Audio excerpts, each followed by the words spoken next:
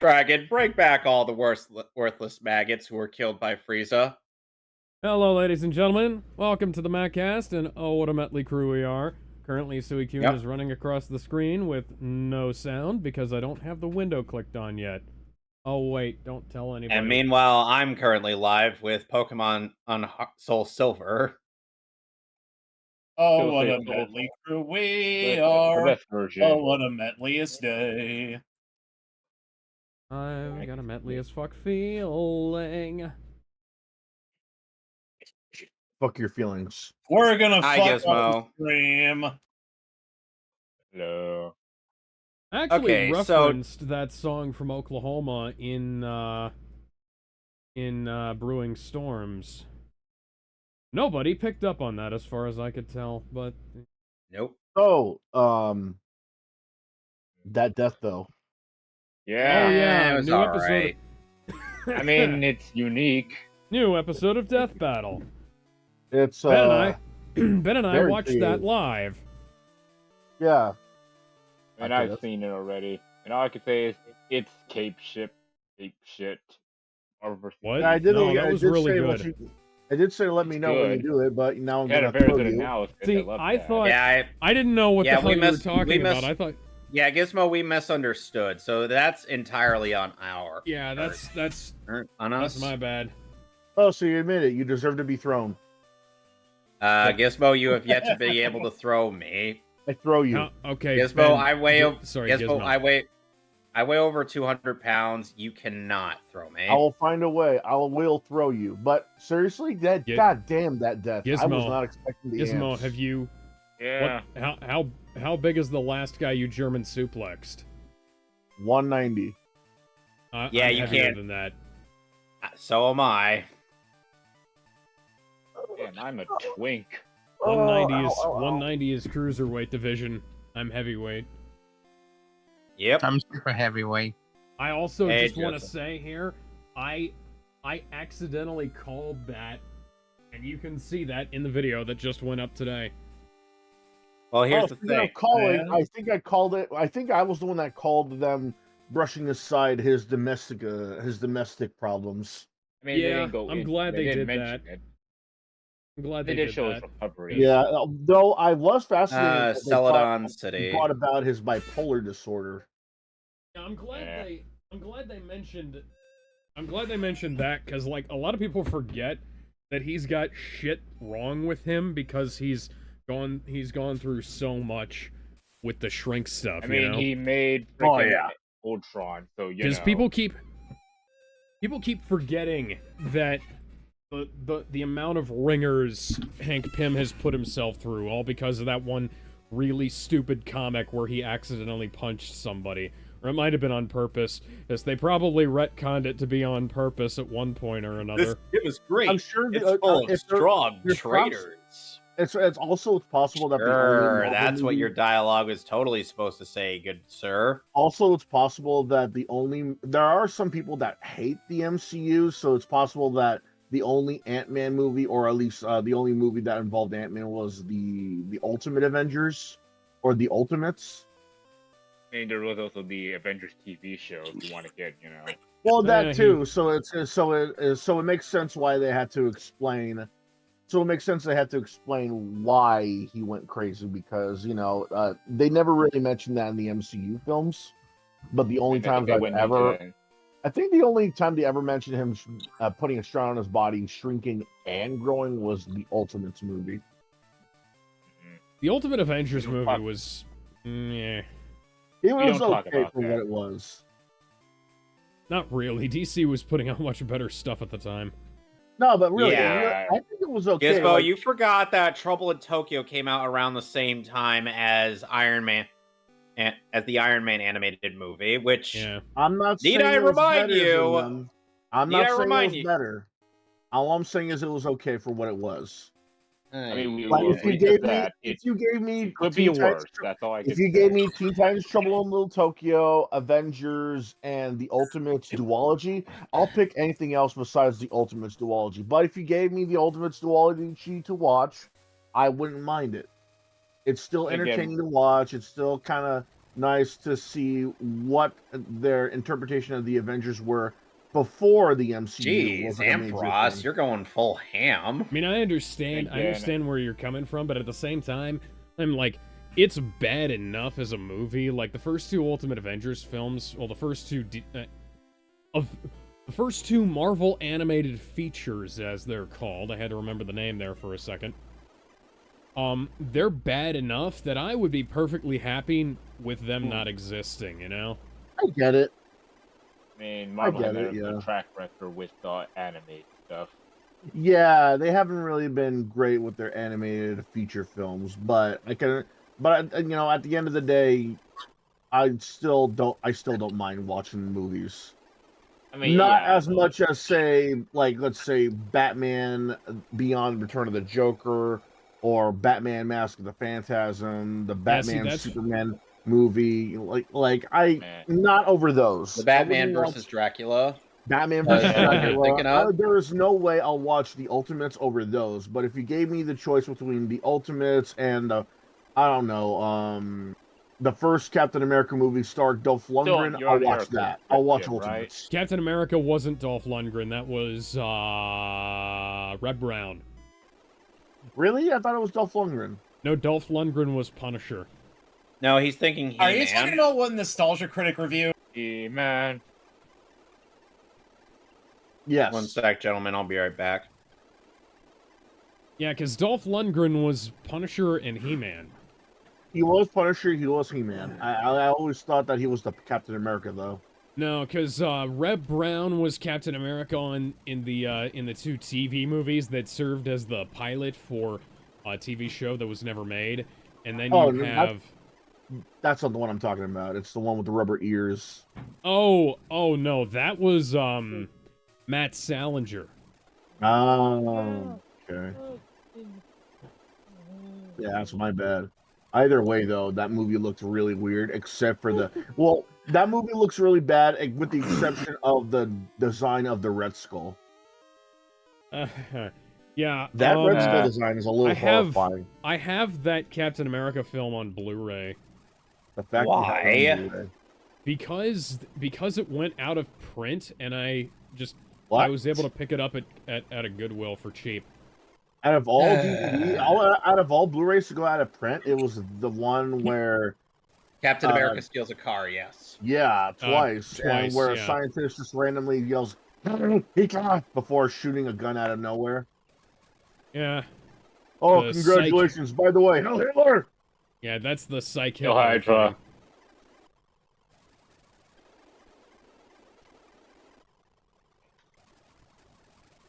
How did that Blu-ray become out of print? Like, holy damn. Well, a better question is, how did it become in print? Indeed. Yeah. True that. I guess there's a lot of people that love watching bad movies, unironically. I mean, hate watching is a thing. I wouldn't say that, like, because the so bad it's good market isn't really a hate-watching market. It's like, you know, the better way to say it's more like, I guess, curiosity. I don't know. Curiosity, okay, but not so far as to. Because I don't think they're like bad, like they're so bad that you hate them or that sort of thing. But like, Executor, painfully mid. There's nothing majorly bad about it, but there's nothing good about it. Okay, Sonic. So, how do you feel about the Kanto portion of Gen 2? Someone who played Fire Red and Leaf Green and seeing this Eugene come back, I was like, yeah, that's actually pretty sweet. I mean, like I said, I was born in 1999, so my first Pokemon game was Fire Red and Leaf Green. So, yeah, I did grow up with, technically, with Kanto. Yeah. Hey, Alex, where's your stream? I added everyone in announcements. I'm not really streaming right now. Again, I'm having some problems though. Even if I was, okay. I wouldn't really be streaming the game I had in mind anyway. Yeah, it's the. You were I plan on for some reason. Well, I plan on streaming Rhythm Heaven. That's not the kind of game that I would just, have a podcast with. By the way, rest in peace, Ray Stevenson. A.K.A. Volstagg from the Marvel Cinematic Universe. Yep, Volstagg. He was also the Punisher in the second Yeah, Punisher no. movie. Well, technically the What? third Punisher movie. Billy Graham also died last he was week. the guy who Yeah. played the Punisher Warzone movie. Yeah, Wow, he died Yep. yeah, he just From died yesterday. from Damn. what though? Let's see. While filming Casino in Ischia in Italy. I don't know. Yeah, That is so out of nowhere. yeah, he was. I mean, that's death for you. Yeah, he was the Punisher in Punisher Warzone, and in the Superhero Squad show. That's a Wow, massive he was tonal that too. shift. Yep. Yeah. Going from the R-rated Punisher Warzone, one of the bloodiest, most violent films in the history of Marvel, and going You've to seen Superhero Shotgun the Wounds in Superhero movies? Squad show. You thought you saw Shotgun Wounds in movies? You haven't seen Punisher Warzone. Yeah, Punisher Warzone, like, it has some issues, but that movie's fucking amazing.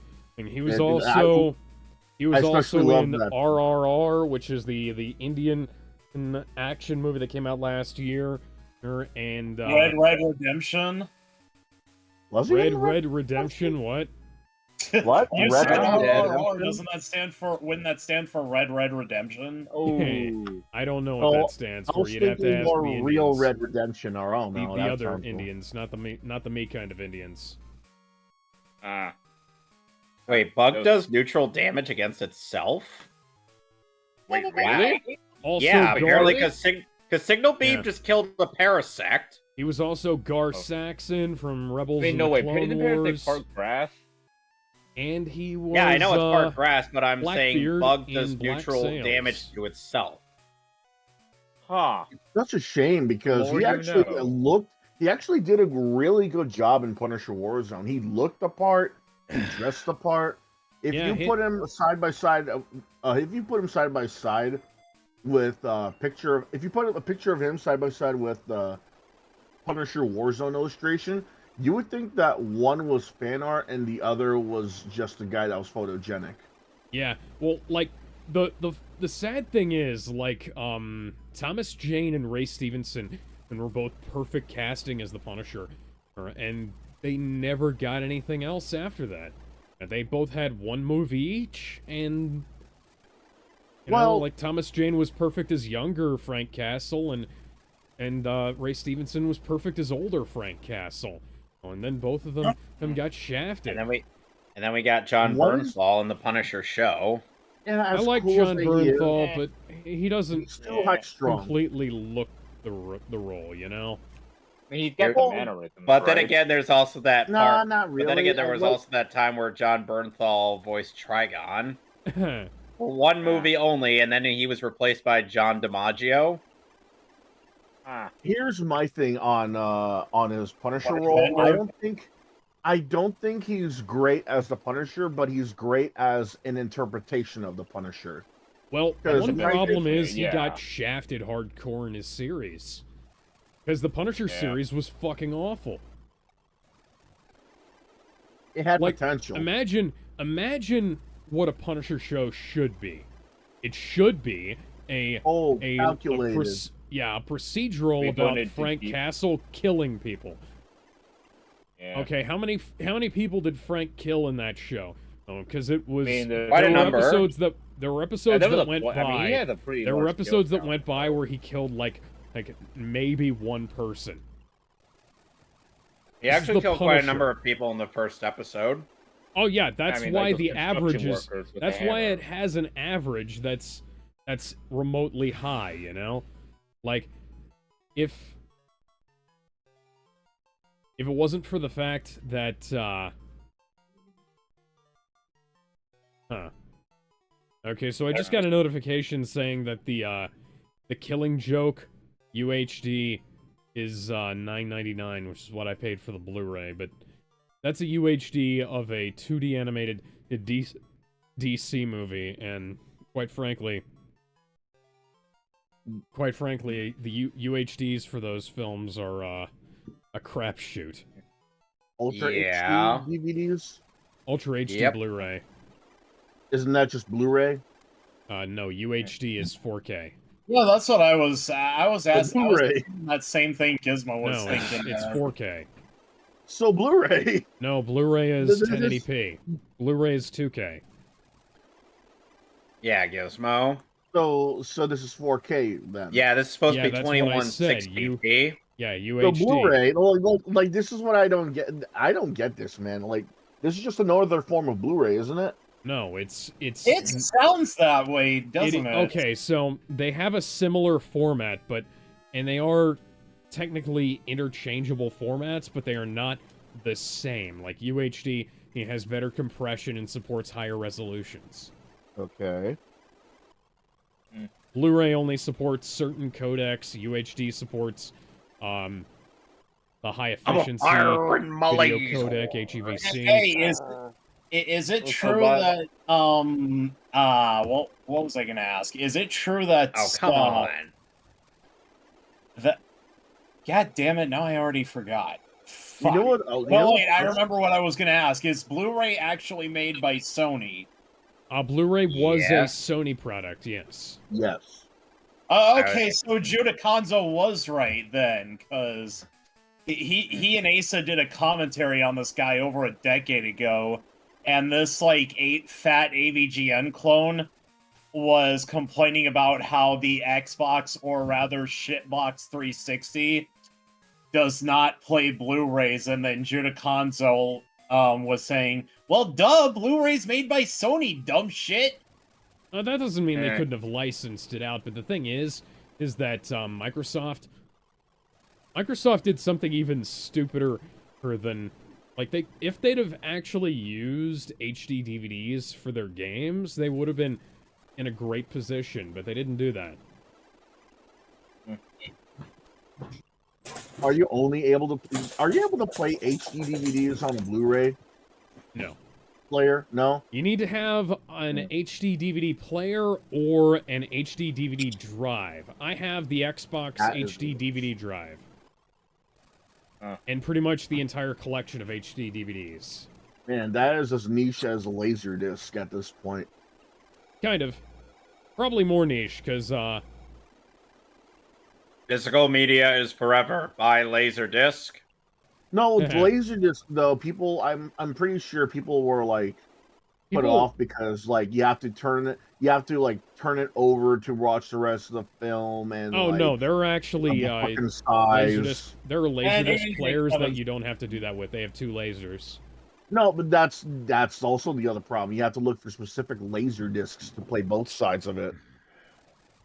Not many people know that. Yeah. I really, one thing I still really like this about the about Heart Gold Soul Silver's version of Kanto, just the fact that they actually scale up to the level that you would be at if you beat the champion. Mm-hmm. Yeah. Because this actually makes Kanto. Red. Yeah, this makes Kanto an actual challenge, as opposed to the OG Gen 2, which is just like, you get this, which only scales up to when you get 8 badges. Oh, since you mentioned the Punisher, you know that rumor of the next James Bond game using the Hitman engine, the engine that the Hitman games are using? No, we don't need another James Bond game. We need another Punisher game with the Hitman engine. Somehow I doubt they're actually... You could have on your team, Erica, Why Tangela? Why not Tangrowth? I just doubt that they're planning on making because this is her team from OG Gen 2. Oh, they copy and paste. Did they copy and paste? They copy and pasted it, but increased the levels. I mean, you can refight the gym leaders again, right? Yeah, just as long as you go get their phone numbers and everything. Right. I feel like Yeah, it you could got work the because wow, it's got ancient power. Oh, I know it Well- could work, but Disney isn't gonna make one of those. And that well, did Disney shit. are pussies. They're still trying to cater to an audience that either don't care Oh yeah. or don't. I received or the just, like, rainbow or badge, outright won't Right. buy their which means I product. have rainbow Max powers. is trying to learn flamethrower. Should Max learn flamethrower? Oh, Of course, it's flamethrower. yes. And by the way, Alex, since your Growlithe has learned flamethrower, this is the perfect time to evolve it into an Arcanine. Okay. Yeah. Hey. Okay. So, should I get rid of Bite, Flame Wheel, Ember, or Headbutt? Ember. Ember. Okay. Amber. Here's another thing that they should really get their heads around. They have to realize that not everything in Marvel is catered to literally everybody. It's like video games. Well, no, hold on. It's like Silly Gizmo. If they had the capacity of thinking about that they wouldn't be in the position they're in now. well, that's what I'm saying. Is because they keep thinking family. Then yeah, okay, they're gonna keep Vin going. Guardians of the Diesel. Galaxy Volume 3 has some of the most gruesome scenes I've seen in a Marvel film ever. They really need to get their heads out of their asses when it comes to the Marvel stuff, though. Because look, Marvel versus Capcom and Ultimate Alliance are good properties that anybody can get their heads around, but they should once in a while start going for the more mature market. Because look, when was the last time we got a Punisher game on the PS3? And it was horrible. It was online only. There was no single player campaign. What the fuck? There was a Punisher game that was There was online a Punisher only? game that was There was a Punisher game that was exclusively for the PlayStation 3. It was online only, and it got removed from the marketplace because of how bad it was. Okay, I'm gonna need a name here. I forgot what it was, but you can easily look it up by just putting in Punisher online game. You'll be able to figure out. By the way, rest. Gizmo, you still need to send me that link to that. To those. It was in the chat. It was in the chat. It was in the live stream chat. I'll have to go through the I'll have to go through the list of video games featuring the Punisher. There's the arcade, there's the Genesis, and there's the console, and then there's the exclusive Punisher online No Mercy. Yep, there you go.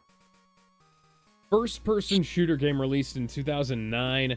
Shares fonts and models from the Punisher Warzone, but doesn't share continuity with it. Pulled off of PSN in 2011. It was shit. Arena-based FPS.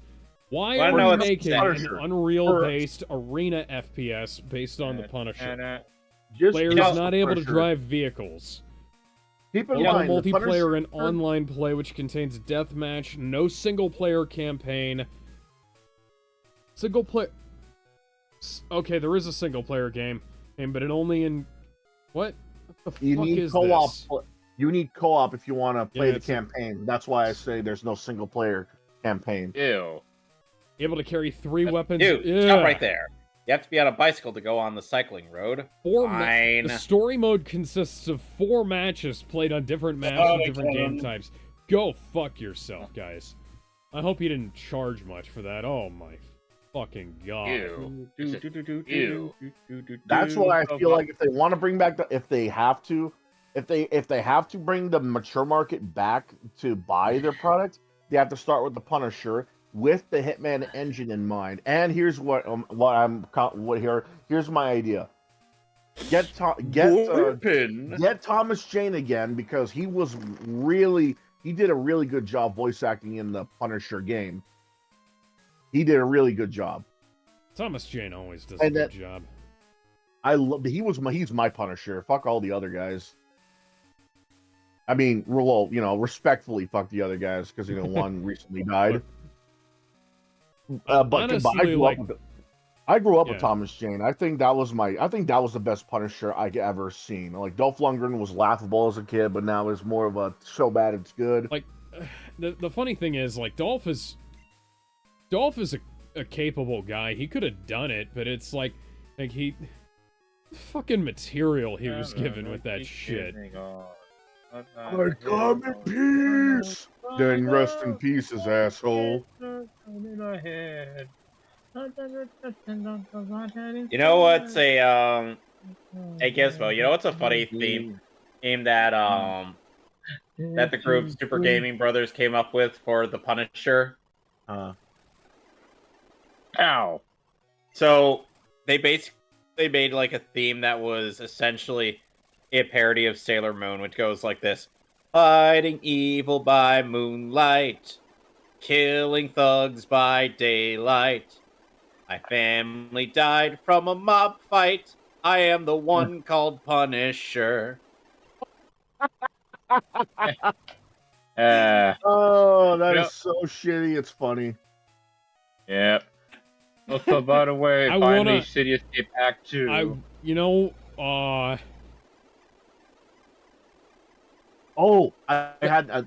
they want to, like, here's my other idea. You have the option of going stealthy the entire time, or guns a-blazing. Dude, like you're the legit, Punisher. like they You give you always the go option. guns blazing. Like they give you the option of going the entire mission stealthy, or the entire mission that on the guns Fox ablaze. engine. Yes. Like how Metal Gear Rising handled it. Yes. No, not well. Okay. For as much as I like Metal Gear Rising, that's not gonna happen. I know stealth doesn't suck. You don't think so? You can go stealth in that game. Metal Gear Solid, sure. Metal Gear Rising, no. Yeah, I guess. Yeah, but you're the Punisher. I mean, most people are gonna probably go guns a-blazing. No, but here's the thing: if it was, the Punisher can do stealth, like it makes more sense if they were using Deadpool. Now that I think about it, for the Fox engine, if they were to say get something from Metal Gear, Revengeance. Like Revengeance, sure. Fox engine though. Well, MGS5 ran on the Fox engine. That makes more sense for the Punisher. Also, quick question: how do we all feel about the gun truck Sonic series? The what now? The one from the end of City Escape. The gun truck. What now? The gun truck chase scene from on the end of City Escape. Oh no, that goes.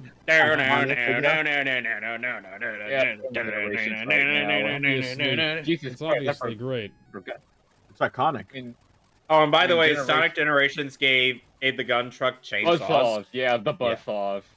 And rocket fuel, and rocket, and jetpack. Yeah, you can drive on walls. I think it was just fine when it was just a truck. Giving it blades and rockets and all this twisted metal junk is overkill. I mean, Sonic got upgrades, so why doesn't the truck? It's simple and clean, no pun intended. Simple and clean, straight up, just a truck was better than just, hey, let's get this unused twisted metal asset. I liked it better when it was just a truck because you have I don't know, I mean, I kind of like how ridiculous it got. It's more, it gave me a maximum overdrive feeling. Like, it's just a truck, but because of how resilient... Wait. But because of how resilient and big-ass trucks can be and how tough they are, you really can't expect... You really don't expect anything from the truck, which makes it more dangerous. Wait, hold up, Gizmo. You said... And it gave you vibes of Maximum Overdrive. No, Maximum Overdrive. So now you're going to give me the mental image of the gun truck with that goblin and head on front of it. I'm coming to get you, Spider-Man. I'm not Spider-Man. I'm Sonic the Hedgehog.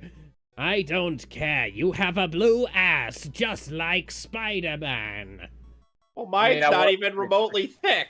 Please don't give Solid JJ ideas. He already made more squats. Why can't we give him more ideas, Gizmo? Come on. He's gonna give me a heart attack from the amount of times I laughed. Oh, hey, look, guys, it's Boobs the Bat. You say that like it's a bad thing. Oh, God. All right, that's right, her voice actor. My Gengar managed to survive. I've a fire punch to the face. You can get a mod for Sonic Adventure 1 that makes her boobs jiggle incredibly insanely. Are we talking Sonic Adventure 2? Sonic Adventure 2, yeah. Oh, we're talking like you can take them from regular like sane jiggling to maximum overdrive. Yeah, literally maximum overdrive. Maximum overjiggle. I don't know. I'm still thinking. Yeah, basically Dead or Alive. I don't know. where the boobs are practically sentient. I don't know. I mean, Senran Kagura's jiggles are pretty. All right, Lefty. Which way should we go? Get into Senran Oh, I Kagura. just had an idea. It was like 2D Devil Oh. May Cry, but worse. I just had an idea for the it's Punisher in game. What if 3D it was now. just like modern day MCU looking kind of Marvel universe, but there are times where you have Slam. there's going to be times where you have flashbacks to like the 90s and 80s as special missions, and it's to the point where the Punisher has his like white go-go boots costume, or like there's like references to like the Guys, I'll be right back. I think I'm just gonna go get some crystals and then come back. Why would you do such a terrible thing? But yeah, that sounds... What are you talking about? But yeah, that sounds great. Set it in the Sony Spider-Man universe like the other games. Yeah. What, you don't like crystals, Alex? It makes much more sense too, because have we had this conversation before? I forget. I don't know. I mean, I think what did we talk about? We talked about some restaurant. But was it Taco Bell or Jack in the Box? Okay, I've never been to a Jack in the Box. Really? Me neither. Yeah. Neither have I. I've been to one years ago. Anyway, so they're going out of business. Should Tugo delete? Okay, should my Dragonite delete a move to make room for Slam? Wait, you have a Dragonite or Dragonair? I have the little blue one. That's Dragonair? Dragonair, I have, yeah. The serpent, right? Delete a move so you can give Dragonite. Delete! It's not Dragonite, he has Dragonair. Give okay, him I have a delete. Dragonair. Should I delete a move to make room for Slam? Delete! Well, either Crystals or Wendy's. I actually haven't decided yet, to be honest. Okay, what moves do you have, Alex? I have Dragon Rage, Thunder Wave, Twister, and Extreme Speed. Slam's not going to do you any good, so no. It's a less accurate tackle. Okay. Doesn't less accuracy mean more power, though? Somewhat more powerful, but you're better off. But you'd be better off with takedown. Yeah, but don't you get recoil though with takedown? Yeah, but here's the thing: takedown, you could actually hit somebody. Slam, you hardly can hit anything. Yeah, I genuinely just didn't care for Senran Kagura, because I went through the whole first game, and I played through both modes of the first game. Yeah, and then I went back. They did remake the first game. So. Then okay, so I'm talking about the one for 3DS. Yeah, that's what I'm saying. You probably should just remake. Oh, that's a rough At this point, start. if you're gonna get back in this year, just play the. Yeah, so I played the original full-on 3DS, and I went back and I went through both modes, and then I played the second one, and the second one was like the first one, but the controls were way slipperier. And I'm like, right. The 3DS, man, that's a rough start. That's like starting. Yeah. That's like starting off your first Street Fighter game from the Game Boy. It's like, oof. Okay. For as much as I love the TNA in that game, right back. Like, wait. The rest of the game was not good enough to justify it. Honestly, it seemed like they put more effort into the series. Just Alex brought up TNA. I don't know what it's for, so I gotta stay and listen to what he's talking about. Anyway, guys, I think it's time we discuss a certain announcement that came out. Last week. So Mortal Kombat 1. Yes.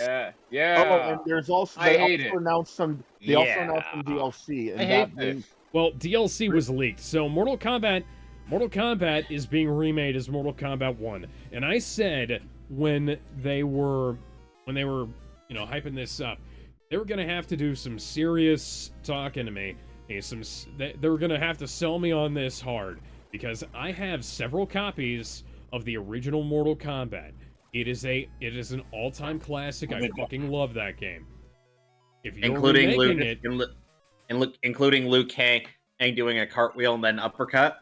Yeah, if you're gonna remake that game, you're gonna have to sell me hard on it, the same way you'd have to sell me hard on another remake of Resident Evil 1, or like, I don't fucking know, like an Xbox Series X version of Resident Evil 4, you know, or something like that. Gameplay, man. And you're gonna have to sell me hard on it, and they're not selling me.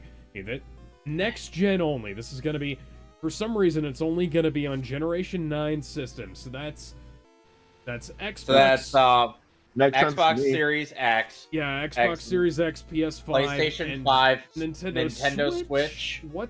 Like, okay, so you put it on Switch, but you won't put it out on Xbox One and PS4. Here's my theory. Why? Here's my theory on this. Because it's 100 gigs.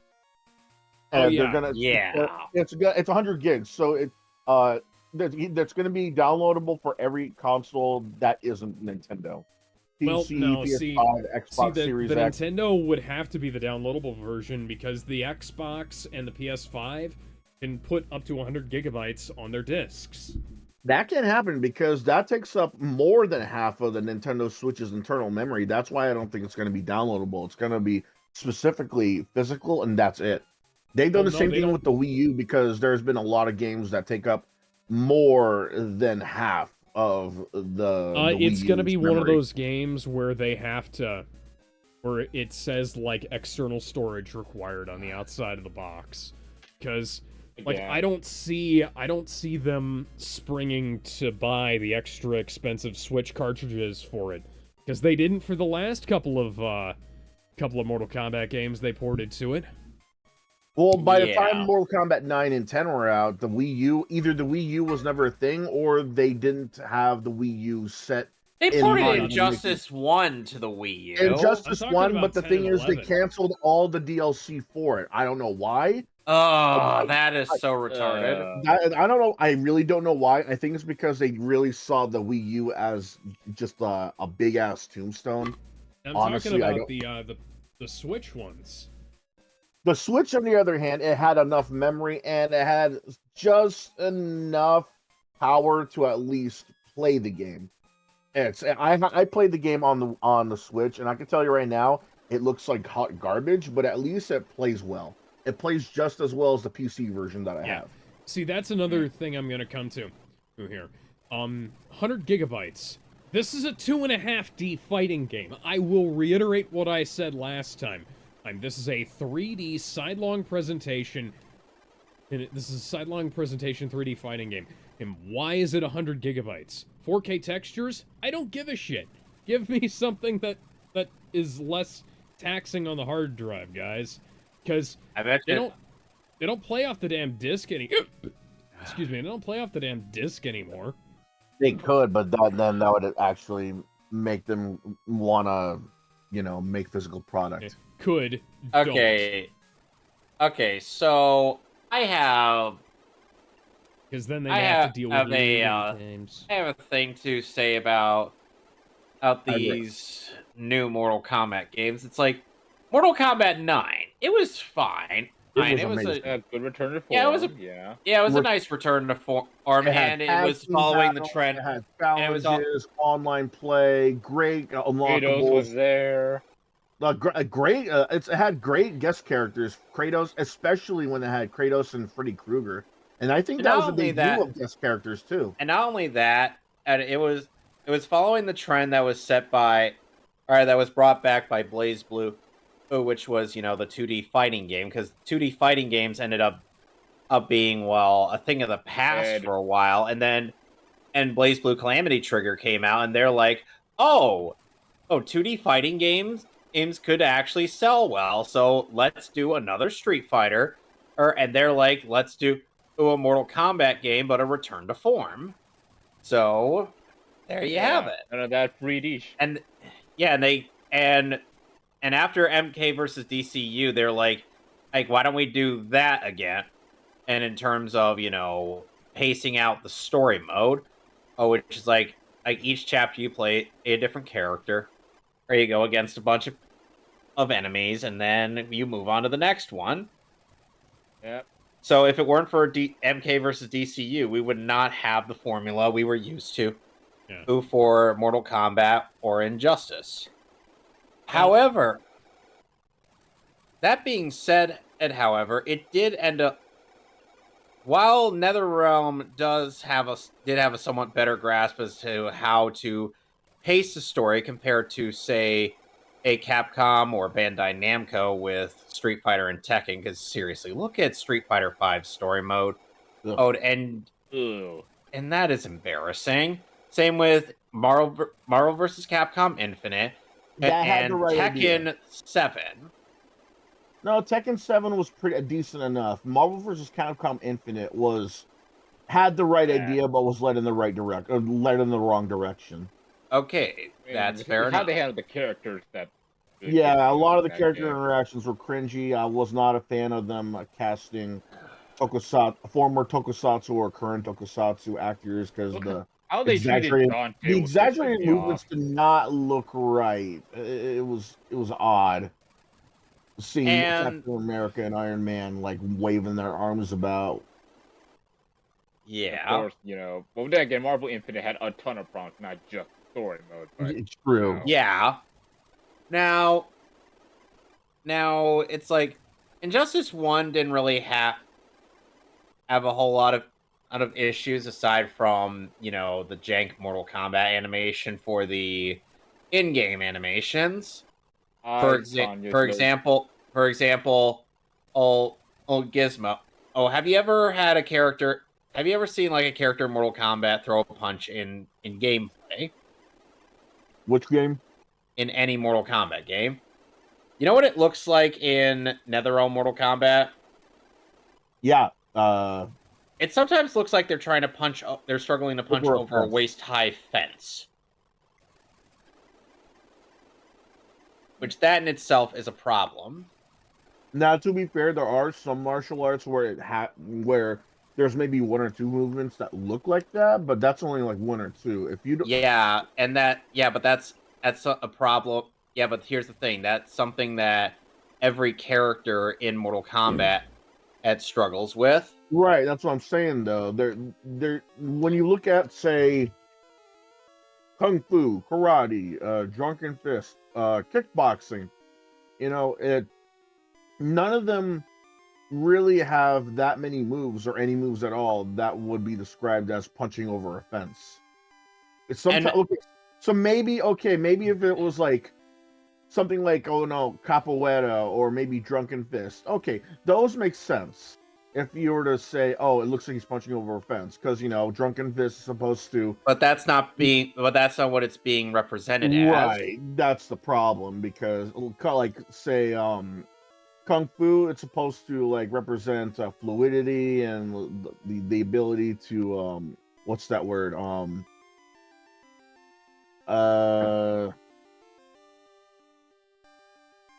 Fuck, what is that word? What is that expression? Being able to. Okay, eruption. Ooh, that's nice. Okay, so Kung Fu has fluidity, and you're able, and it has the. So just Kung Fu is fluidity. Karate is very stern and still and like precise. Jeet Kune Do is sort of the same thing. Well, not the same thing. Has the same principles as Kung Fu, but it's more freestyle.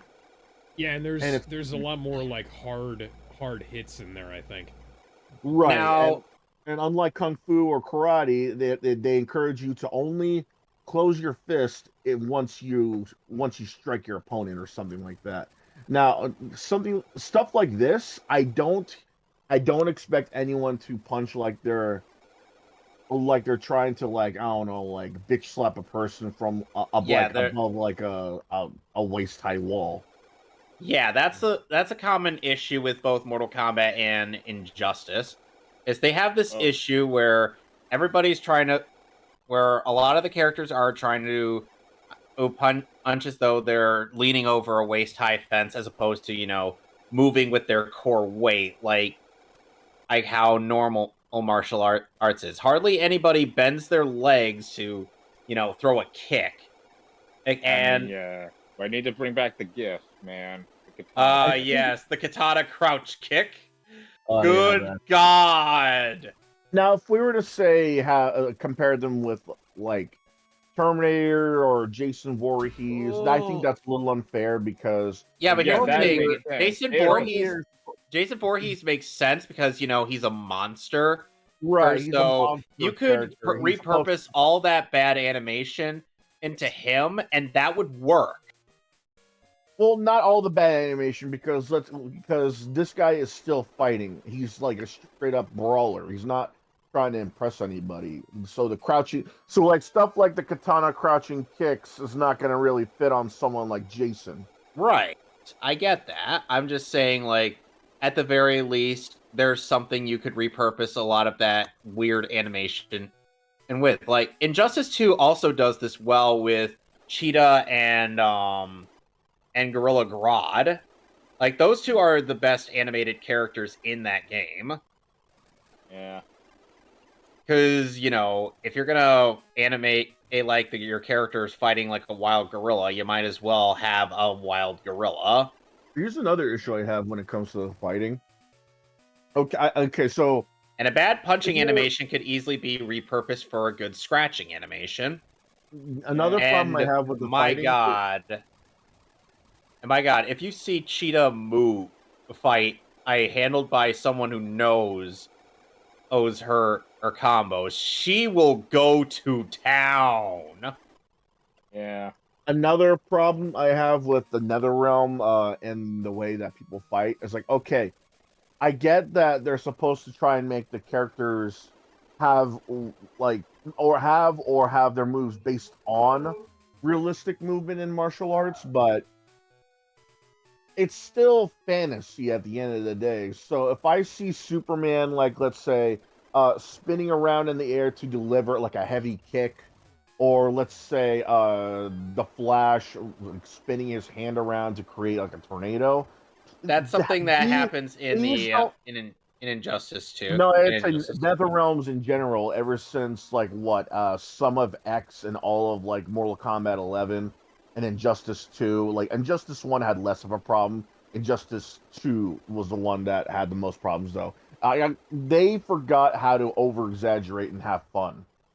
They forgot that because like if they stuck to realism and had no fantasy whatsoever, okay, maybe the fence punching makes more sense because maybe some of these guys really don't know how to throw a punch, so it makes sense why they would punch so awkwardly. But these are superheroes, these are ninjas, these are gods, these are warriors. Yeah. So they should have, if anything, try to take advantage of the fact that these are out of this world characters and like let's say not be as so stiff and not be so limp. Because when I saw the Captain Cold character fight, I thought, okay, yeah, this guy needs an overhaul because I don't know why, he looks like he's fighting and he looks like he just doesn't care. And there are characters that really, and what's funny is that there are legitimate characters that just don't care about anything and they fight better they have better fighting animation than this guy does. Captain Cold is supposed to be like a gun user or in Injustice 2, but right. The way he animates using a gun, there's like no good distinct key pose with any of his animations. Like for example, if you look at like silhouettes of Cable, Noel Vermillion, and like other gun users in various fighting games, guess what? You're gonna be able to identify these characters just through their key poses, just their silhouettes or their key poses, just because the animators bother to give us something to distinguish. And in Injustice and Mortal Kombat have this issue with key posing in their characters as though they're just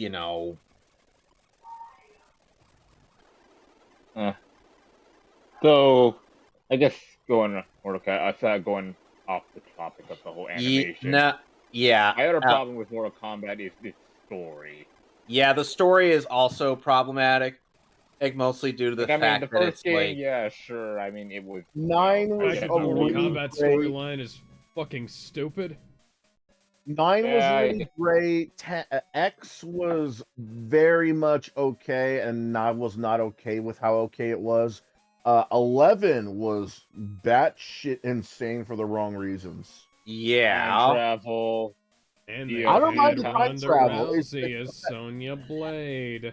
I don't mind the time travel. It's the fact that they did either so little with it or did nothing at all with it. And they packed it, and they also basically went back on the whole new generation thing they were trying to do with X. Yeah, and also we get rid of half the combat kids. Yeah, only keeping Jacqueline and Cassie. For reasons, even though Jacqueline and Takeda are a thing, and people actually really like Takeda. Jacqueline didn't even have her own identity since she was basically just Jax but a girl. Yeah, or I guess Cassie. That's literally all she was. And Takeda at least had his own identity. He wasn't, they downgraded her Kenshi. design. They downgraded her design but with too, chain whips, he was a Shirai Ryu. Yeah. They downgraded Jacqueline's design too compared to Mortal Kombat X. Not really. Much of a downgrade. I think it was a downgrade. Not just the character design though, but like her character altogether. Because Jacqueline in 10 really felt really gung ho, like she looked up to her father in very, very, very healthy way, and she looked like she was taking charge. And 11, she looked like she was about to blame everything on herself. Like, what the hell? Dragonair just evolved into the second blue dragon thingy. Oh, so now you get Dragonair. You had Dratini. Oh, Dratini is now Dragonair. Okay, then. So you've got 25 more levels to go, Alex. Huh. Oh yeah, I mean, I'm really also not a fan of her. That, but it doesn't really matter at this point. I'm almost done. I'm also not a fan of her costume. Well, I'm mostly not a fan of her costume design, though. I really don't like that top knot that they gave her. She was fine with just the cornrows. She had an X.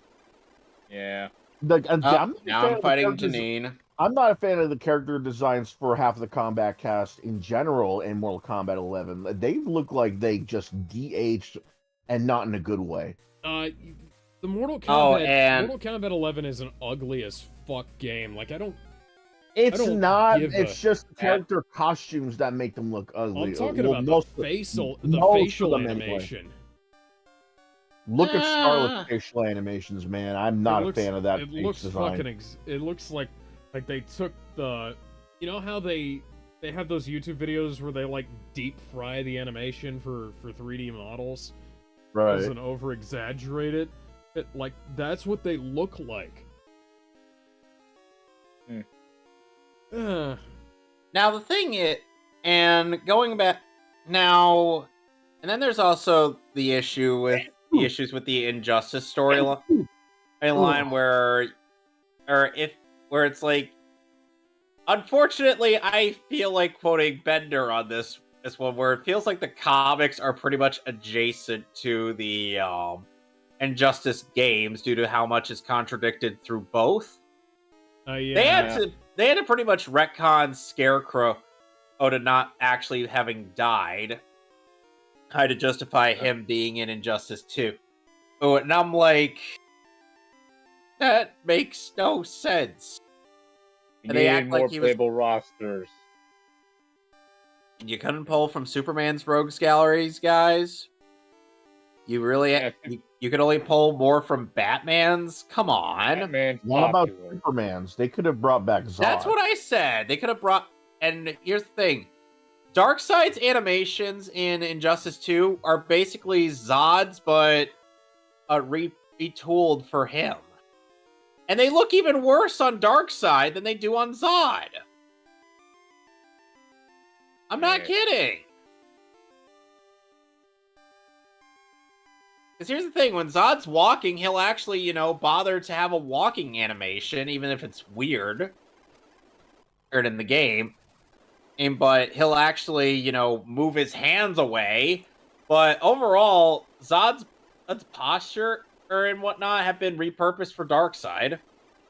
No, Darkseid looks because more the two like of them don't stand like each other. Their gait should be very different. They also repurposed quite a bit of Raven's animations for Dr. Fate. They should have just brought back Raven. I get that you need like one Teen Titans rep, but you couldn't have two. What was wrong with having Starfire and Raven in the same room? Come on now. Yeah. And it's like if you think they butchered Batman and Superman's characters in those games, look at what they did to Wonder Woman. Both games, yeah, she sucked. She is literally portrayed as though she were the Lady Macbeth of this scenario. She's the Superman. And if you know anything about Shakespeare, then you know that Lady Macbeth is the one who basically goaded him into, being an evil douchebag. Yep. Yeah, because you could essentially say that injustice is kind of all Wonder Woman's fault. Fuck Wonder Woman in that game. Supergirl is sadly the only really good character in Injustice 2. Like, even Batman has some issue. And look, I like Jaime. It's like, I like Jaime, but he's not in the game. He nor Firestorm are in the game long enough to really justify much. And Jaime has insane air game in Injustice 2. Kind of a shame they also forgot about Hawkgirl. Yeah. Whatever happened to her? Did she die in the game, or? We don't know. She's just not... We don't. No one says. Yeah. Oh, speaking of NetherRealm games, are there any...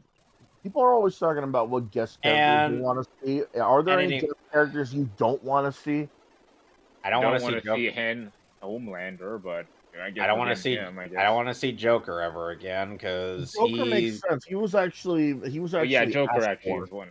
Yeah, but here's the thing: it made sense in the first Injustice game since it was another universe Joker. But how do you justify? But for what reason did you have to bring back Joker in Injustice 2? He's not even alive in that game.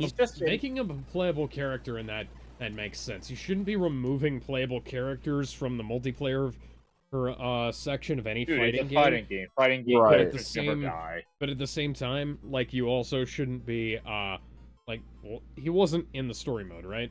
Yeah, he was in the story mode for one fight, but he was literally just a fear-induced hallucination brought about by Scarecrow to Harley Quinn. Okay, that's all he was. That actually works. I mean, and he was only there for one fight and nothing else. Same with Atrocitus. Such a waste of a character slot. Like, Atrocitus is just there to goad Hal into becoming a Red Lantern. He fails, gets his ass beat, and then he's just gone. He doesn't contribute anything else to the story. Here's the thing. They don't need to be in the story mode for them to be playable. No, I'm just saying... Vice versa. No, I'm not saying... Yeah. No, I'm saying that... Yeah, look at the Tekken 7. What I'm saying is that if they're going to play that... And if they're going to play a part in the story mode, at the very least, make it seem like there's more to them than just the one fight. Because I really can't stand and how it's just like, oh, they're just there for one fight and then bye-bye, never see them again.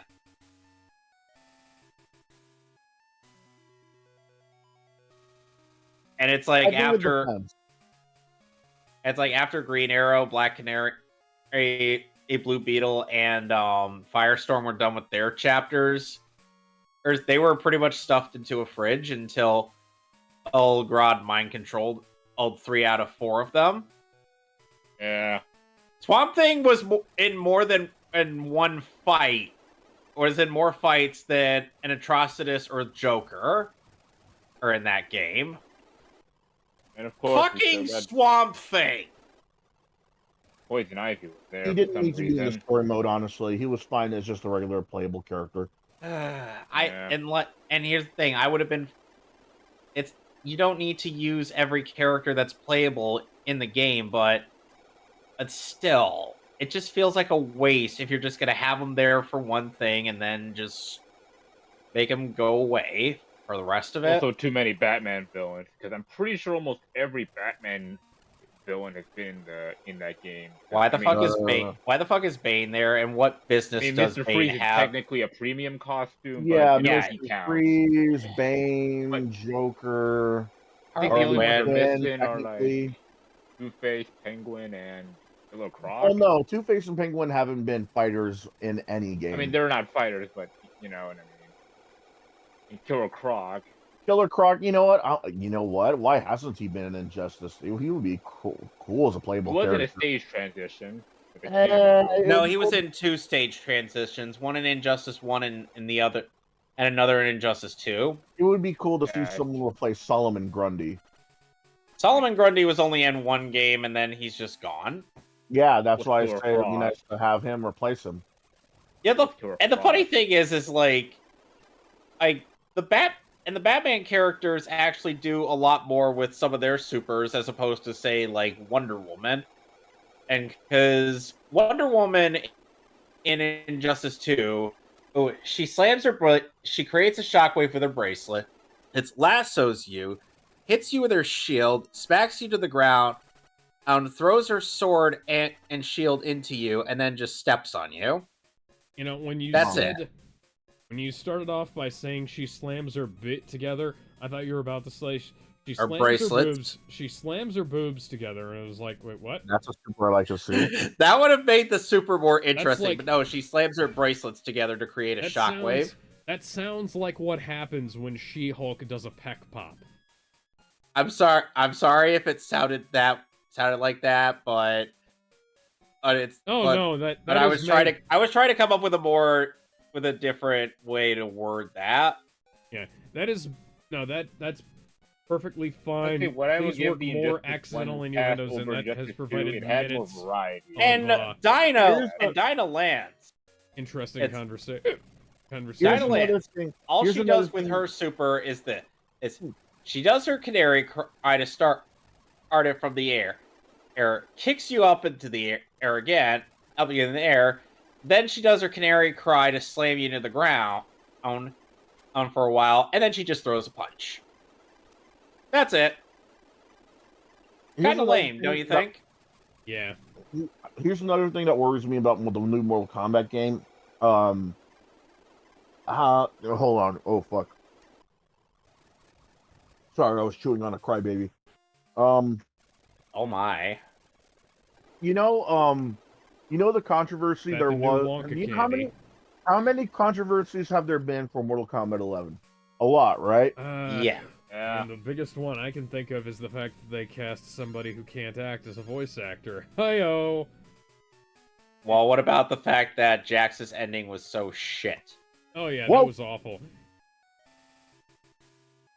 My biggest concern is how they're going to treat the fans, because they're going to treat the fans like shit. No, here's why I say this, because I have an answer for that. They're going to treat the fans like shit because they're pissing everybody off, because now everybody's wearing way too much fucking clothing.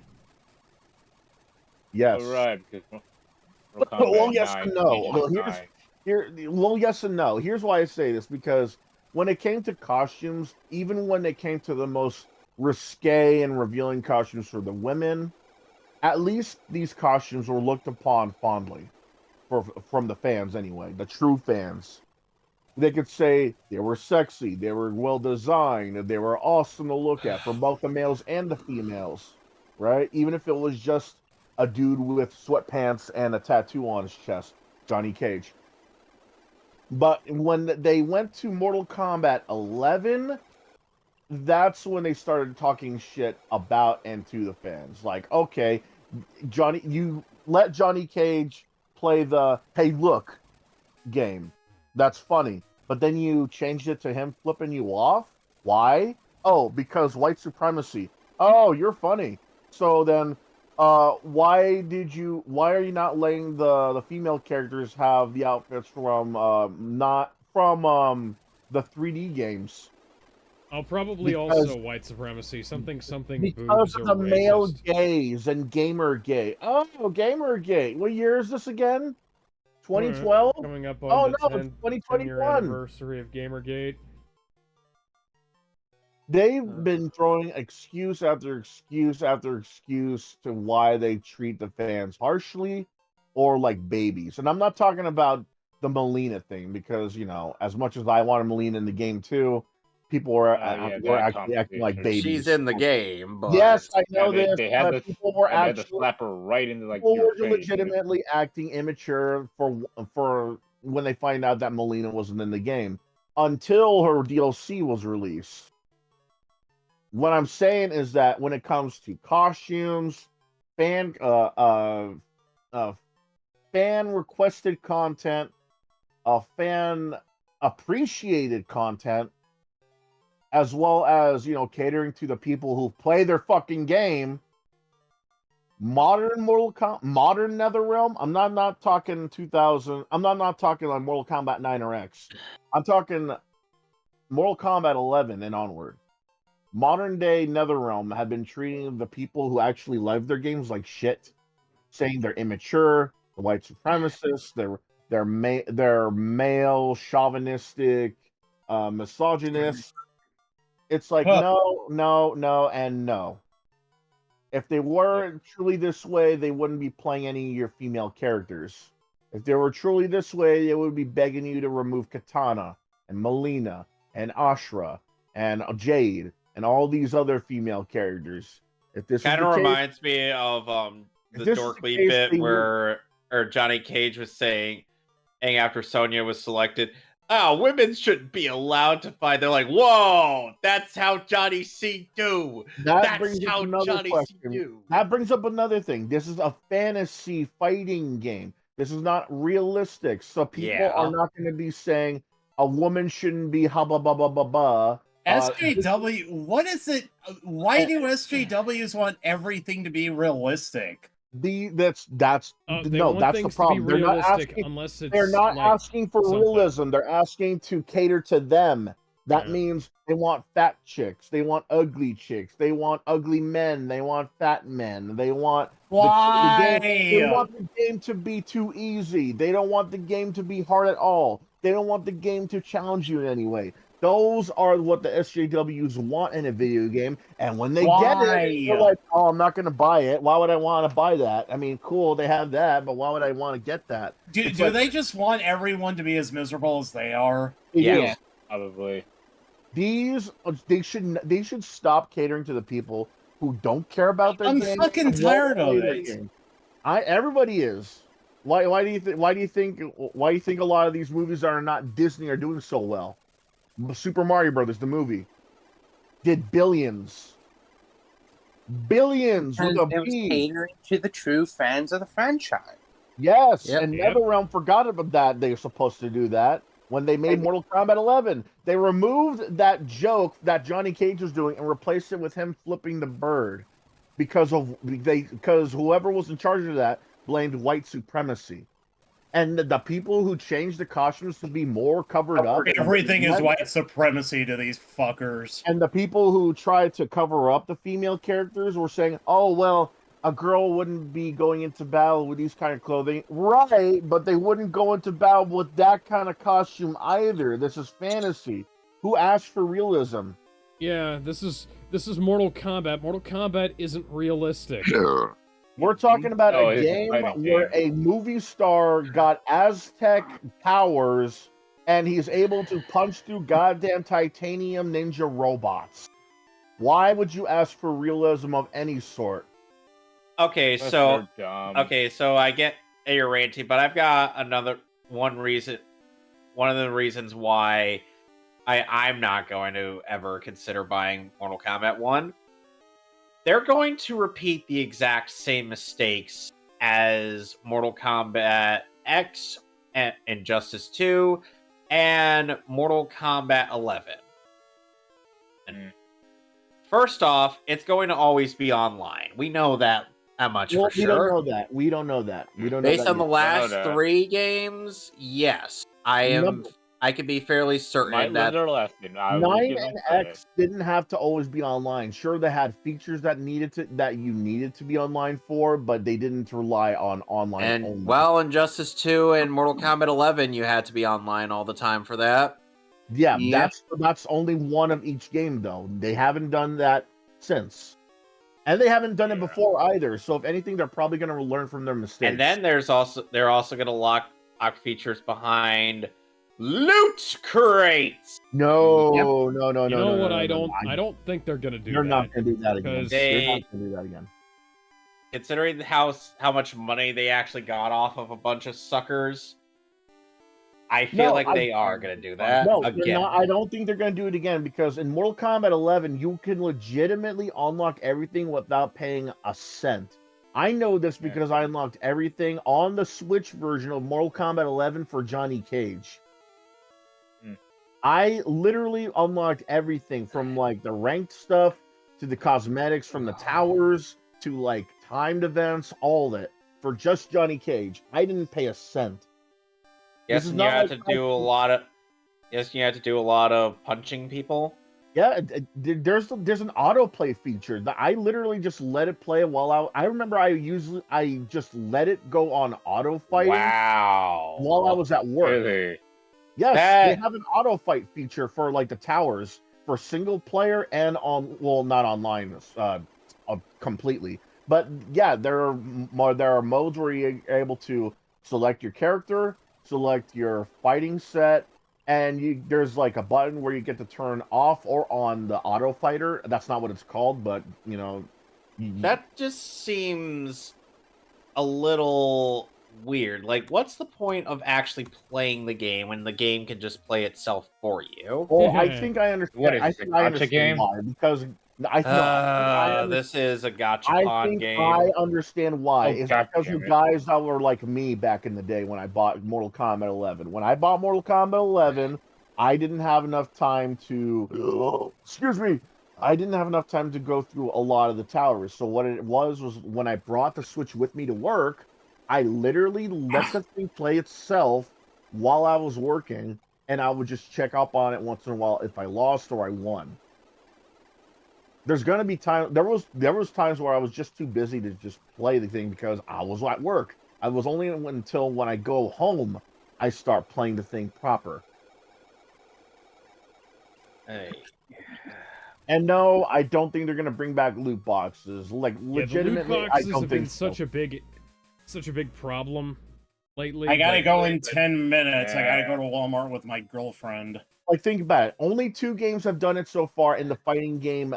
Anything like in the fighting. And how critically acclaimed were those 2 games? That doesn't matter. That doesn't matter. It kind of does matter. No. It doesn't matter because people already have a negative look and a negative outlook on loot boxes to begin with. So when they make Injustice 3 or they continue making Mortal Kombat 1, and I refuse to call it that, I'm going to call it Mortal Kombat 12, they're not going to have loot boxes either at all or in the way that you're thinking of. What I'm thinking of is if they're going to change it a bit, it's going to be like the Crash Team Racing Nitro Kart remake. It's going to be like that where it's like you have a shop, sure, but there's going to be like slight discounts. There's going to be slight discounts for when you unlock in-game money because they've been doing that a lot too. Ever since what? God, and are they going to Activision right now? They going to nerf? No, not microtransactions. In-game money. I'm talking like in-game unlockable earned money. I don't Mortal trust Kombat's been doing this right after they finished Mortal Kombat 4, and onwards. Like you earn enough money, you unlock costumes, concept art, outtakes, trailers. That kind of thing. And what I'm thinking of is that, okay, they'll give you the option to buy your in-game currency, but they're not leaving out of the possibility of you being able to grind heavily or just regularly grind for your money in game and unlock the stuff, because many games have done this before, even these days. Like I mentioned, the Crash Team Racing remake, you had the option of buying your damn Wampa coins, but almost nobody did this. So what people did instead was play the damn game, and they unlocked everything. More other cards. NetherRealm had willfully nerfed coin gains in Mortal Kombat X, which meant I think that honestly, if they're probably not going to go with the loot boxes, just because there's been so much negative backlash. There was actually like legal issues surrounding EA about it, you know. And another thing is like, considering how many awards that both Injustice 2 and Mortal Kombat 11 have walked away with, I'm like, why would they need to really bother to improve if there's no need for it? Well, Yeah. like In their mind. What I mean is like, as in improve on like the story writing, improve on the gameplay, improve on the actual animation. And I mean in-game animation, not cinematic animation, because that's good enough as is.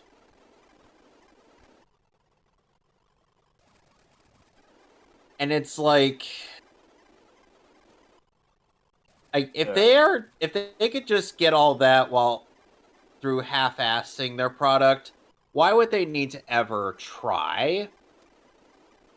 Why would they ever need to try to change anything other than adding new coats of paint? Okay. Explain that to me.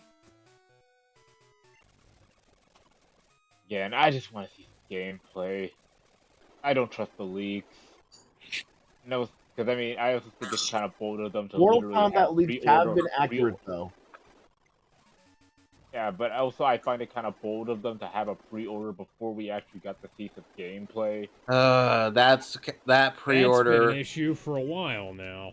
That's been an issue since Mortal Kombat X. No, I don't have a problem with pre-orders. The bigger issue is that they're locking away legacy characters behind paywalls that should. These characters they did with should be Goro, getting as so, part of the base game. Yeah, Well, that's you another got- thing. Like, You got with shit. Goro- You Secret got collectibles are now DLC. That's been a with Goro, Whatever. it makes total sense because he died in game, in universe, and everything like that. So having him as DLC makes a little more sense. Now, we don't know about the Shang- story of 12. He so, died. you know. He died in universe. They even show his corpse in one of the stages. It makes sense why he's a DLC fighter. Now with guys like Shang Tsung, Ermac, no, those guys don't make sense why they're DLC. Now if it was like characters that only showed up once and only once, not counting Armageddon, because that's when literally everybody showed up, including the ones nobody cared about. Armageddon is Remember literally Rain, guys? Cobra. Armageddon is Purple literally Rain. just the asset dump. No, but here's the reason why I bring that up. Because Mortal Kombat and Armageddon, even with the characters that showed up once and only once, that's when they all made a return, with maybe one or two, possibly three exceptions. When it comes to DLC, though, unless they were not in Mortal Kombat 1, 2, maybe 1, 2, 3, maybe 4, they shouldn't be the biggest piece of DLC you should be throwing at. Maybe as updates, not as paid DLC. And if it's anything from the 3D era, you gotta really think hard about that, because no one's really asking for Cobra to come back. No one's asking for Kai to come back. People really do love meat. No, I'm not saying he's gotta be DLC, but I'm just saying if people love meat enough, then okay, bring him back. If people love, let's say, my bird is Asha trying to bring learn her drill peck. Which one? What? Whatever the fuck his name is, Kenya. Oh, the Firo. Yeah, that guy. What I'm trying to say is that if they want to do DLC characters, leave it for the very obscure and the characters that rarely appear. Don't have legacy characters that are still alive and kicking from Mortal Kombat's 1 through 3, maybe a big maybe on 4. Because we know opinion people... that they should be including all of the characters from all of the games in the base game, and then anything that they're not anything that they're gonna charge for DLC. You know, we can we can talk about that as being you know, you can have, like, you can put new characters in there. How about that? You should also be introducing new characters in the main game as well. Didn't say he wants to use Pink as one of the ninja costume characters? Why don't you go with that idea? You like make a character based off of that one color. Ed Boon did say that he wanted to make a ninja based off of the color pink. He's done literally every other color available. Okay, so which move should be forgotten? Peck, Fly, Leer, or Fury Attack? Leer. Peck. Peck? Yes. Okay.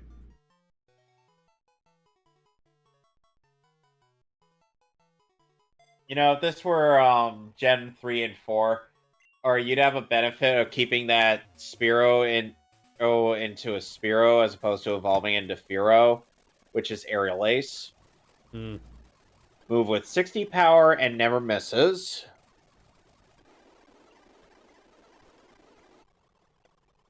The only exceptions of that being when the opponent uses Dig, Bounce, or Fly. Dig, Bounce, Fly, or Dive. So I have a funny story from work. So two guys named Joseph were hired on the same day, right? Wow. Yeah. And within like the first week of the first Joseph's employment, he got fired for stealing money. Wow. Yeah. Wow. And then a week later, the other Joseph also got fired for stealing money. Wow. One's white, the other was black. And the second guy knew that the other guy got fired for stealing. So I'm guessing he wanted to go the same way. Man, I don't fucking know. Speaking of like, it's a real life stupid criminal story there. Or I never thought I'd have speaking of real life stupid criminal stories, but you know. Speaking of real life stupid criminal stories, did anybody see this one story on Twitter where this lady had been driving under the influence and was, you know, arrested for vehicular or manslaughter? Are you talking about the woman who was arrested for DUI and like literally didn't care that she didn't care that her car was totaled.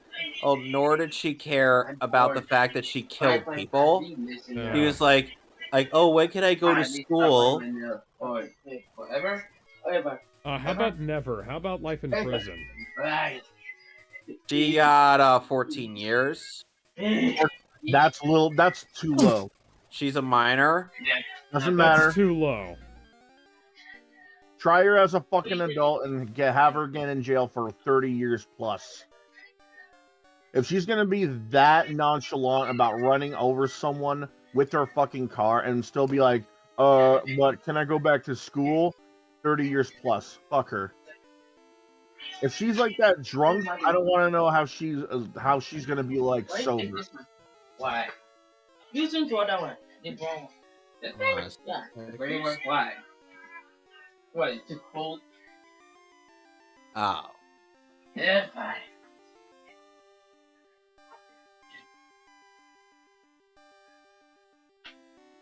Okay, so yeah,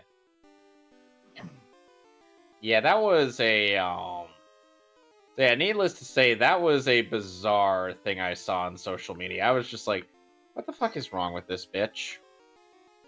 Everything. Yeah. Oh yeah, there was another thing that happened recently. It was the So there was this. Okay, so Ben Crump, the motherfucker who is responsible for some of the most ridiculous race baiting in this nation. He picked up on this story where he labeled this nurse the bike Karen, and like said that this. Oh, yeah, I remember that. You know what I'm talking about. Yeah. Said that this nurse was trying to steal this bike from this guy. It was like white woman, black guy. And he said she was trying to steal the bike, like, and she was like, he was saying, she's like, crying wolf and trying to say, these black guys are trying to steal this bike that this one of them, he said that one of them had taken the bike, had rented the bike, because it was like a city bike thing.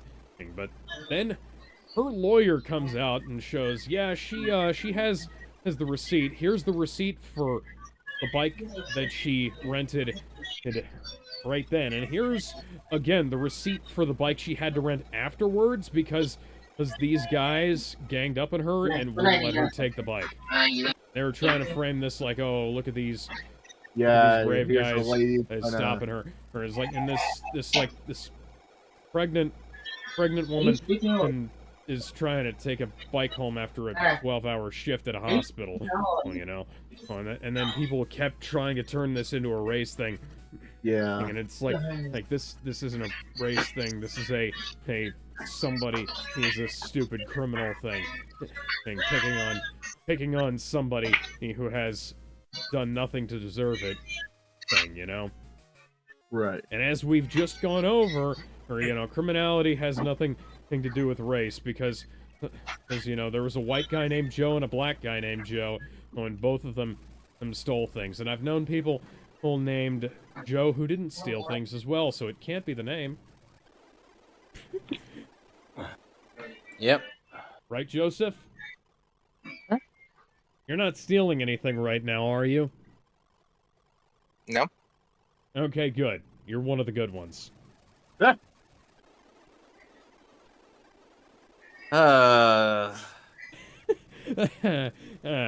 This is reminding me of our viewing of that episode of Teen Titans with that guy who was racist against Tamaranians. Of course not. I'm part Val robot. Yor? You know what you were doing. Yeah, they knew what they were doing, but they ended up, just subverting it. That was actually clever, Gizmo. Yep. Oh, what they did there. And it's also partially true on Cyborg's end. Because, he feels because, he's half robot, he would get quite a few looks. Know what I mean? Yes. Call me crazy. I don't think we should allow their kind here. Jimmy, I can't believe you'd say something about a black man like that. No, I'm not talking about because he's black. I'm talking about because he's a robot. Oh, well, that's perfectly understandable. Well, robots should not be allowed in public. You do realize I'm only half robot, right?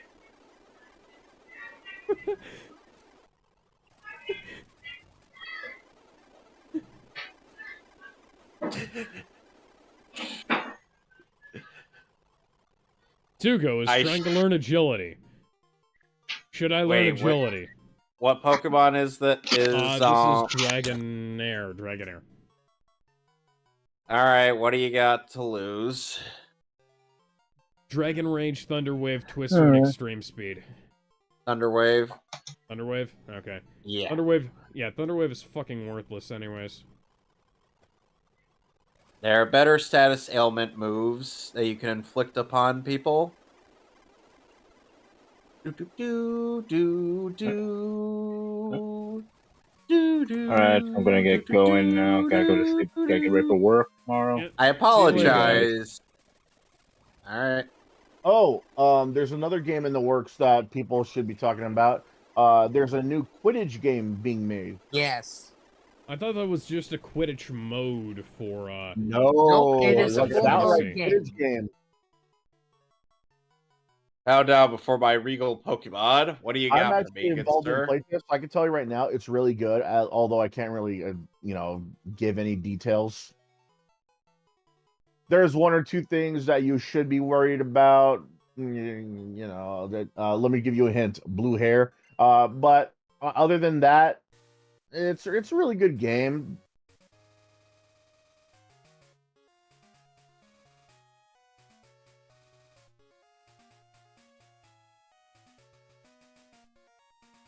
Another game we should be talking about is Street Fighter 6.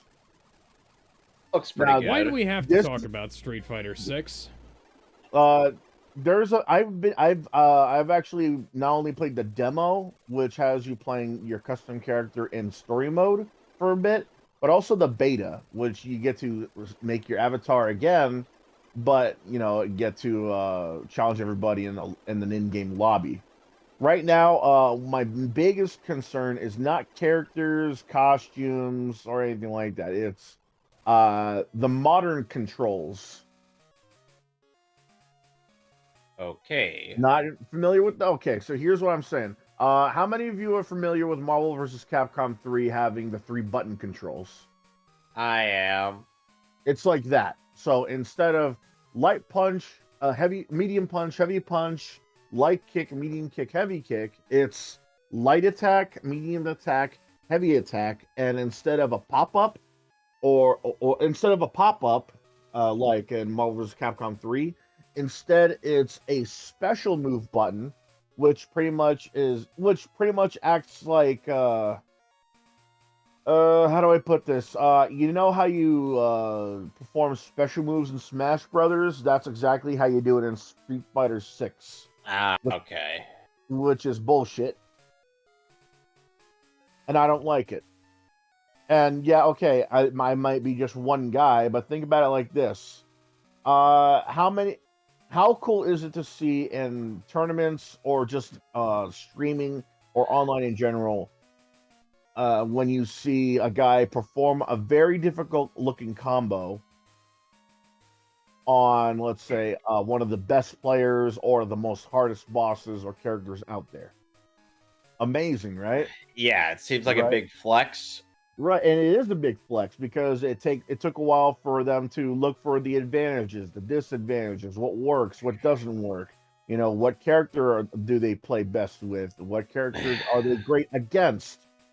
This, on the other hand, you could literally keep pressing the light punch button and you're already doing auto combos. I repeat, auto combos. That's on Street Fighter 6. Auto combo. Huh. Now, in case you're gonna say, oh, but isn't this a thing they did in Marvel vs. Capcom 3? No, it's not. You still That's have like to the easy perform your own fatalities, combos. This is exactly like the easy fatalities. They're using Super Smash Brothers logic to pull off special moves in a Street Fighter game. Fuck off. It's like when I heard that one YouTuber was like, oh, special inputs should go away. No, maybe you should learn how to play the fucking game, pussy. Look, I love Smash Brothers as much as the next guy. And I mean, this is the same guy who bought the Wii U for Smash Brothers for Wii U. I am not going to be playing Street Fighter 6 and then find out that some little snot-nosed 10-year-old is going around beating experienced champions because you use modern-day controls. And even then, if the champion knows his way around those kind of people using those kind of controls, I'm going to hear people bitching who use those controls saying it's too hard. Why do we have this? To bring in a wider audience. There's already a wider audience. It's called the fighting game community.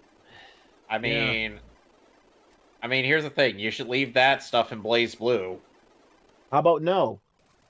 I really don't like the idea of auto combos at all for any game, whether it be 3D, 2D, 3-on-3, 4-on-4, or 2-on-2, tag team. It doesn't matter to me. I really don't see the appeal or even the need for auto combos because we already have difficulty settings to begin with. We already have button customizations and move lists. The fucking move list. Move Look at the goddamn move list. Move lists are in every game, whether they're on the manual or they're in the in-game menus. You have no excuse to not know how to pull up a Hadouken if you love fighting games.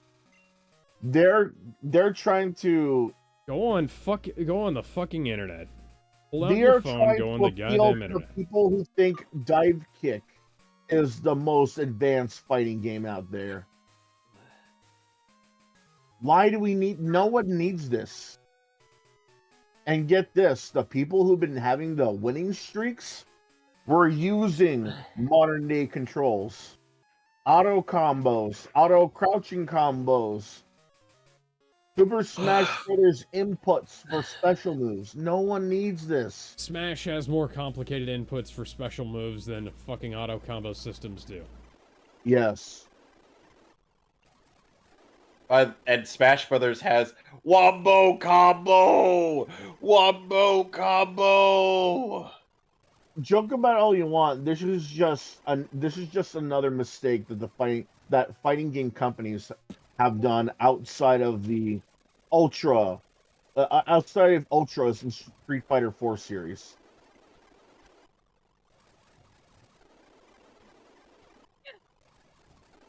It's not needed. Like, even if okay, look, we know that over time a lot of games have become easier to play, right? You know, checkpoints, save points, modding, online tutorials, let's plays, that kind of thing, right? It's nowadays everybody has information for every game out there, even the most risque. But just because someone's bad at a fighting game, that does not mean you should just give them the kindergarten keys to the easy mode. It's like the invincible mode from what you call it, Star Fox Zero. Actually, hang on. Is there a way to exclude being paired with people like that in random matches in online multiplayer?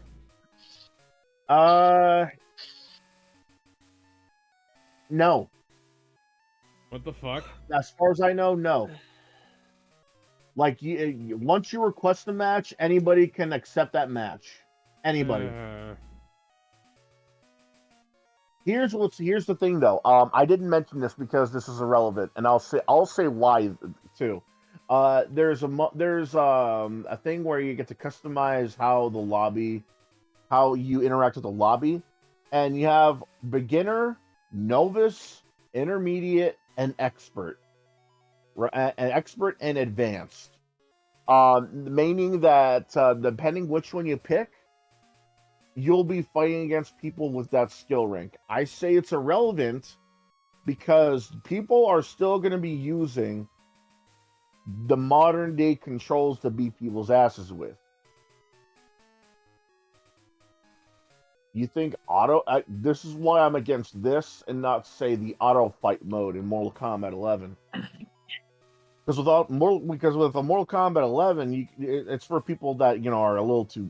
Hold on. Honestly, oh, excuse me. Mortal Kombat 11, the fight, that's at least an option, like straight up, and you get to either turn it off and just wait until you head home, or turn it on and just have it play by itself while you're working and doing something else until you come back so you can play for real. Street Fighter honestly, 5. Like, if you need a mode like that, the game is imbalanced.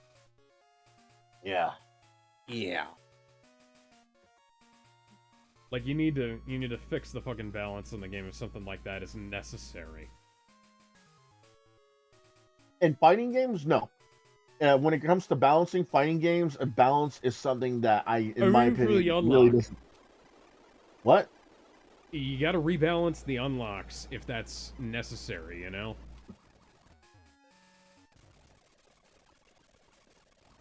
If there was like for the auto fight mode in Mortal Kombat 11, Yeah. or if an auto no, fight because, mode like that is necessary to get the unlocks, they well, need to no, rebalance the game. Oh no, I've lost plenty of times with auto fight mode. I can tell you right now, and there are times. No, I'm talking about like if you need an auto fight mode to get the unlocks at a reasonable pace, the game is imbalanced. The game is improperly balanced. It doesn't get you everything right away, and no, I'm not saying it gets you everything right away. That's not the point. The point is that if that is a necessary aspect of the game, they need to scale down the amount of stuff that you need for the fucking unlocks. It's not. It's not a necessary thing at all. Actually, again, it's just an option, and that's only for the towers. Gizmo, I think what Alex is trying to say is that if it's something that that people feel is necessary. Oh, yeah. Because they don't want to put forth any effort. Well, not even. I'm not saying you don't. Yeah. No, I'm not saying you, Gizmo. I'm saying No, people I get it. that don't have an excuse. No, I get it, but here's the thing, though. I only did it because the job that I was doing. Yeah, you had an excuse because you were busy. Oh shit! Hold on. The difference was I was too busy. My life got too busy and it got more demanding. And while it's not like it wasn't a high-paying job, it was still demanding because people kept on calling in sick and people kept on ditching work. Oh God! Yeah, so that's why I know that feeling. But when it comes to, it doesn't mean I am not going to laze about when it comes to fighting games, because I still need to put effort into knowing combos, special moves, and unlock stuff and stuff like that. Because when it came to the auto fight mode in Mortal Kombat 11, that was just something nice that I guess they decided to put in for guys like me. But when it comes to Street Fighter, that's something else entirely. When you decide to make it a part of the controls, you could literally just hold your controller up and keep on pressing the light punch button that used to be the light punch button, that is now the light attack button, and you'll be winning matches from then on. That's not a fighting game. That's a fucking function. That's a function. They're talking about, oh, Magneto, you don't like Magneto because of the character, you like him because of his function. No. You putting in a new control system called Modern Controls, so people can literally do combos by literally tapping one button over and over again. That's a function, and that's a function that nobody is for. Yeah. Imagine if they did the same thing with, let's say, Soul Calibur. It would be nuts. Nightmare would be even more busted. It would be more busted, considering Nightmare is always a cheap bastard, and they would even get a lot more. It would have a lot more. What's that word? Fuck. Why am I missing out on words right now? Welcome to my life. Controversy. It would have a lot more controversy if, say, they put this on the new Guilty Gear, the new Blaze Blue, the new Samurai Showdown. I think they did that for Central Fiction and Cross Tag Battle. For Cross Tag Battle? Yeah, they did that for Cross Tag Battle, because I do distinctly remember. That's bullshit then, because these are not made for those kind of people. These are made for fighting game fans and for people who care about fighting games. They're not made for normies. You know what's made for normies? Super Smash Brothers. Let them play that. Smash is not exactly made for normies. It is though, because you don't need a quarter. You don't need to go down, forward, and then punch to pull off a fireball. You know what to do? You know what you need to do? Just stand still and press B. You don't need to do down, backward, and then backward, and then press kick to do a tornado kick. You know what you do? Need to do a side. Let's be perfectly fair here. If you could eliminate certain combos from fighting games, I don't think it would be a bad thing, because there are a lot of fighting games that have like combos that are overly complicated because the controllers back in the day were so limited. They had like 6 buttons and that was it. But nowadays they have it. That doesn't mean that that doesn't mean they have to remove them, because let's say they do remove them. What's the point of having remove the button combinations, not the end game? Right, that's what I'm saying. If they remove them, what's the point of having their special move? It's not special anymore. It's just a move. It's not as rewarding if you take away the button combinations either.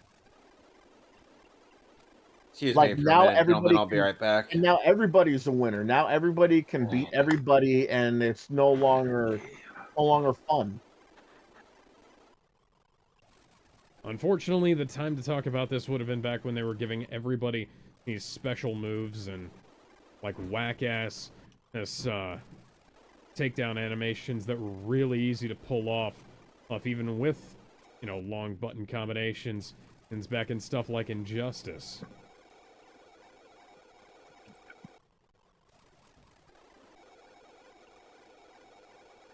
No, but here's the other thing. If they don't like the fact that one fighting game series has you doing certain special moves in a ridiculous button combination, switch to another series. You don't have to stick to just one. That's another thing that's another thing when it comes to normies. They think they have to stick to one. It's like, no, you don't. If you don't like how Street Fighter plays, go to Mortal Kombat. If you don't like how that plays, go to King of Fighters. If you don't like how that plays, there's If Tekken. You don't like how that plays, you need to find the nearest cliff. There's a lot of fighting games they could keep switching to and switching to and switching to. There's even indie games that are there's even indie companies that are making fighting games now. You could look for those. They don't have to stick to one series and then be like, hey, I don't like that all fighting games have to have you put button combinations to do a special move. Okay, but the not funny all thing is the hardcore players tend to be the ones who stick to one singular game or one singular series. Whereas like you'll see a lot of normies bouncing around from one thing into another or a lot. Yeah. I'm not really a normie though, because I like fighting games in general. That's the thing though. Like your average fighting game player goes from fighting game to fighting game. They go from like Smash Brothers to Mortal Kombat to Injustice to Street Fighter, or to like a fighting Dark game player Stalkers. Will pick up any kind of fighting game. A normie will pick up just about any type of game, and a professional fighting game player tends to stick to one game, maybe one series, maybe even one specific game. Excuse me. Like they tend. Excuse me. That you don't tend to see a lot of, as far as I'm aware, at least. So you don't tend to see a lot of crossover between stuff like, this guy was a real big name in the Street Fighter circuit, and now he's taking on Mortal Kombat. That doesn't tend to happen unless they're not like those guys were. They're not like Maximilian, dude. Once in a while though, because when Dragon Ball Fighters came out, there's been a lot of people from all from every corner of the fighting game community. If there's like a big name game coming out, a bunch of people are gonna try it out, but they're not gonna stick there for very long. Usually, unless they turn out to be really good at it. And the thing is that at NetherRealm fighting games, they don't last very long. No. They last a year at most, and then like they tone down the sexuality in the Mortal Kombat games to try and make them more palatable to the mainstream, to the esports community. Which was a big mistake. But you know what? You know what that wound up doing? I think it wound up pissing off the hardcore players, and the esports community didn't play the game at all anyways. And then that's another problem. Like, I really don't like the fact that a lot of these big companies are trying to make their fighting games ready for esports. It's like, no, man. How about don't? Because sometimes they'll either like make the game a little janky and therefore too different from what it usually is. A lot of the costumes won't be used for stupid reasons. Like I remember there was a guy who was an Armika user in Street Fighter V. He couldn't use the moment he won the first round, he was taken to the side and said, "Hey, you have to change your character's costume." And then he was like, "Why? What for?" And it's like, "It's because it's too revealing." That was just the default costume. Yeah. So the default costume. Here's my solution. You're not allowed to have codes of conduct anymore. The code of conduct is, well, you can't not be vulgar. How about that? Oh, fucking hell. Sportsmanship. Well, video games. Suck my nuts. The fucking sportsmanship rules in regular sports are bullshit too. Like how many? You can't fault your opponents. You can't spike the ball in the end zone. What the fuck? That's part of the fun of it. How many times have we seen football players spike their footballs at the end of the end zone? That's just a fun thing to be able to do. Is like you run down to the end zone when you make that fucking touchdown.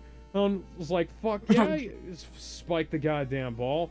Oh, that's an amazing feeling. It's like, yeah. And you just go, what about wham. no taunting though? What about no taunting? The UFC has had opponents taunting mercilessly at their opponents. You're really gonna try and say that they shouldn't taunt in a combat sport? Fuck off. Yeah. Especially when a taunt system is part of every major fighting game. Speaking of taunt systems, some people try to suggest that the stance switch button that's in every NetherRealm fighting game has a purpose. It's like saying like it's supposedly a dance button, but here's the thing.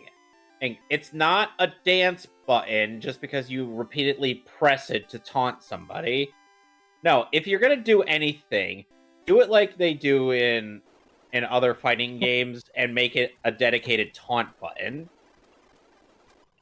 And like have that button that's wasted on switching the stance of your character and make it a taunt button as though to display the character's personality through the taunt instead of just switching the stance, which looks even worse on silhouette.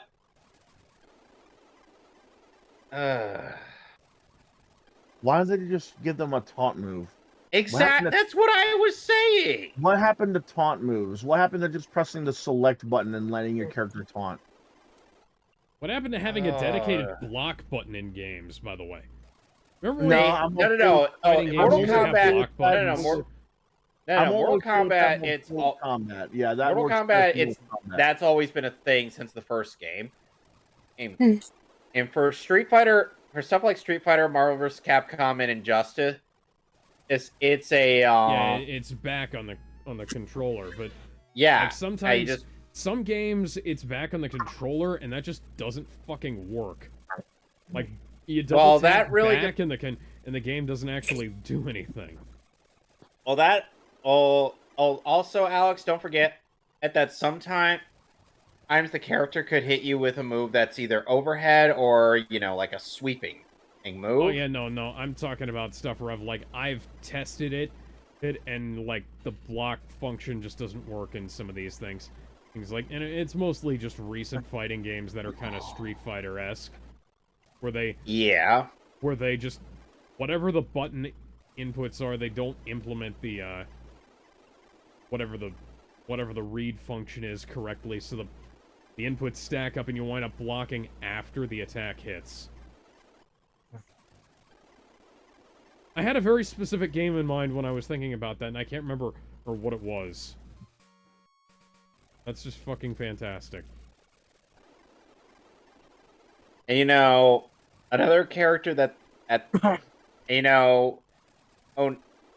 they seem like they're committing to the whole now Liu Kang is the is the god to motivate people. But the thing is like, Fuck. that's just confirming that the good ending in There we go. in Mortal Kombat in Mortal Kombat 11 Aftermath is canon. That doesn't really do much other than that. So I think we've talked about Mortal Kombat enough. Yes. Let's see. Oh yeah, Limited Run Games, the Doug, the guy who founded the company, he's leaving. Why? Good or bad thing? I have no idea. To both of those questions, by the way. Yeah, Limited Run Games has some issues with the way it's managed. I'm hoping that him leaving leads to those issues being resolved, but I don't have any faith in new leadership fixing anything, because like new leadership rarely, if ever, actually fixes anything. It's always either or just as bad, if not worse. And that's just how most companies go. Most Let's hope leadership whoever roles takes over go. isn't. Period. Let's hope whoever gets hired to take over doesn't fire people over their different political ideals. Yeah. IGN says that Netflix has hired Arnold Schwarzenegger as its chief action officer. I presume that means he's going to be making decisions about making action movies for them. I mean, that makes sense. And why not? Used to be a big fan of Arnie, but then he decided to become a freedom-hating douchebag. Okay, yeah, so they did he are apologize for having that? him. Yeah, he did. He said, you know, oh, that was a big mistake on his end, and That's an understatement. Yeah. Yeah, he is going to be managing their action section, and I hope this means that that Netflix's action stuff is going to improve immensely, because let's be frank here, they've mismanaged just about everything they can do. Cobra Kai? That's like an independent thing that they distribute, though. Doesn't Netflix help them out in any way, though? I don't think so. I think it's one of those things where they're just the distributor. They're not like, because Cobra Kai was originally a YouTube. Do you series. remember the 21st night of September? Says this fisherman.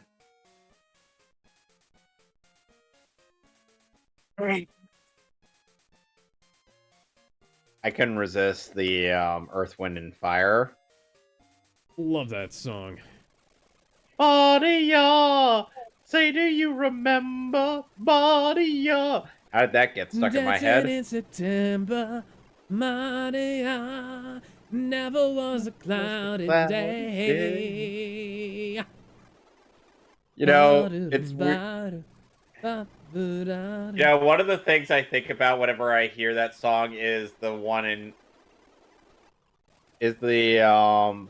animation of Cell and the others at a strip club.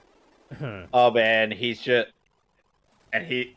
got his finger and thumb underneath his chin and with sunglasses digging the whole thing. And everybody's just twerking.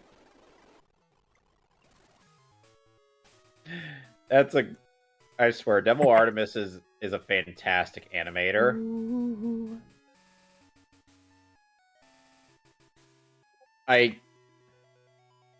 It's no wonder that TFS ended up getting him for the Hiffle series, because even for action scenes, he does great. Home for Infinite Losers.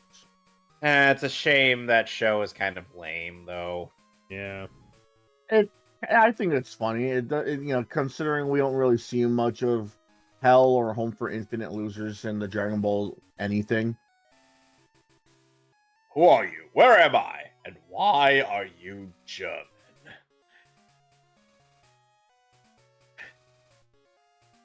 I like how Cell partially prioritizes on that last question.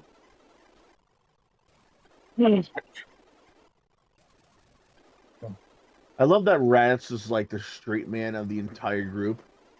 And Frieza is just over time losing his shit. He has lost pretty much all of his composure. His dignity is just right out the window, and Cell is reveling in every part of his misery. Which is cathartic, because he deserves it. Frieza? Okay, fine. I killed the Super. Okay, fine. I was killed by the Super Saiyan.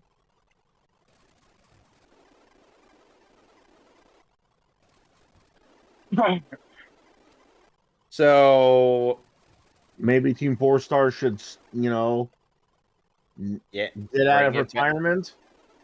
Yeah, wink, wink. Clearly, nudge, still have the writing. I think they're getting closer and closer to that every fucking day. Like I said, it's a matter of when they'll get out of retirement. Hang on. I'm gonna say it right here for the record, ladies and gentlemen. If this happens, I want somebody to pick up that phone because I fucking called it. Team 4-Star are going to unveil the very first episode of Season 4. Season 4. The very first episode of Season 4. As soon as they get done with their commentary on the rest of the series. And the funny thing is that they try to claim that they're not going to do that, but I'm like, bullshit. Yeah, we're calling infinite bullshit on that one. Yeah, and if they do that, and I get to have my fuck you I was right dance to all of the naysayers, and Kaiser Neko, I want an official apology from you. He's not gonna do that.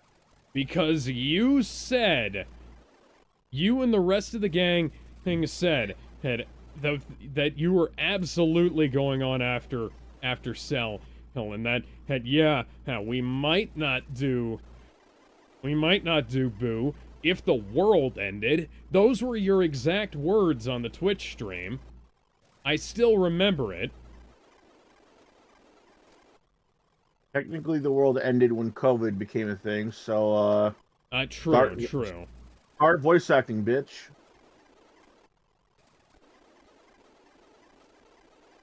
That was just one of the many occasions on which the world has ended. I wouldn't recommend it.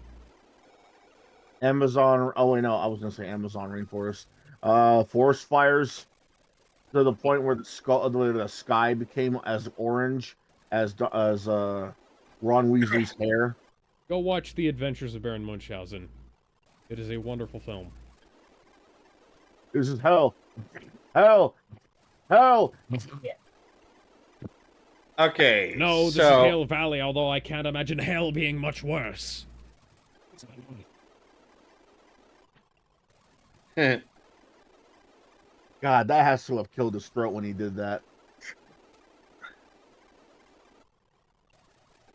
Wake up, bitch. Did you see that Michael J. Fox had a thing about how his reaction to people trying to remake Back to the Future, and he said, oh hey, if you're gonna do it, I can't stop you. I already made my money, but the film, the original Back to the Future is pretty much perfect. And he said, I can't imagine you guys doing it any better than we did back in the day. And he's right. There's absolutely no comparison. I agree.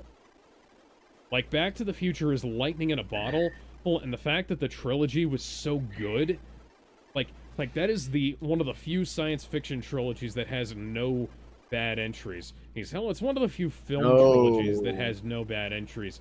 It's Back to the Future, Back to the Future 2, Back to the Future 3. It all comes together absolutely perfectly. Even the Telltale game was really good. The Telltale game, even the fucking cartoon was alright. Like, Cartoon there have was been really worse good. tie-in cartoons, man. Bill and Ted actually had. I mean, there was also a Karate Kid tie-in cartoon. Well, no, that's Karate Kid. That's different though, because the Karate Kid was very, very grounded, but the cartoon had him looking for a magical, decorative shrine that gave any individual who held it magical powers. Okay, so that reminds me way more than it should of the So you can forgive the the Double audience for Dragon not live remembering. action movie. Excuse me? The Double Dragon live action movie. I think that's so bad it's good. We need to. That's one of the ones on our list, thankfully. So we'll get when we get around to watching that, and we can do that. I It's know actually an interesting I ironically film. like that movie. Note that I will still not be participating in this terrible idea. Why wouldn't you watch that one? That's not actually that bad a movie. What, Alex? Double Dragon? Alex, know that I have very little faith in most things based off of video games. This is not that bad. It's so bad it's good, but it's not that bad to make you say it's one of the worst. Yeah, they're like That's if you're familiar with doesn't- Double Dragon, that- it has very little to do with Double Dragon, but it's not that bad of a movie. All I It's know just about a Double really Dragon is poor that adaptation. some bitch gets kidnapped and the two brothers end up having to fight each other at the end, and just for her love. Well, the plot changes depending on who makes the game, but that's basically how it goes. Yeah, that's basically how the movie went. Kevin, I want you there because I also want to watch the Jackie Chan movie, The Medallion, with you. I actually like the Medallion because of how The goofy it Medallion. is. Yeah, see, that's I don't another know if I've seen that. one.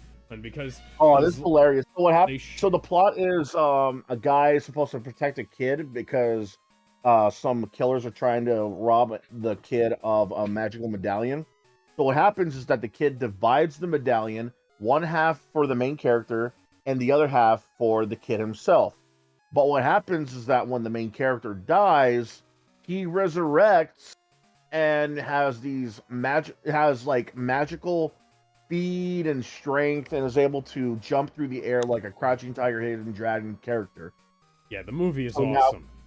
Yeah, it's really funny too because they play this off for laughs constantly. Like, for example, there's one scene where they deleted it for some reason. There's one scene where the main character is given coffee by his friend. So he takes a sip. He's disgusted by it for some reason. He spits it out, and it would have been funny if they stopped there.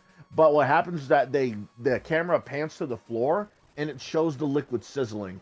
And apparently, because of him resurrecting, whatever he spits out is practically the same as battery acid. That's stupid. So anything he No. drinks, he Okay, spits so back this is out. a It turns into This is battery a acid. weird ass fantasy movie. It is the plot. The plot is one thing. The fights are a completely different creature. And it's a Jackie Chan movie, so the fights are amazing. Of course they I know are.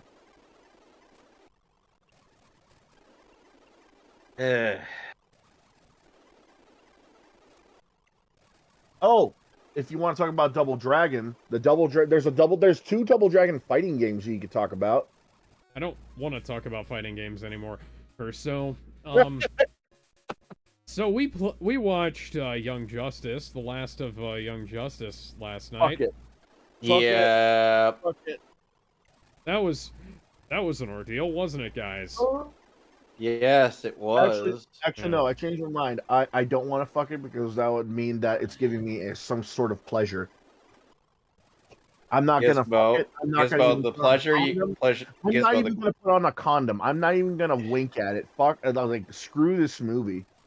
You Gizmo. do anything for love, but you won't do that then. Or Gizmo.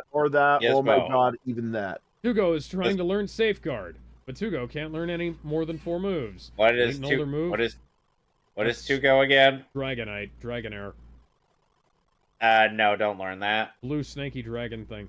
No? Okay. Anyway, a Gizmo.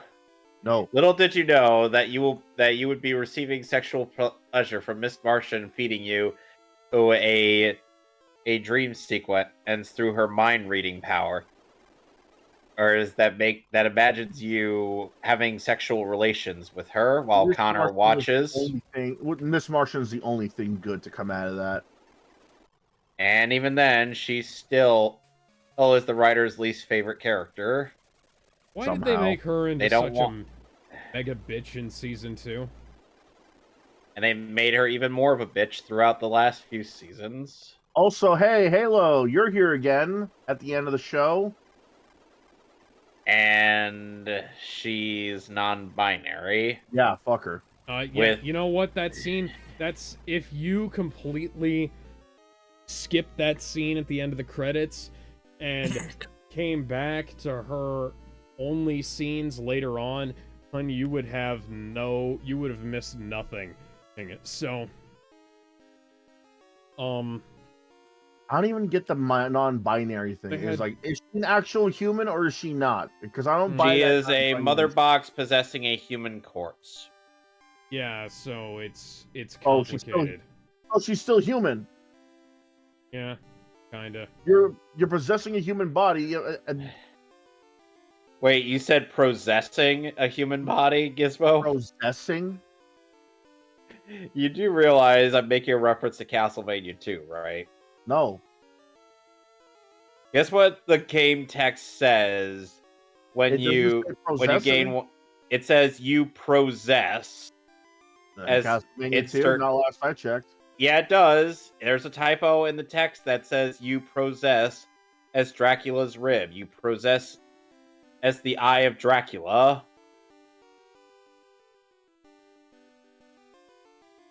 I'm not kidding. That's actually in the game. That. I don't remember that. I've watched an entire playthrough of the game, and every time you get a part of Dracula, it says you now possess. I don't remember that at all. How do you not remember that? Anyway, back to what we were ranting about, Alex. Oh, no, not a whole lot else to talk about. The show is awful, and if season 5 happens, it's going to be even worse. Well, 34 and the waifu tier lists are the only things good to come out of that Young Justice show. Well, here's the thing. Okay. So, what happened in this arc was that Dick ended up solving the entire mystery in a few hours. At the last possible second. Yeah. And meanwhile, Gar had gotten himself a emotional support dog in the form of a Welsh corgi named in Wingman after his voice actor Greg Sipes' dog, which is a Chihuahua. When did fucking this happen? Green Gizmo. Off screen. Fuck, you're off screen. Oh, hi, Sweetcoon. We off-screened all of this into existence. And so, the fact that they could have cut so much stuff, so many things that they brought up at the last possible second that didn't get resolved, just could have been removed entirely. And I don't even understand that. They faked Dick Grayson and quite a few characters dying in the penultimate episode. Dick Grayson dying is something that I expect him to do, though. No. Here's the thing: if Dick Grayson ever truly died in something, Danny Dino would be masturbating to it. We'd all be whelmed to death. He hates Dick that much. Actually, no. Now that you think, and now that you you're mentioning Young Justice, whatever happened to Wonder Girl? Cassie was participated in the half-assed intervention that happened during Calder's arc, and she did fuck and all throughout this season. You kept her as a fucking... Oh my god. That's like getting Booster Gold to appear and have him being in a story all about a guy trying to get his pinball company off the floor. Who cares? By the way, who cares? Sweet. This isn't Young Justice Phantoms. This is Young Justice. Who cares? By the way, Suicune is the only one of the legendary beasts who has actual balls. Because he will fight you. He will not run away from you. Like in Gold and Silver.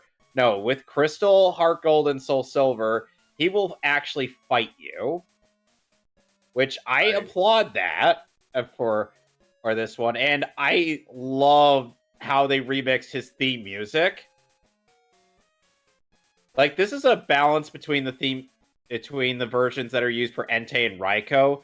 Raikou has a very fast-paced version, whereas Entei has like a slow-paced one. Meanwhile, Suicune gets this even balance between the two. It's an absolute favorite aspect of this game. Although Suicune's version is the only version you'll be hearing for if you ever choose to go capture Entei and Raikou, Alex. Okay.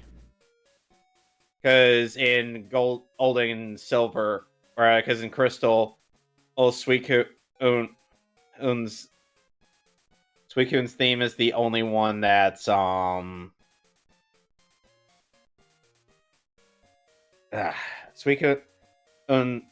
is the only one to get an actual boss theme, because the other, or as Ho and Lugia only get the generic wild Pokemon theme.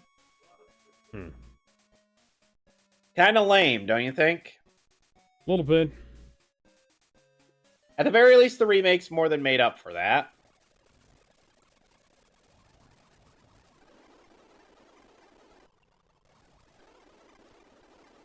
Gizmo, what are your thoughts on the legendary beasts of the Johto region? Suicune, Entei, and Raikou. Entei is number one. Suicune is my something, and the other guy is Raikou. He's forever the other guy because nobody remembers him over Suicune and Entei. I mean, Raikou did get a 3-part art episode in Pokemon Chronicles. Right, but who do they talk about more? The movie of Entei or the 3-part episode with that guy? I think quite a number of people talk about both. Both. Oh, that's just Entei's came out first. Also, Entei, it helps that version of Entei, even though it's not the real Entei, was voiced by Dan Green. Also, Suicune did appear in movie 4, but unfortunately, he didn't do much. I think it's fair to say that hardly anybody did much in that movie. I fucking hate that movie. It was your idea to watch it. No, it wasn't. I didn't want to watch it. Legitimate question: does anybody actually do anything besides summon their Pokemon to do everything? That's not. I don't know about you, but if I'm up against the top boss of every evil organization, and I'm letting my 2 Pokemon have at it, I think I'm gonna go for the first punch at the guy that summoned the evil Pokemon. Well, as long as he doesn't, I'm going for some sweet chin music here. Well, as long as he doesn't pull out a Glock. This is Pokemon. Even if they did pull out a Glock, they're not smart enough to use it. Booyah! Caught Suicune. Sorry about that. Anyway. Alright, Suicune's Pokédex data. This Pokemon races across the land. It is said that north winds will somehow blow whenever it appears. I don't need a nickname for you. Booyaka 619. Plant, you two are truly amazing. I have never seen a battle this intense. I have no regrets. Farewell, Suicune. Farewell, Plant. Oh, a thought just came into my mind. We know that I was gonna say Infernape. Shit. What was his name? Incineroar. We know that Incineroar is based off of like professional wrestling, right? Yes. Yeah. What if we got more characters based off of different eras? Well, I know Hawlucha is Like I'm talking like definitely- the hardcore scene, the rock. Yeah, and roll Hawlucha is era. definitely based off of Rey Mysterio.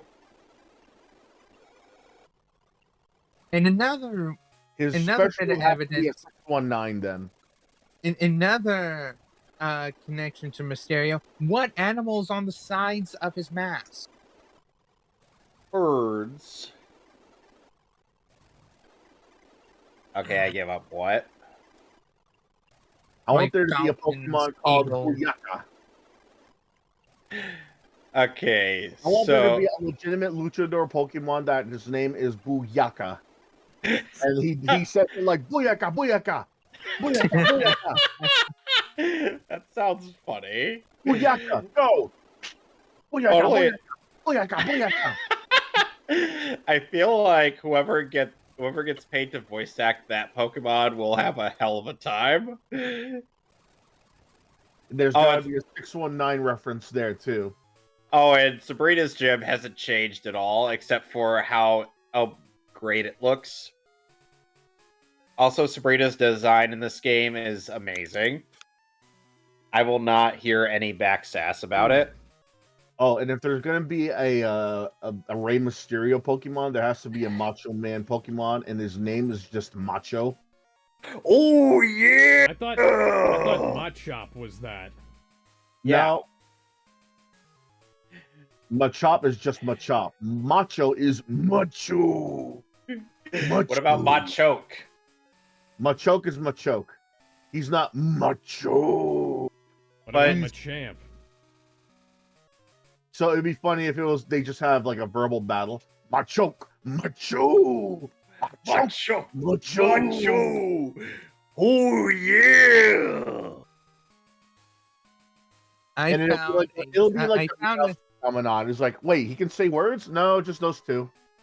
I found a very silly. Oh yeah! Very stupid article. Oh, Guess what his favorite thing to drink is? Pokemon. This article I found essentially is 30 wrestlers in what would be their Pokemon. If the Pokemon's going to be called Macho, his favorite thing to drink has to be cream. So, anyone want to guess Brock Lesnar? Go ahead. Machamp? Machamp. Fuck. Machamp. That voice actor in Death Battle got paid too much. Now, what about Kane? What Pokemon do you think would fit Kane's aesthetic? I don't know. I don't know these things. Incineroar. Okay. What about Pikachu Libre? Let me see if Pikachu's That's not really a real Pokemon, though. That's just Pikachu in a luchador mask. You shut your mouth. No, I'm saying that's a different character. It's You not... shut your mouth. I'm hoping. Oh, no. We have injured Pikachu. Alex. What? Other than me, you're the wrestling expert. Which legend do you think matches injured Pikachu? Stone Cold Steve Austin. No. Pikachu? No. Injured Pikachu. Pikachu Libre? No, literally injured Pikachu. Not Libre, not Pikachu. Okay, who injured. then? Just tell me. Mick Foley. Bye-bye. What? The Boulder takes offense to that comment. Let's see. Okay, Well, so I have let to me wonder go- how many. I wonder. Here, that's the funny thing. They have Mick Foley in Avatar: The Last Airbender, and he was able to voice act the Boulder. Meanwhile, Ronda Rousey can't act worth a damn. Oh, I didn't know How I had does- smoke balls. Because it's common sense that MMA fighters can't act. Unless you're paid to. Hippo, Right. you may Now- be big, but you ain't bad. The Boulder's gonna win this in a landslide. Because I've seen wrestlers who can act and wrestlers who can't act, and there are MMA fighters who can act and MMA fighters who can't act. Like fucking Shamrock, Gina Macho Carano. Man, Oh, Gina Hulk Carano's Hogan, alright. John I like Cena, fucking hell. Mick Foley, Alright, next like on this Roddy list, Piper. Maybe it's just Hey, the fact that Hardy, anybody looks good gentlemen, compared to Ronda Gentlemen, Rousey. let Joseph finish. Continue. next on the list, Becky Lynch and Charizard. Ooh. Plusle and Minim. That they are not on the list, sadly. Yeah, no plus or minus. No. This specific Alolan Raichu delivering pancakes. Alolan. Alolan. Big E of the New Day. Snorlax. Snorlax is on the list, but we'll get there when we get No, there. but like I say that as like an ironic thing because Biggie is so energetic and yet Snorlax. Yeah. Biggie Smalls. Seamus is paired with Scrafty. What? Yeah. Jameis. I would have gone Okay. with that beaver Pokemon. Wait, Bidoof? Bidoof or Yeah, B-Barrel? Bidoof. I would have gone with Bidoof. Oh Or no, I think Blue Oh, there's like a taller gee. one.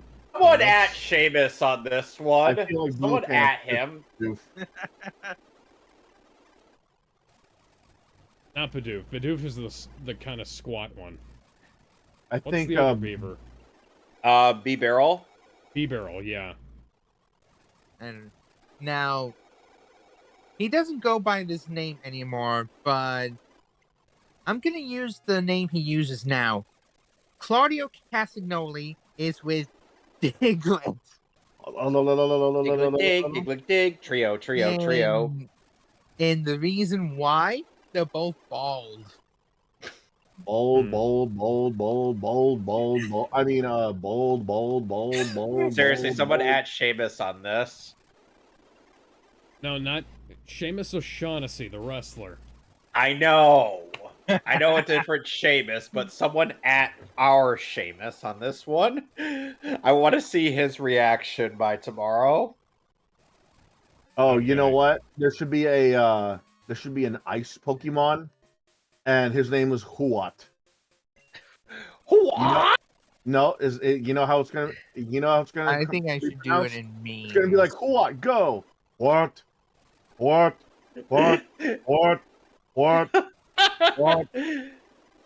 I did it in memes. Oh god. What? Okay, now Snubble is paired with WWE Hall of Famer Bret the Hitman Hart. Who's with him? Okay. Snubble and Bret Hart. Wait, who did you partner up with, Bret Hart? Snubble. What? Because pink? Yes. Yes, no, because of the pink. No. So they're both fairies, is what you're trying to say? I'm not the one who made this article. Yes, you are. No, I'm not. I don't work for the gamer. Yes, you do. You secretly publish all of their articles. If I were to do anything, All right, now we're fighting Sabrina. The The teenage teenage bitch. Nah, she's mellowed out since Gen 1. no, Thankfully- she I knew has you were mellowed coming. out. 3 years It's ago, I had a over. vision of your arrival. You're after my badge. I don't enjoy battling, but it's my duty as a gym leader to confer badges on anyone who has proven him or herself worthy. I would Since you wish it, I will show you my psychic powers. I would have preferred the return of that female gym leader from the original Pokemon to come back. Which one? The ninja. Janine? Yes. She's from Gen 2. That's she's- still the original to me. She's in this game. And I'm not talking about the game either. What are you talking about? The straight up anime. I don't know where she would be in the anime. Koga. You remember Koga? Yeah, but Koga had a different daughter, or in the Not- anime. To confuse his enemies. See, Mason gets it. He confuses enemies. He goes the way of the ninja by using fucking Voltorbs. And his Venomoth evolves into Golbat to confuse his enemies. The Golbat makes a little more sense than a fucking Voltorb if you're going to be practicing the ways of the ninja. And then he just hands Ash the Soul Badge just to confuse Misty. We have purposely trained him wrong as a joke. Alex, you know what I'm talking about.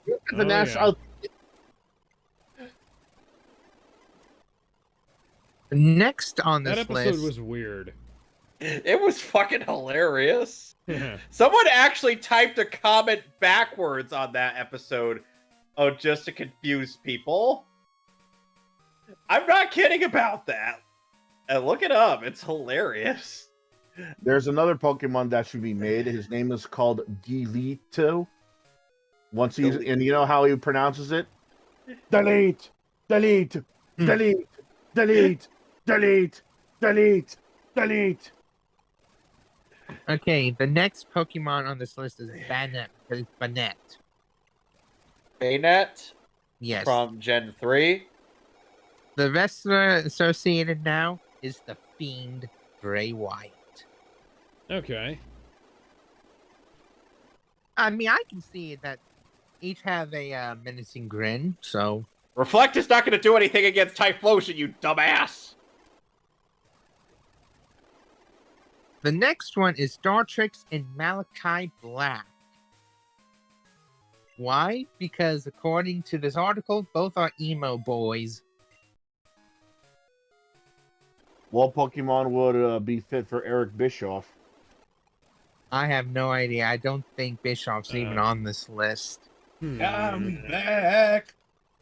But the next one What Pokemon is... would be fit for Eric and Bischoff? That's a good question. I know If one. Knew more about Pokemon, It's I'd probably Pichu. have that.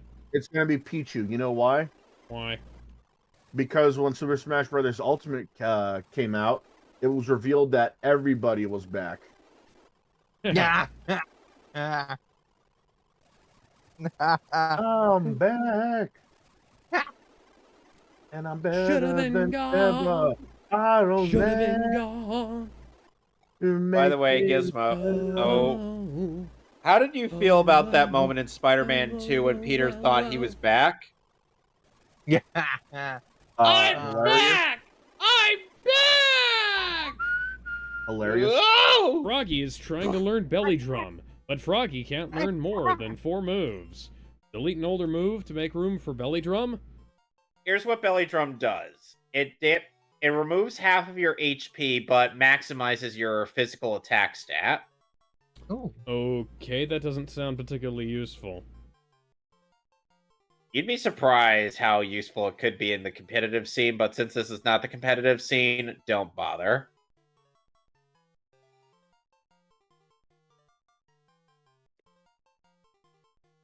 Alright, so now I have 6 badges, and I only have 2 places to go. So I just found out that apparently, you know, in the Superstar scene at the end of the Super Mario Brothers movie? Yeah. Apparently they wanted to play Jump by Van Halen originally. Yeah. And Brian Tyler had to fight them to get them to use the actual music. Why would you need to fight? They're dumbasses. The fact that they apparently it was Miyamoto's idea. Like Miyamoto and Koji Kondo went in, and no, it wasn't Koji Kondo. It was somebody else. Koji Kondo. Why does that name sound familiar? Koji Kondo was one of the big. Oh yeah, he's a Donkey Kong guy. Yeah, it was Koji Kondo. Yeah, Miyamoto and Koji Kondo had a like an advanced copy of the film, and they put together like a temp soundtrack, like full of licensed music, and they like apparently they picked out all the licensed tracks, not Illumination, and Illumination rolled with it. But Brian Tyler kept trying to say like, hey, can we use the score from the game? Ring. Immense respect to Brian Tyler. I already like the guy. I like the guy even more now. kind of odd that it had to be someone from outside of Nintendo to convince the people to use Nintendo songs. Well, the funny thing is, these guys were like picking out music from the era when Mario came out originally too. Right, Take On Me and Jump and all that stuff. And No Sleep Till Brooklyn. Still kind of odd they have to be talked into using their own music, though. Yeah.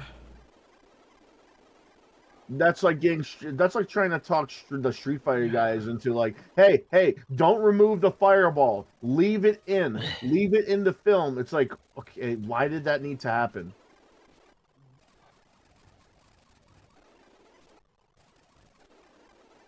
Look, Michael Mann couldn't be talked into using the Miami Vice theme in his Miami Vice movie. Michael Mann, the creator of Miami Vice. Like he directed the Miami Vice movie, and he didn't care about using the iconic Miami Vice theme in there. Bruh. Anyway, so Gizmo. Oh, Alex and I have both sung quite a bit of praise for the third Pokemon movie. What were your thoughts on it?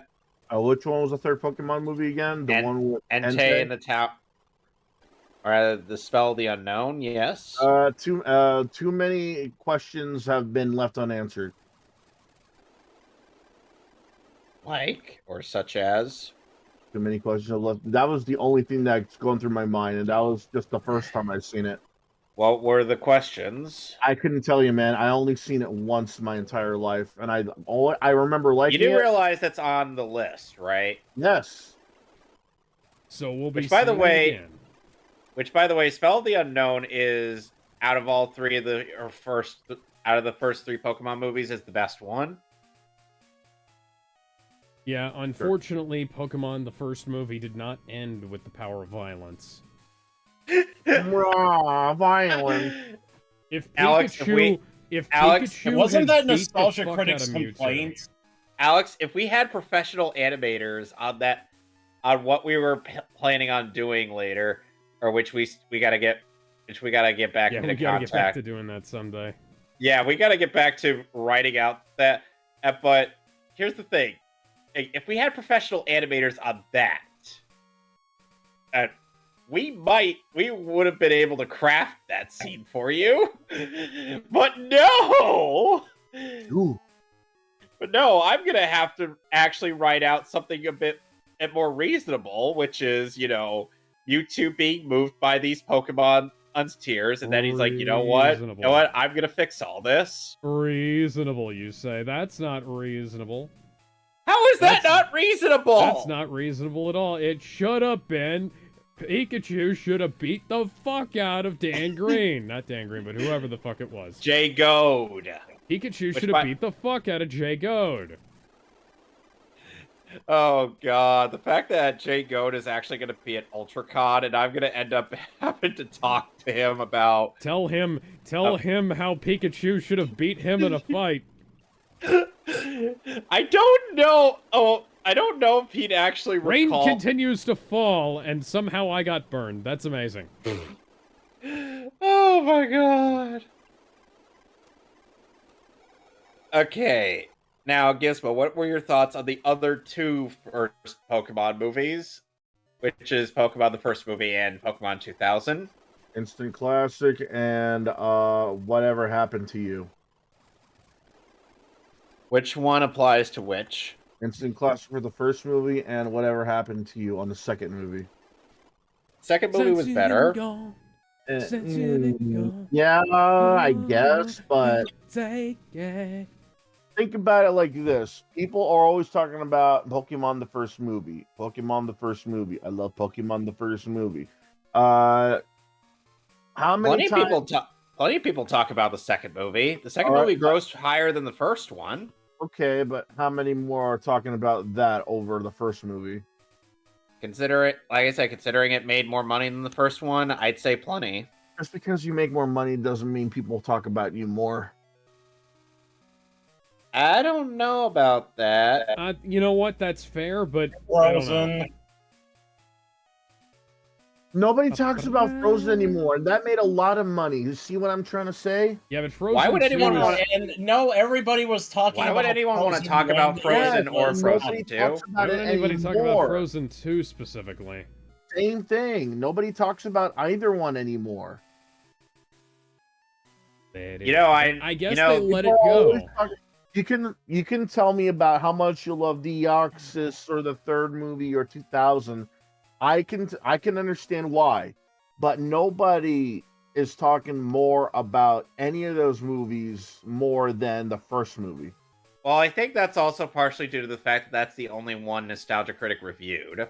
That has nothing to do with the nostalgia No, review. I'm a lot saying of that's downvote. partially. And not even partially. It has nothing to do with the nostalgia critic reviewing it, especially Why since did the he Nostalgia Critic hated review the get a movie. lot of downvotes anyway? Because he hated the movie. He didn't grow up with Pokemon. He doesn't play Pokemon. At that time, he actually didn't really know anything about Pokemon. And they wonder what. And you know, the funny thing is that Doug didn't even write the review didn't write his review for Digimon the movie. That was done by Yezu Otaku. Regardless of what the nostalgia critics said, nobody is talking about any of the movies more than the first movie, and it's not because some internet dude brought it up. I know, I get it. I was just saying. That's He all. brought him up out of nowhere. I still remember during that A-Log stream when Asa thought Jezu Otaku was always a man. No, Yezu Otaku used to be a woman. Now, Yezu Otaku's a dude. Yeah, but like at some point in the stream, Dude still Asa looks was like, like a lady. Jezu Otaku was a man. Looks like a lady. There was a hilarious bit in the Digimon on movie review where Yezu, after she was crying a lot. Yes, this was back when she was a she, so I can't refer to her as such. It's like she had like makeup running down her face, but then Doug's like, you weren't even wearing mascara. How is it running? And then she's like, I don't know.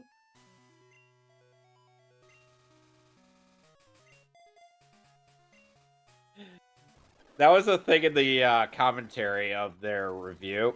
Oh, and Doug was actually singing the American Digimon theme. Digimon for digital monsters. Digimon Garlic Champions. Fuck your garlic. Hello, I like how the skit opens with him going through all of his emails, and one of them said, "I had your baby and reviewed Digimon." What? Oh my god! And then Hello, I'm Janai. I remember it because nobody cared for my other show. yeah, remember when Doug voiced Jedi in that one April Fool's Day joke that TFS did? Hey, lady! There's like some truth to that joke because do we make a Digimon? No. Oh, okay. And then in the Digimon movie, Lanny's just like using, just like dousing, I think Sky and one other, or in lighter fluid. Then Kieran's like, Lanny, and Nick just looks at him with this creepy, unsettling expression on his face. It's like, yes. And then Kieran just gives him a nod, and he just lights a match, and they're like, "Woo!"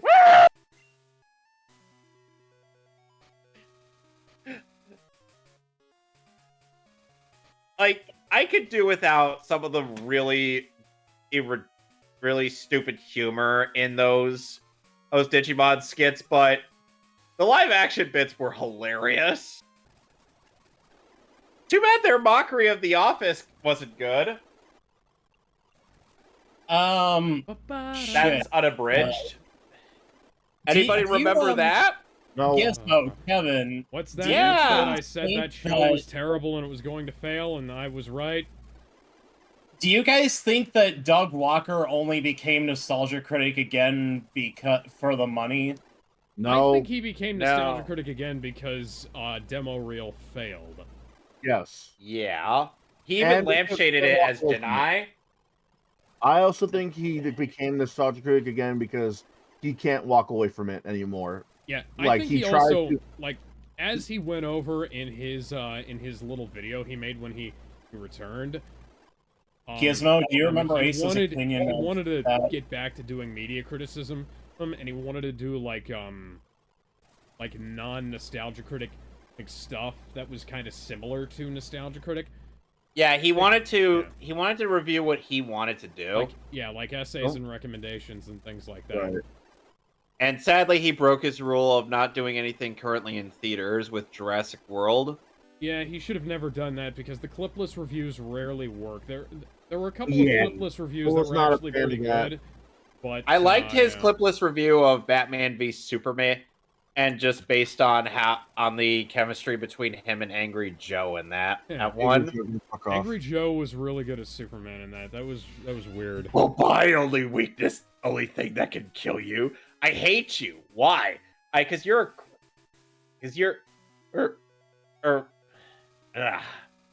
to remember or what he said.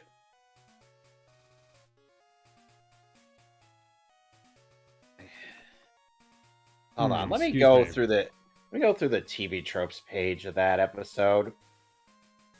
Got my phone on here.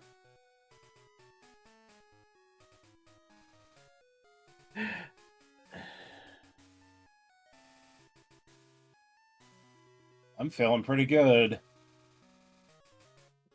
Well, I'm definitely feeling a bit better after drinking some Powerade. Yeah. What flavor? Oh yeah, grape. The Pixels clipless review was really good. I hate it. Because I would rather... I've actually gone back and watched the Pixels clipless review fairly often. That's better than the goddamn movie. Oh, yeah, it is. It actually really is. I guess I better go see that then, because I actually watched the Pixels movie. Oh shit, he did a clipless review of The Rise of Skywalker. You know what? That's actually fair. I can see him doing a clipless review of The Rise of Skywalker. That makes perfect sense because Disney was an ass about clips of that film. Yep. Well, Jurassic World Fallen Kingdom. Those two films had so many issues. He didn't do a clipless review of Fallen Kingdom, though. No, I'm not talking about Fallen Kingdom like he did one, but I'm talking about like Fallen Kingdom in general. Those are two films that I can remember people having issues uploading in clip reviews of. Oh, here's a funny skit. A critic Esbruth, who's the pipsqueak? That's Lex Luthor. No! Afraid so. Does he ever shut up? I don't know. Let's ask him. Poof! Well, I guess I had this coming. See you later, boys. Smoking! The fuck? Yeah, should I get Lex Luthor's AI to recite that? You can, just don't air it on the show yet. You will never be up. I don't even know if my 11 Labs membership is still active. I haven't checked.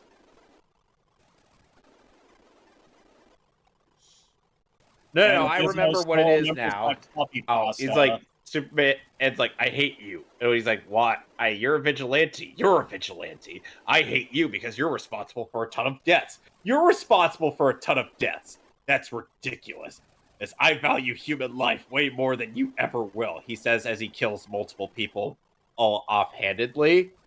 Oh yeah, it turns out Gilbert Gottfried is one of the voices not allowed on UberDuck anymore. Ah. Yeah, it turns out. And then Superman's like, just stop hypocriting where I'm hypocriting. Go back to Gotham. It's literally across the street. Turns out his family requested the voice to be taken down. Well, at least that makes sense.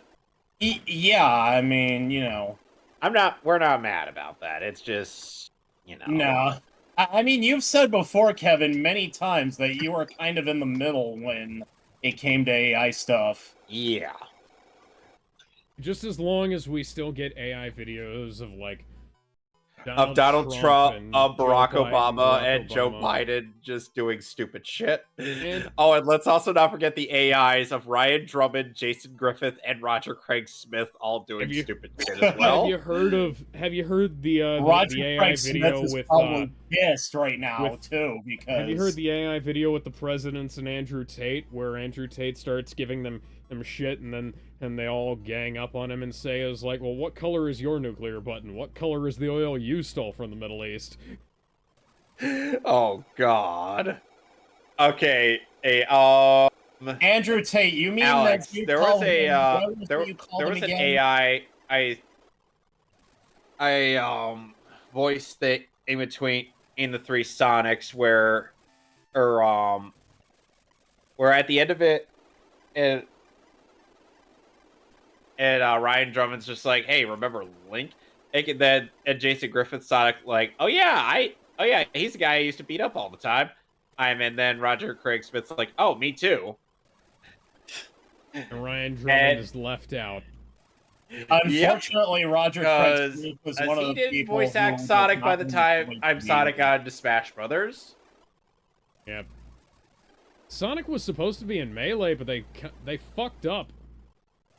They fucked up again. I can't remember what fucked up, but I remember Sonic was supposed to be in Melee, and somebody like didn't understand what was supposed to happen. Alex, what was your title for Andrew Tate again? I believe I've called the same thing you called Matt Walsh. The same thing I called Matt Walsh. He is the apex homosexual. Why apex homosexual? Because Andrew Tate is so obsessed with being straight that he wraps around all the way around and winds up becoming gay again. So he gives himself a reach around? Yes. Oh, God damn, Kevin. Hey, to be fair, that's what popped in my head when Alex said wrapped around himself. That makes sense. That's what I'm saying. It made too much sense, though.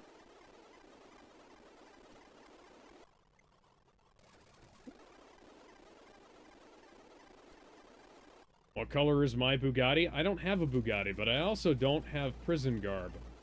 What are you fuck talking is even about? A Bugatti, anyways? That's like Andrew Tate's catchphrase. Is like, what color is your Bugatti?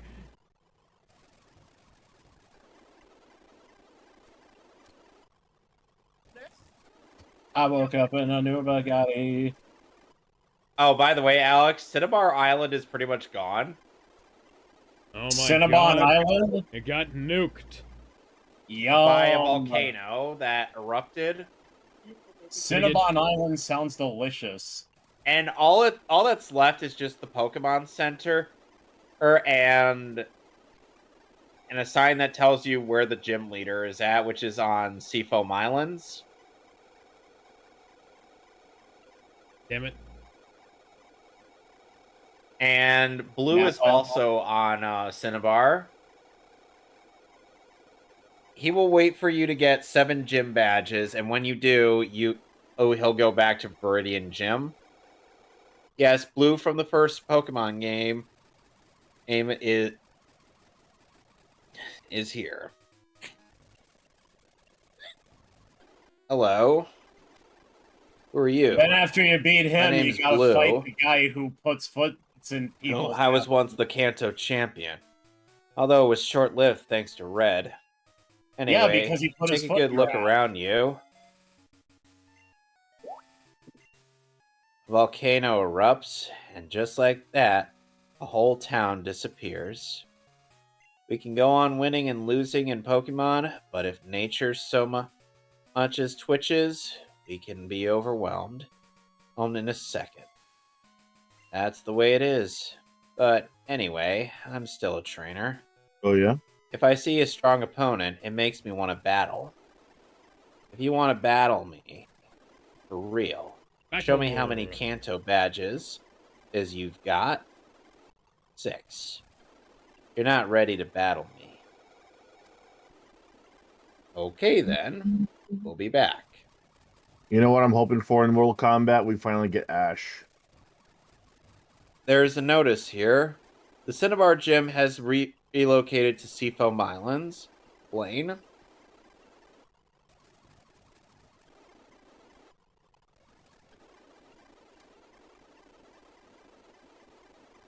Which, by the way, in Pokemon Crystal, Alex, the version you're playing, there will be no gym trainers to get in the way of you and Blaine.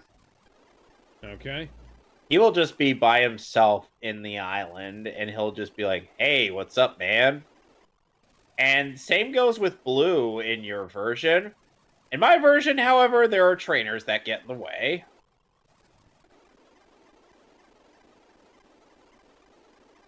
I mean, you have to fight trainers on the way to him, and because, you know, this is the route out to go to. Some swimmer thinks he's going to swim all the way to Johto. Hilarious. Didn't... No, never mind.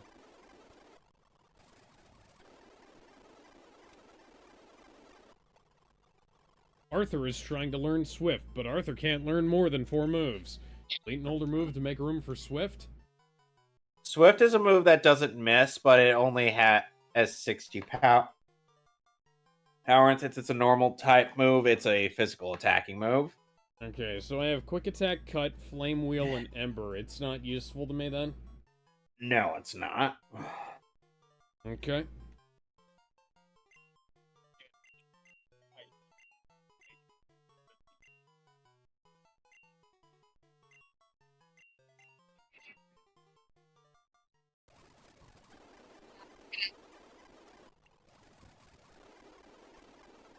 Okay, Gizmo, what is your favorite electric type Pokemon outside of Pikachu? Outside of Pikachu? Yeah, like anyone that isn't part of Pikachu's, you know, evolutionary line.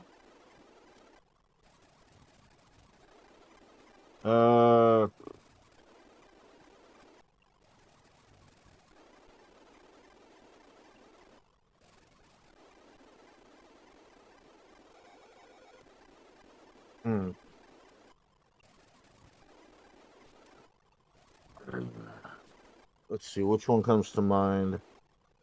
Gen 2 has the Mareep line, which includes Mareep, Flaffy, and Ampharos, which is what I'm using here.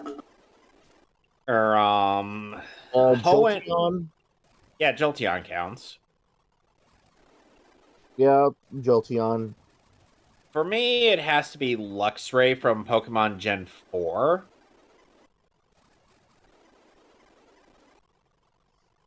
Mostly just because I'm a huge sucker for that kind of electric type. My Pokemon. What's your favorite water type then? Outside of honestly, I'd have to say Samurott. Samurott is the final evolved form of the Oshawott line from Gen 5. Ooh, this Shinx has Intimidate instead of Rivalry.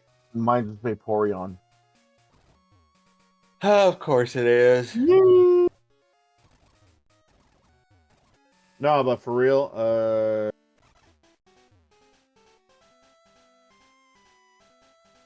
besides Squirtle,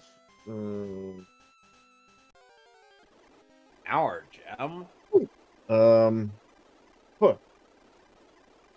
Mudkip, I guess. So I heard you like Mudkips. Either that or Gyarados. Mudkip. Sorry, I couldn't resist the meme. Okay, favorite fire type aside from the Charizard. Wait, I think we've had this conversation before. No, we haven't. Yes, we have. I think it was like way before Gizmo even became a part of our lives. No, we There have was never not. a time before Gizmo was part of our lives. Gizmo is eternal. Gizmo is forever. Gizmo is the Alpha and the Omega. Oh, please don't tell me he is love and life. Because I don't need no, but him he is making the light in the refrigerator for all things that cry out in hunger. the bacon in the fridge. You get my point.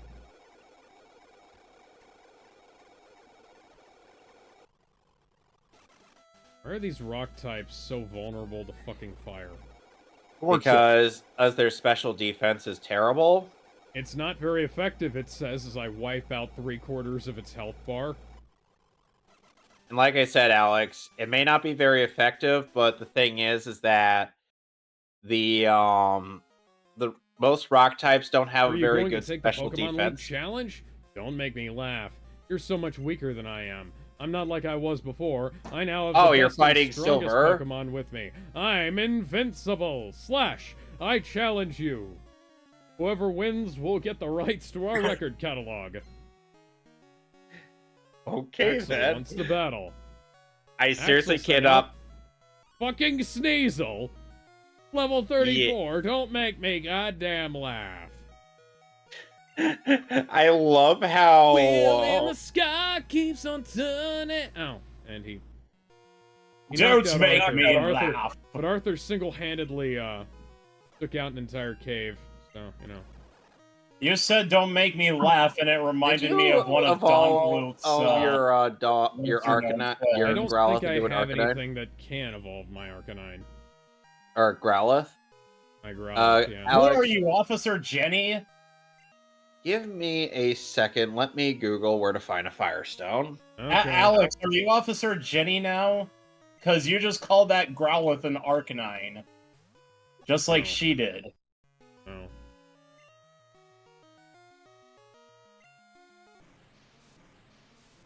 Kevin knows what I'm talking about. At least I hope he does. Oh, would you look at that? Oh, would you look at that? A one-hit KO on a water type against a fucking electric type. Boom. Axel is about to use a Golbat. Why the fuck do you have a Golbat in your party, Axel? Yes, he's I've been back killing shit. these things like they're they're fucking rats. Froggy used Surf.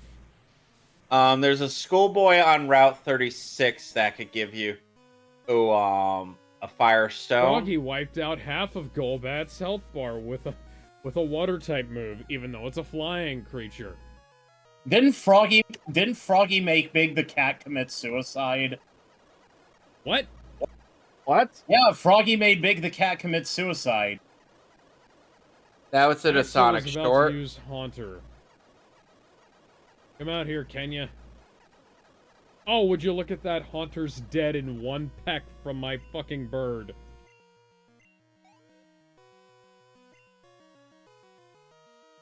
And Alex, I haven't if even you... tapped into my legendary creatures yet.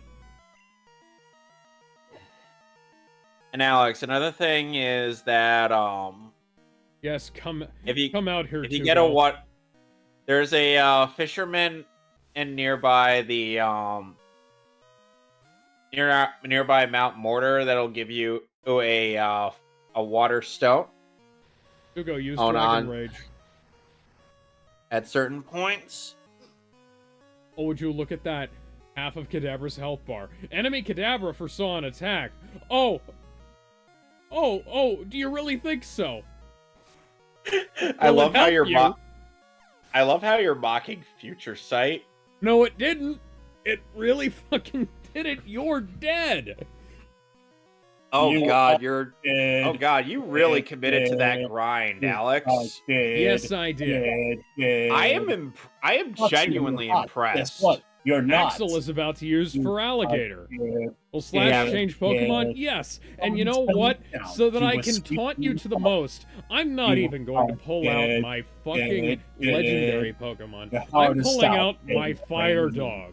My Fire Dog is going to barbecue your alligator, your water alligator, and have him for dinner. You sure about that? I'm gonna fucking try. Oh my god, this is amazing. So dead. You know, oh, would you look at that?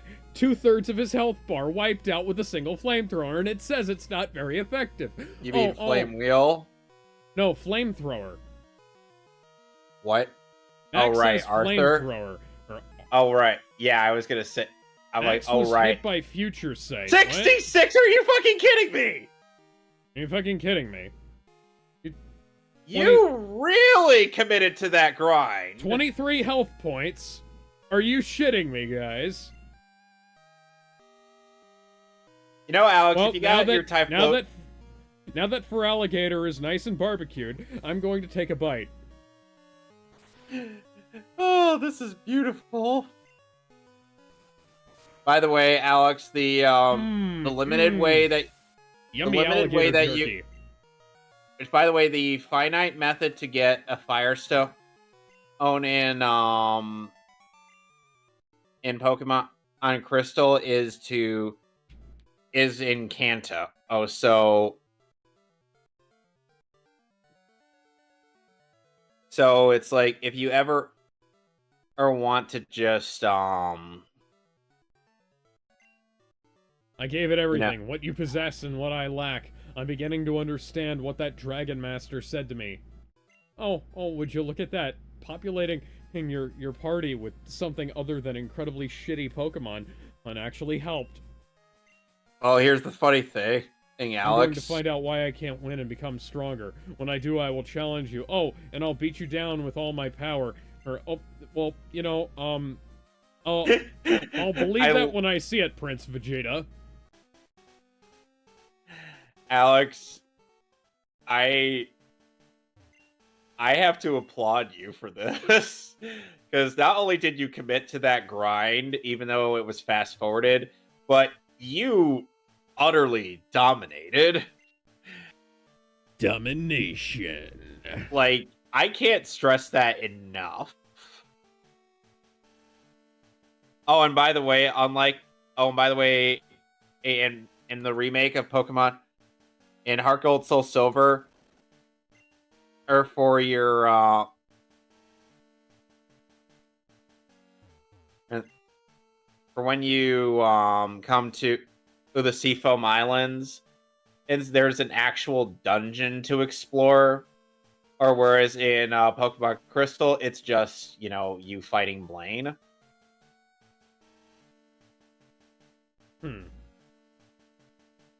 Interesting that they would actually... It really is impressive how they went all out with this remake. Because you would think that they wouldn't. And I found a Water Stone. Which, again, would not be... And I don't think you would be able to find in the original. So, Alex, the Elite Four... Here's how the type chart goes. You've got a Psychic type going first, then a Poison type trainer, then a then Bruno's Fighting type Pokemon, and then last but not least is Karen's Dark types. Cool. But here's the funny thing. Because there's only 2 dark types in Pokemon Gen 2, which are Welcome to the Cable Trade Center. I'm playing on with an open emulator, bar. So I can't actually do anything here. Welcome to the Cable Trade Center with open bar. Welcome to the Cable Coliseum with open bar. Open bar. It's Welcome funny to the how Cable Club Time Capsule. You can travel to the past and trade your Pokemon. Would you like to trade across time? This raises so many questions. it's how you get Gen 1 Pokemon into Gen 2. No, I know. There's a feature I can't access in Heart Gold, Soul Silver, or that's accessible in the DS game, or the DS cartridge. And if you have a DS that could play Game Boy Advance games. Yeah, I have the original DS and the DS Lite. I also have the I picked up both DSIs. Well, I picked up a DSi regular because it came with a copy of Mario Kart Wii. And ooh, hi, Callister. I picked up my DSi XL because it came with fucking Chrono Trigger. By the way, and my original copy of Chrono Trigger on DS. I actually, you know what I did? I found an empty case for Chrono Trigger. Excuse me, in a dumpster behind GameStop. And I kept that for about 4 years until I found a legit copy. Fucking people, man, they'll throw away anything. And it was actually, surprisingly, it was actually cheaper to buy the game and the DSi than it was to buy the game by itself. I bet. Because I guess the game got buried in the bundle, you know? People weren't searching for it. And Alex, after you beat the Elite Four, you get to fight Lance, who has 3 Dragonites, which all 3 of those Dragonites serve one purpose. He has one Dragonite. For every Dragonite he has, he gets his dick sucked. Excuse me? It's from a parody video. Oh, get yourself a motherfucking Dragonite. Wheel in the sky keeps on turning. Oh, I don't know where I'll be tomorrow. Wheel in the sky keeps me yearning. Oh, I don't know. This is definitely going to be something I'm going to tell to Fran, and I'm just going to be like, hey, Fran, so Alex ended up committing to the grind about as much as you did, because he had a fucking level 80-something Umbreon by beating up a bunch of defenseless Tentacool. What the fuck? Oh, that was funny. 8-4 Will is about to use Slowbro. Really? Slowbro. You're fucking kidding me. Remember, Slowbro is part water, part psychic? Okay. Well, that's why I'm pulling out my own water type.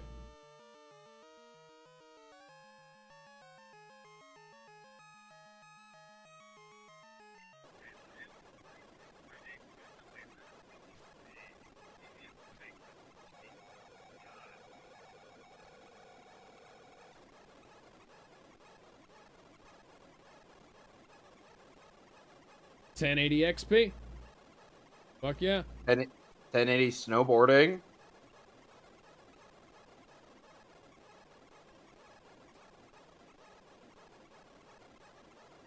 Oh, fuck you, Max Potion. Don't forget Alex. With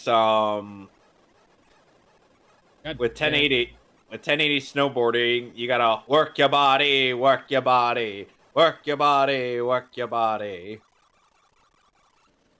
That's actually the how the character select theme goes in that game. Brock Lesnar didn't have to do Mustafa Ali like that, Lamau. Oh, Fran. That's who Lopez is, Fran? Yeah, I call him Lopez. Yeah, I didn't know I couldn't remember which one was Fran. I know he went under a different profile pic. Fran currently in this server is going by a GIF profile picture of base.exe from the Mega Man Battle Network games. Of course. Mega Man by night, boring, unpopular kid by day. Why are you doing this? Because we love you! You don't remember that Kerbifer animation, Kevin? I don't think I do. I don't. Kerbifer made an animation for Mega Man Battle Network on his whatchamacallit, one of his Nintendo videos. Oh, I wonder where Sonic Shorts got that idea from. Sonic Shorts, they're like, wiped out the whole health bar with an ember. That's hilarious.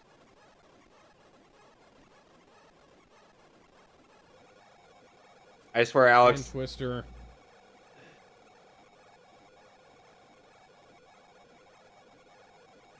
And we're gonna use extreme speed again. Crobat. And yeah, that's Koga's new Pokemon. Yeah, you remember Koga from the Fuchsia City Gym? I used a This is full him. restore. This is him now. Oh, you feel old yet? Not really. To confuse his enemies. I'm so confused! How do you feel about my impression of his version of... I am rated R. Well, let's not forget the fact that Bruno is always the easiest member of the Elite Four. This time he's got 4 fighting types as opposed to 3. There you go, Kevin. I time-stamped it. And by the way, and I just wiped out an Onyx with a fucking flamethrower. Okay, so... Oh, his team consists of one Onyx, a Hitmonlee, Hitmonchan, and a Hitmontop, as well as his Machamp.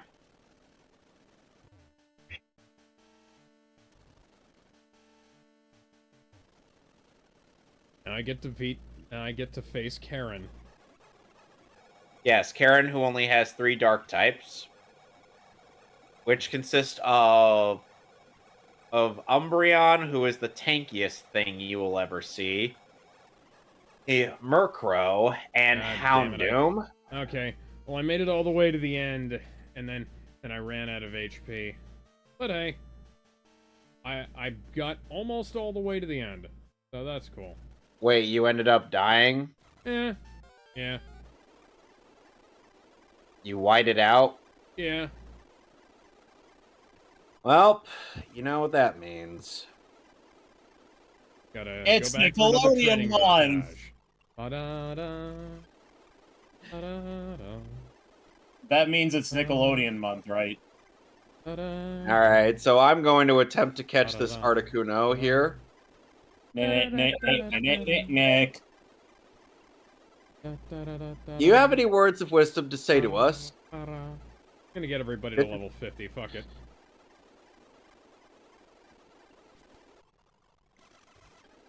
So yeah, the 3 legendary birds are back in Heart Gold, Soul Silver, which is cool.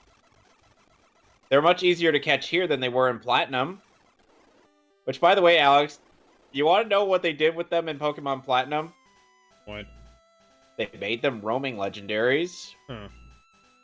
Which, by the way, means that alongside Mesprit and, what's its face?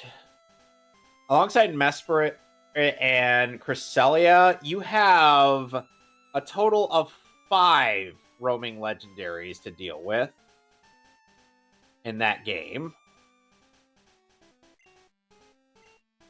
Go to sleep. Ooh, cold. And my Gengar can't help but smile. And he can't help. And this is usually the part where Alex bursts out into song and finishes things. My throat hurts right now. Okay, so Alex, Umbreon has like this absurd thing with having being bulky in terms of physical and special defense. So it'll try to wait you out until, you know. One-shotted that Umbreon. So I just need to make sure that everybody reaches that, you know, more than one Pokemon reaches that final battle. I'll be alright. Yeah. And you also might want to pick up some revives. Yeah. Yeah. And some potions. I went in there with no potions, and I realized that, and I was like, you know. Yeah, even someone like me who trains up his guys up to level 50 for this gen, and would gather up a whole bunch of like full restores and whatnot. Because you don't get to be Pokemon champion without spamming full restores. No one's going to get that reference.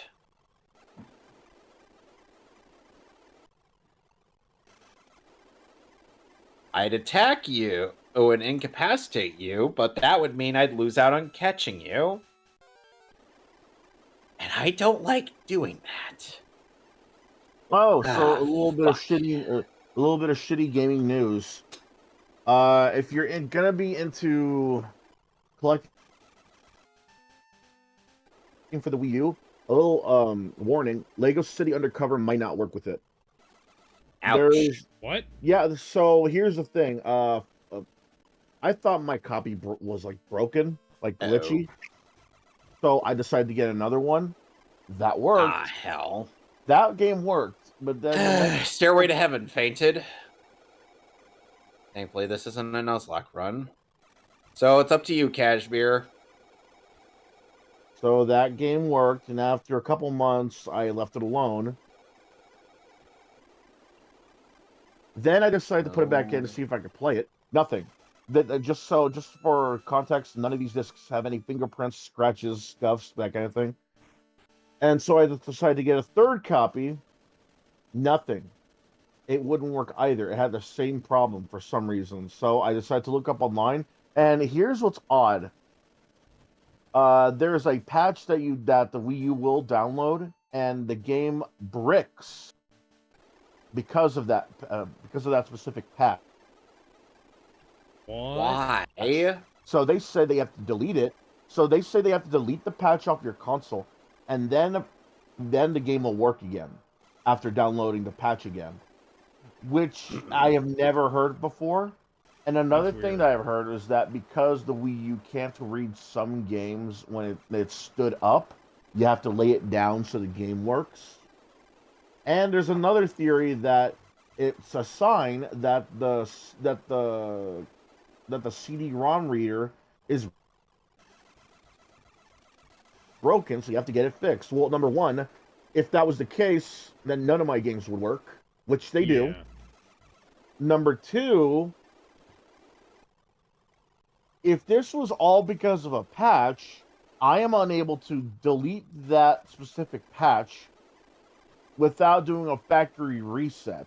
You should be able to delete the individual data for the games. Well, that's the other thing I checked out. A lot of these games have online patches. Lego City Undercover does not. I ended up just deleting the game data for it when I first played it, which I didn't mind because I was just testing it out before I played it. That didn't work either. And then lastly, they said that because, some games cannot be read when they stand up, so you have to lay down. I did that. Still didn't work. So who are you talking to about this? I'm talking to an entire Discord Wii U group about this. Okay. Nobody can figure out why. And the person who gave me this info was off of Reddit. Why Reddit? Because that's the only place you can find information about Lego City Undercover not working. I tried looking up why Lego City Undercover wouldn't work. They all said the same thing. Delete the data, and then they should be able to work again. Dude, I bought 3 copies. 3. I still have those 3 copies. I thought they were just not working. And I don't get it. I don't get it. My Wii U works perfectly fine. I was able to play Skylanders off it. I was able to play Smash Brothers off of it for years. I was able to play the single player campaign for Splatoon on it. And for some odd reason, it's only Lego City Undercover that's not working. Yeah, that's probably a game-specific issue. I have 3 copies. There shouldn't be a problem. None of them have scratches. None of them have scuffs. They are all. It's as if nobody played them, and for some reason, it's this one game that is fucking me over on the Wii U. Man, I had an issue like that when I was trying to watch Guardians of the Galaxy on my Xbox, and for some reason, and like, it just wouldn't. It and Thor: The Dark World wouldn't play. I went back. I turned off the BD Plus features on my Xbox. Movies worked perfectly fine. Software shit is weird sometimes.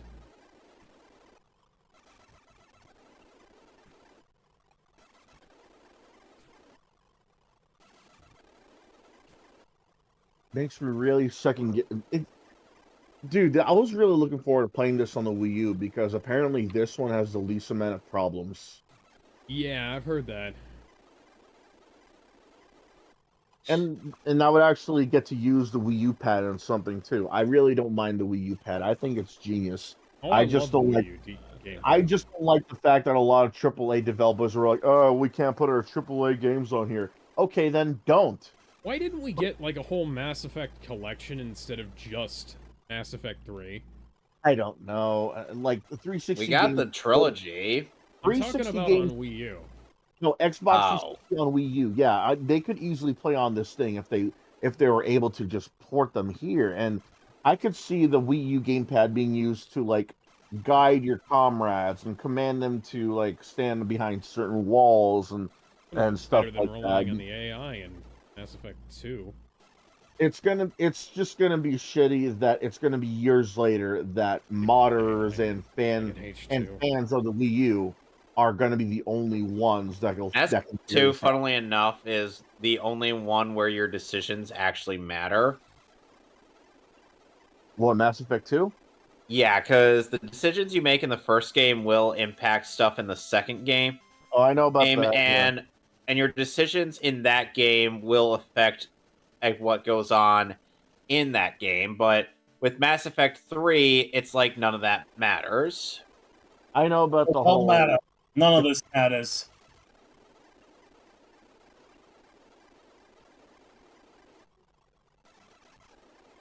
Now, if only there was an option in Mass Effect 3 where I could just shoot that kid who forced me to pick between 3 different options that all suck. That would have been great. But there's not.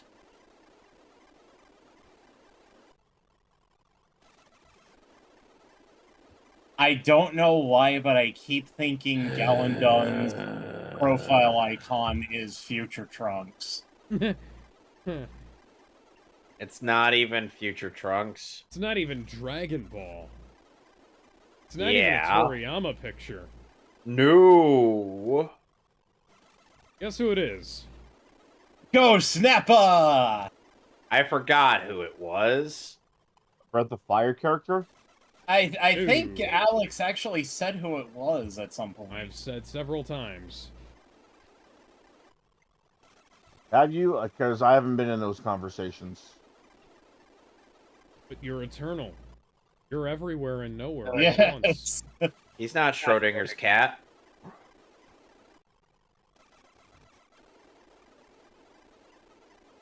Hey, this Articuno will not go into a Pokeball, and I'm getting tired of listening to this music.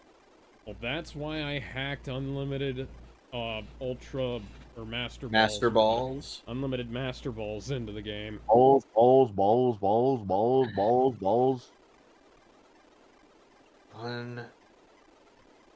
Ugh. This is what I get for trying to play fair. Doesn't the voice actor for Duke Nukem, does he follow your current Twitter, actually, Kevin? I don't want him anywhere near my Twitter. Not after a lot of the shit he said. Oh, I think I recall. Was it the Kyle Rittenhouse thing, or was it something else? It was the fact that he was going after some kid, and without knowing that it was a kid, and he was as just absolutely relentless. Ah, damn.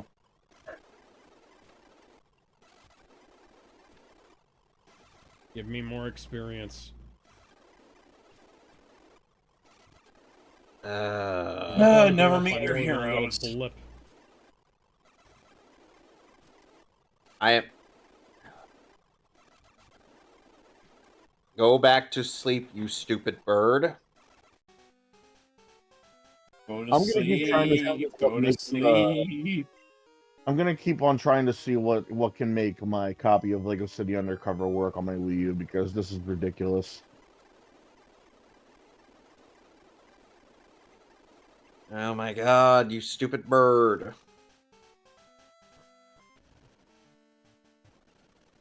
Or as Joseph calls it, Burb.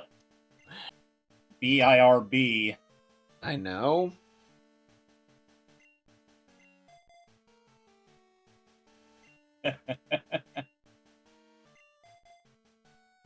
Well, he did it quite a bit back when I was streaming Banjo-Tooie. The first year of COVID. You stupid fucking bird. Well, I've run out of PowerPoints to you. And its stats went up. Kenya is trying to learn agility, but Kenya can't learn more than in 4 moves. Ain't another move to make room for agility? Should Kenya make room for agility? What does it have? Drill Peck, Fly, Leer, and Fury Attack. Leer, get rid of that. Yeah, I don't use Leer anyways. At the very least, agility will boost your speed up by 2 stages. I mean, who does use Leer anyway past level 20?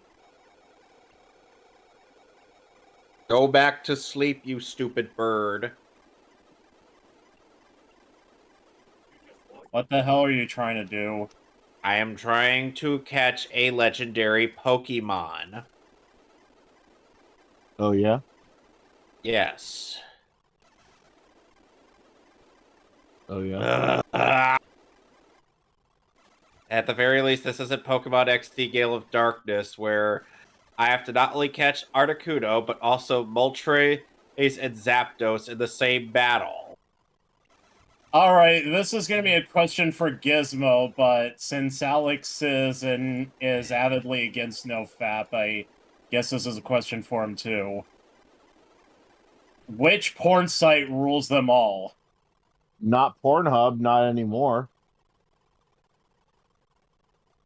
Cheetah is trying to learn Mist, but Cheetah can't learn more than 4 moves. Delete an older move to No. make room. Okay, No. No to Mist, okay.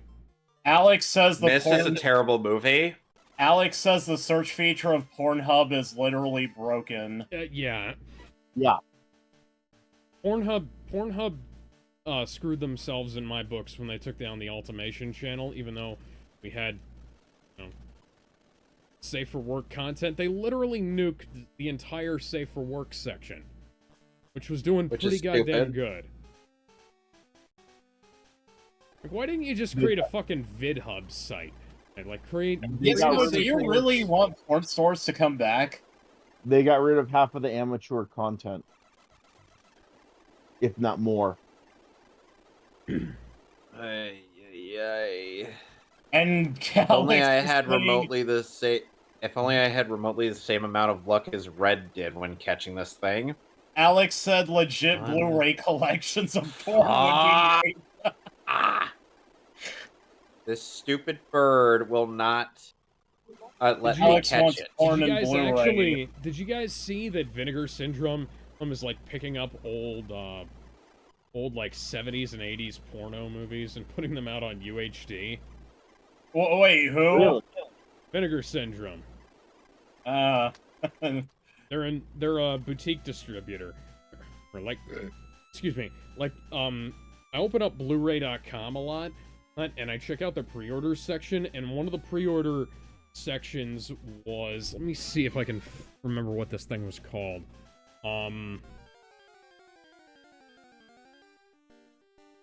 Backdoor Sunshine.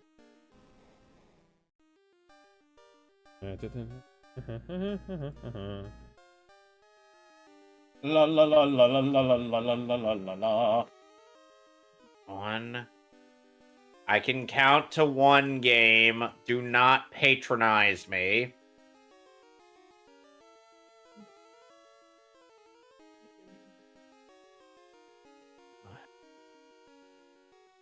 One. Ugh. Alex, the game is actively patronizing me. Huh. Okay, so the Maybe movie... it thinks you're bad at paddleball as well. Okay, just so like they put out a movie called Tammy and the T-Rex. That's on UHD. That is an incredibly unusual thing to put out on UHD. But they also put out they've also put out Miami Connection on UHD and a film called Invisible Maniac, another film called Dracula Sucks.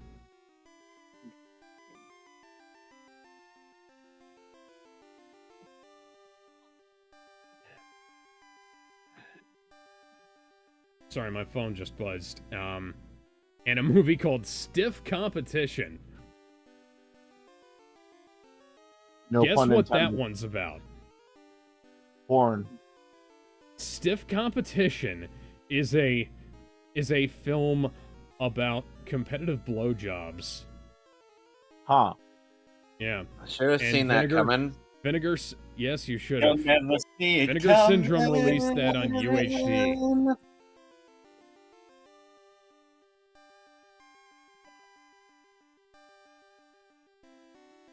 Unfortunately, a lot of Vinegar Syndrome's discs are like $50, including their Beastmaster disc, which I would have bought Beastmaster if it had been cheaper.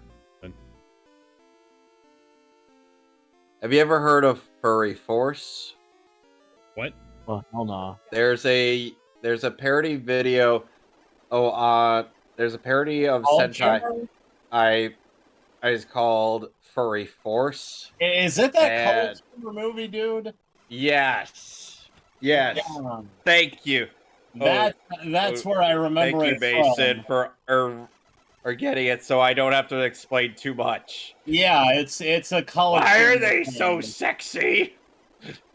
God, I actually remember that, and it's been years since I've seen it.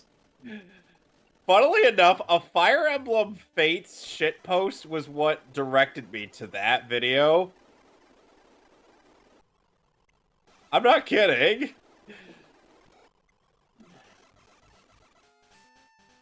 Alex, I would not recommend checking out Furry Force. It's... Okay, then. Oh, God.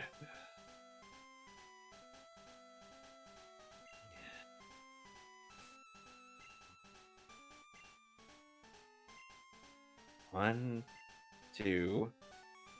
God damn it, you stupid bird. It's sleeping. How does it struggle in its sleep? Wait, which legendary bird are you trying to catch? Articuno. What game are you playing? Soul Silver!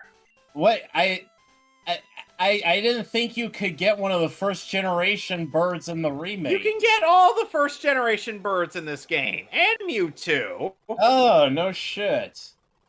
I'm dead serious. Arthur grew to level 49. Come fly with me. Fly will fly away. One. I also know that Fuck. I also know that Ren and Stimpy parody. Come fry with me, let's fry an egg.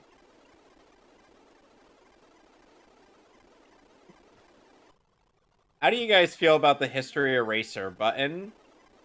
Huh? The history eraser button.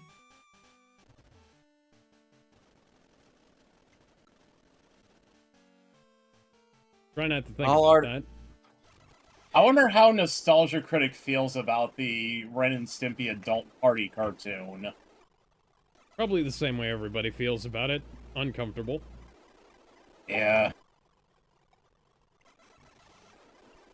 I actually saw that when I was 12. Huh. I didn't know what to make of it. I think I was like 9 when I saw the Stargate SG-1 pilot. No, I would have been like I think I was like 7 or 8 actually. I didn't know what to make of the Ren and Stimpy adult party cartoon thing. Like, the only reason I had wanted to watch it was because, oh yeah, Ren and Stimpy make new episodes, yay! And I was a kid that liked Ren and Stimpy, so... And then by the end, I was just like, what the hell was I watching? Which, let's be honest, are a lot of Ren and Stimpy episodes. Yeah. Even though the... Okay, this sound is getting really annoying. Even though the original Nickelodeon run... Astute listeners with ears will notice that Gengar's health was really low. They were also What the Fuck Am I Watching, but they were definitely a lot better.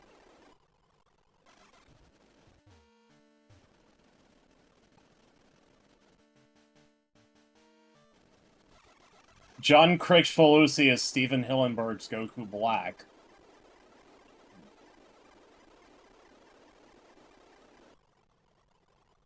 Go to sleep.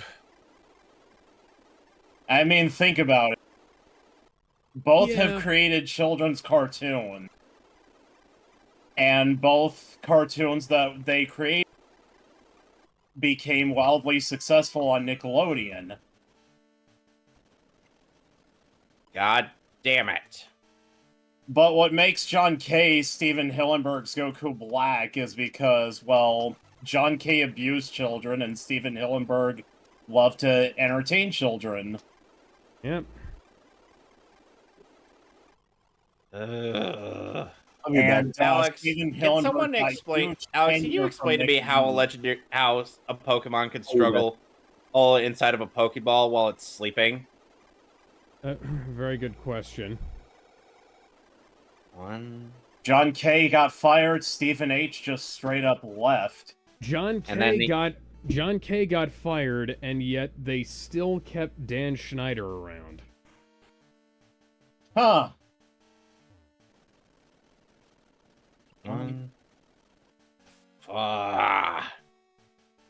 Two more levels for Kenya.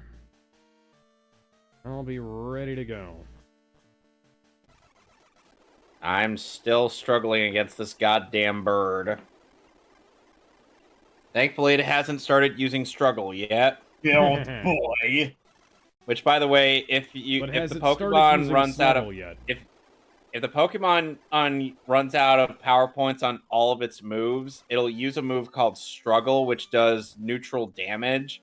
However, it also induces recoil to the Pokemon.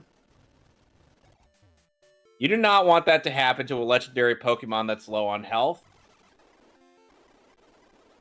1, 2, 3.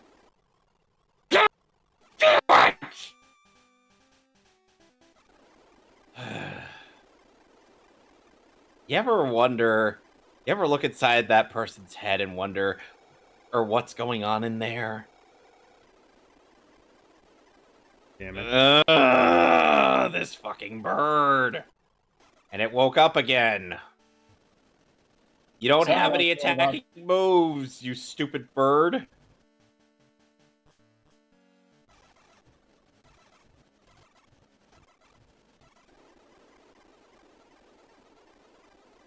This Gengar is your ticket to the stairway to heaven.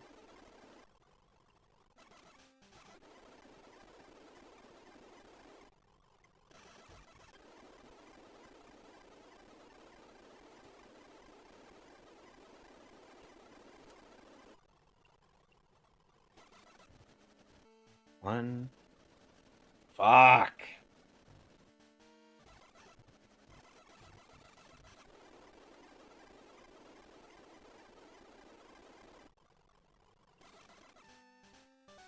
Oh, and Zapdos is located at the power plant after you resolve the whole power plant thing.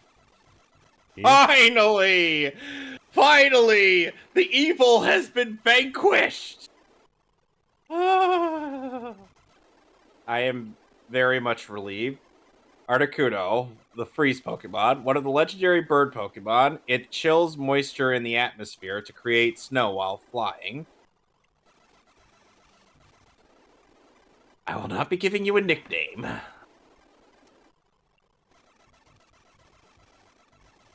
Do I have an escape rope?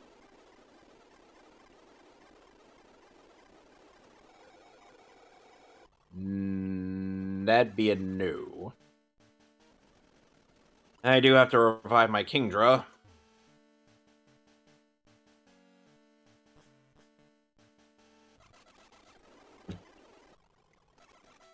Why do I get more XP from a fucking Golbat than I do from beating a Rhyhorn? You got me there. Like 600 XP from the... Yeah, 608 XP versus like 500 Alex, from the Rhyhorn. Alex, I don't think you were fighting a Rhyhorn there. I think you were fighting a Rhydon. Oh, Rhydon, whatever. Right on this dick.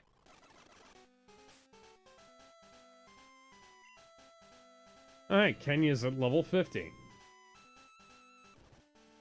Everybody, yeah, rock your body, yeah, rock your body right.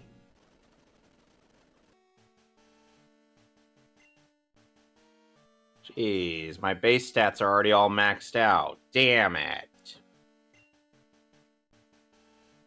Damn it, damn it, damn it! Oh, wow. Oh, Piccolo's doing a your dad. Damn it, damn it, damn it! See? I was doing the robot chicken alien thing, actually. I think that's where Team 4-Star... I think that's where Team 4-Star got it from. Damn it, damn it, damn it!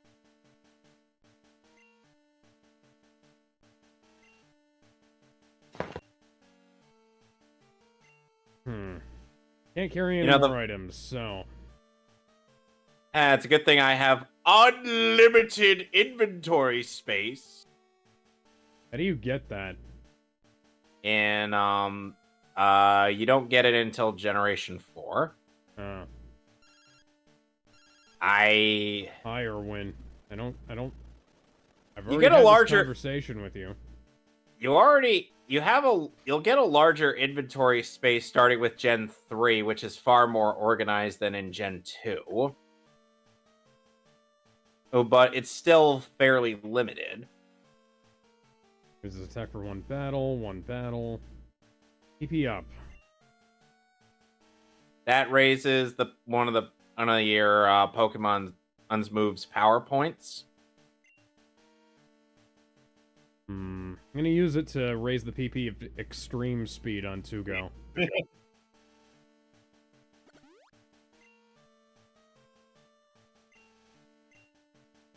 Okay, I have a calcium. Who should I use it on? Okay, so calcium is something that you use to raise the base special attack of your Pokemon, so it'll go up a few points. Yeah. So who should I use it on? Who do you think needs it? No or rather, idea. who do you? Okay, who do you think and could use a bit of? Okay, who do you think that has a good enough of special attack could use a boost? I don't know what that means. Oh god, no. My Space Invader, she wants to lick me. Alex, what do I do when my Space Invader wants to lick me? What do I do when my Space Invader wants to lick me? Let her. What? Let her. Why? Because she wants to be friendly. I get that she wants to be friendly, but you not realize that she is crazy? She is a pit bull. Yes. Let her. Alright, let's go fight Blaine. I've been putting this off for a bit too long.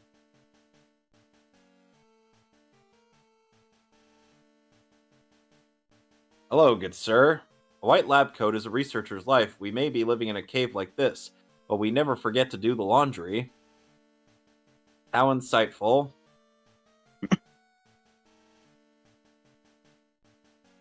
Ooh, Arcanine. Go, Stairway to Heaven.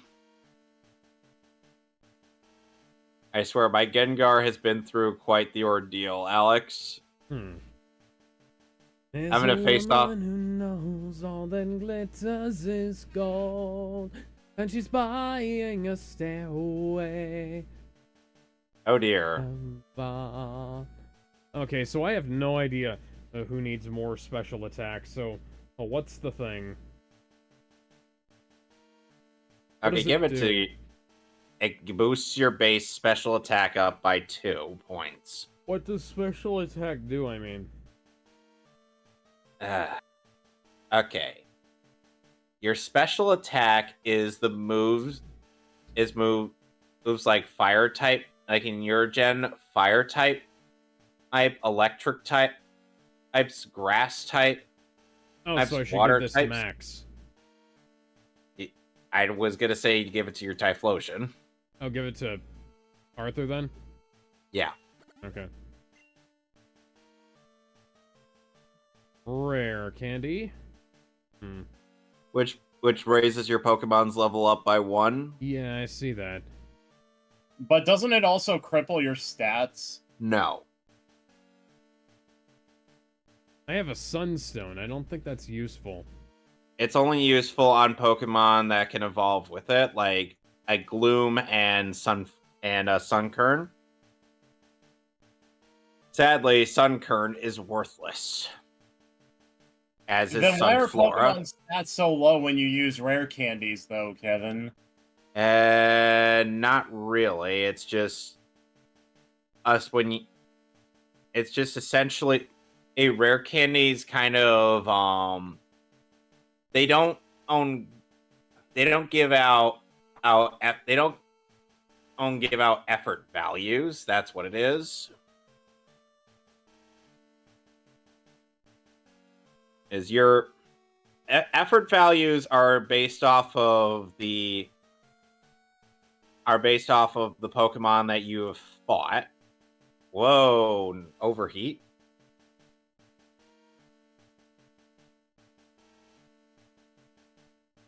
That did nothing.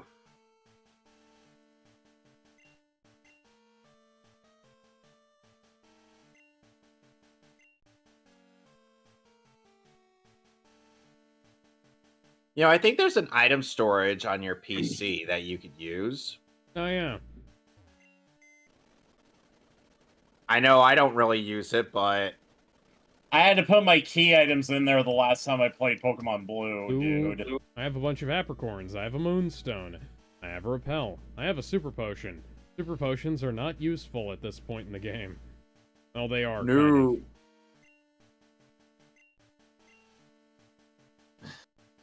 Alex, my Space Invaders try to push me off the couch. What should I do? Assert yourself and hug her. I can't. I'm playing the game.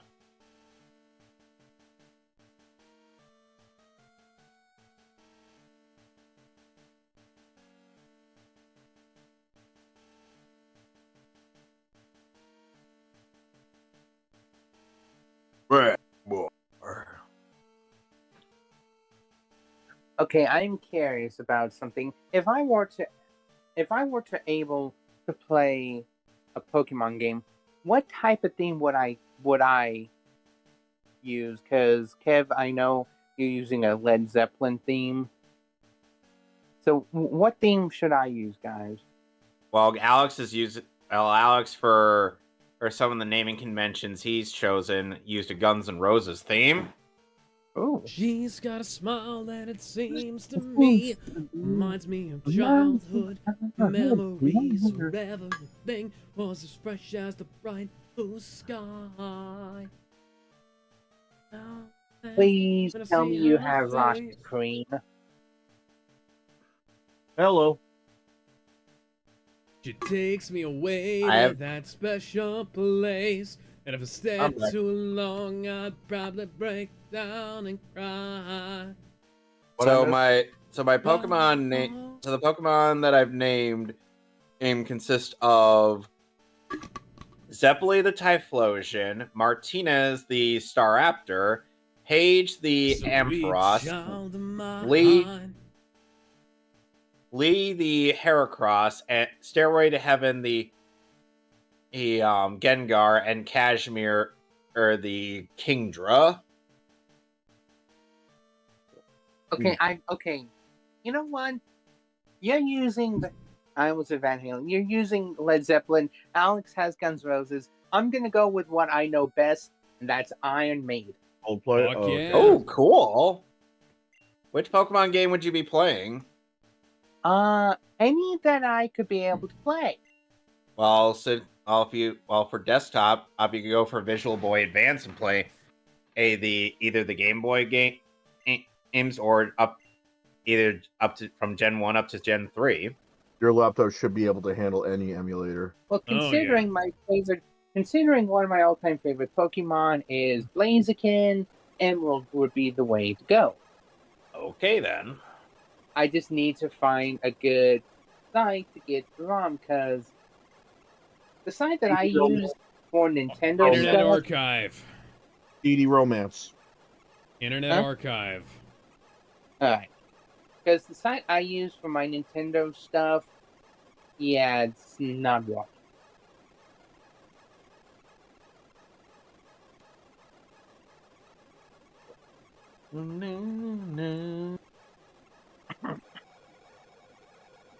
Ooh.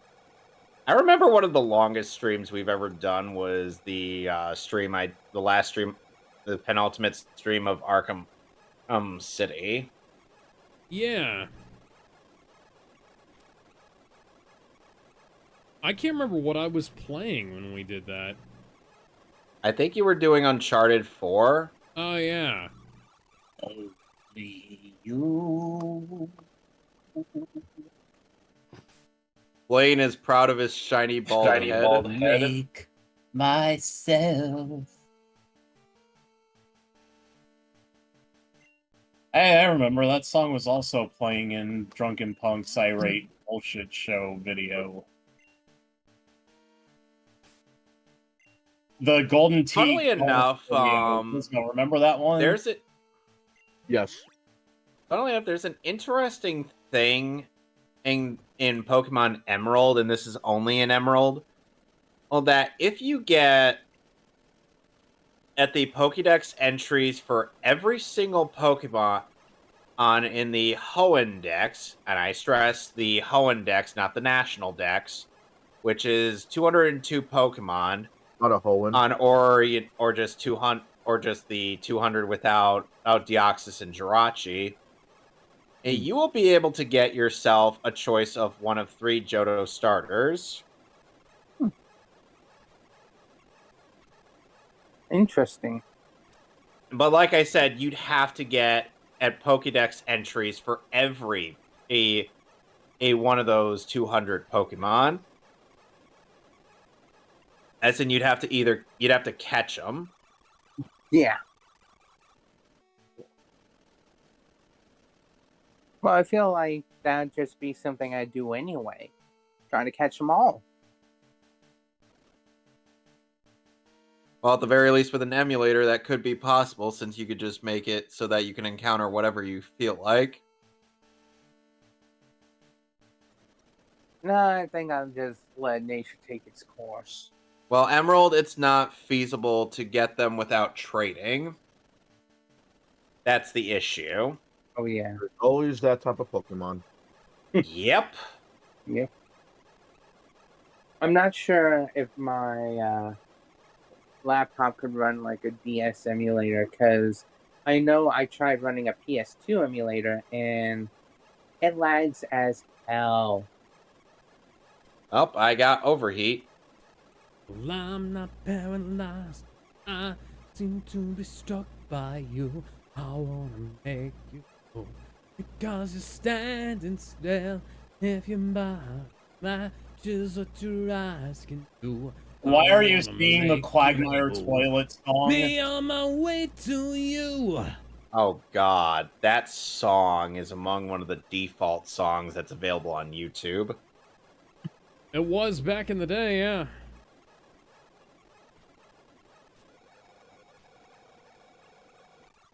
My dad loved it. You remember Reply Girls back then? Yeah. Answer. All right, let's fly back to Cinnabar. Even when I was a kid, I thought it was. I wish stupid. that was the biggest problem we had on YouTube these days. Honestly, I think that was one of the biggest problems, considering they changed their algorithm because of the Reply Girls, from what I heard. Yeah. Like, it's no longer the length. It's no longer the length of the video you're watching. It's about like the clicks or something like that. And then when the Alex, did you forget to use a full restore on one of your Pokemon? Because I saw the poison flash. I don't care. At this Hello. point, I'm doing all right. But do you have red hair? I don't care. Vileplume is dead. Karen is about to use Houndoom. You know what? I'm gonna bring out my dog. My dog is cuter and fluffier and a higher level than your dog. And guess what? If you want to battle me, he breathes fire. Come to the Viridian Gym. I'll be waiting for you. Oh, would you look at that half your health bar in one go, whatever you do, I'll be there right here waiting for you. Oh, I don't know, I don't know.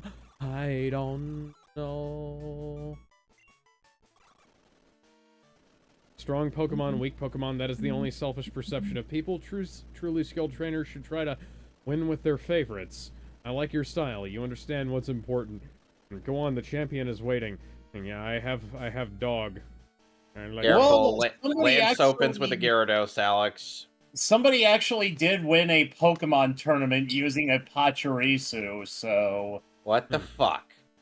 Yeah, I'm not even joking. Anyway, so 9 years ago, Blue's gym is different in the remake than it is in the original. Oh, because in the original, you don't fight anybody but him. Look it up, motherfucker. But here, you spin me right round, baby, right round. I don't want to spin you. Nasty. I thought you wanted to throw me. I said I don't want to spin you. But you said you wanted to throw me. I'll happily throw you, but the fact that you're asking me to spin you, you nasty.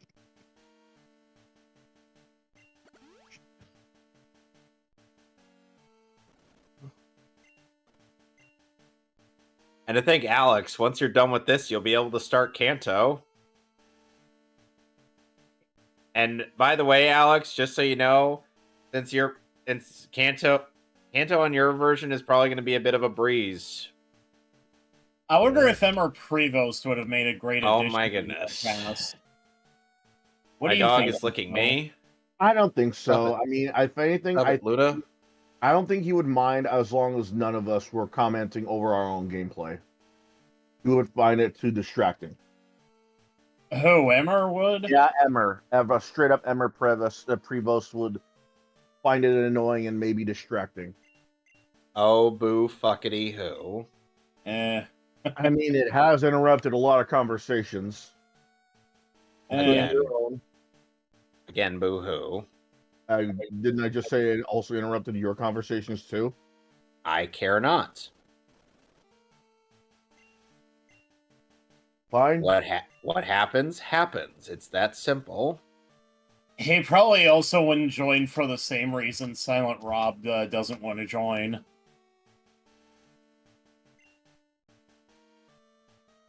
Silent Rob said he won't join because we're not popular enough. That's not really true. What it is that Okay, because so he's pulling out his dragon, so I'm gonna pull out my dragon. Well, technically that's what he said, but like if he basically said dragon types are weak to dragon types, Correct. Alex, so that applies to both of you. Okay, so you know what? I'm gonna pull out my froggy. what Rob said was basically because Oh dear. Okay, you don't care. Basically what Rob said is when he makes videos, he at least knows that there's going to be a lot of people watching him. And when he took a look at the Mehcast, when he saw the amount of views it got, he didn't see it as worth it because, he pretty much said it's because he wasn't popular enough. I guess that's what he said. If you want to take it that way. Hold on, I got the audio. Okay. Did you like deep fake it? No, I don't do that. We'd tell you if it was deep faked. We're legally required to, so. Hi, Lance. Let's see here. Okay. Tell me if you could hear it. Yeah, I don't think so, dude.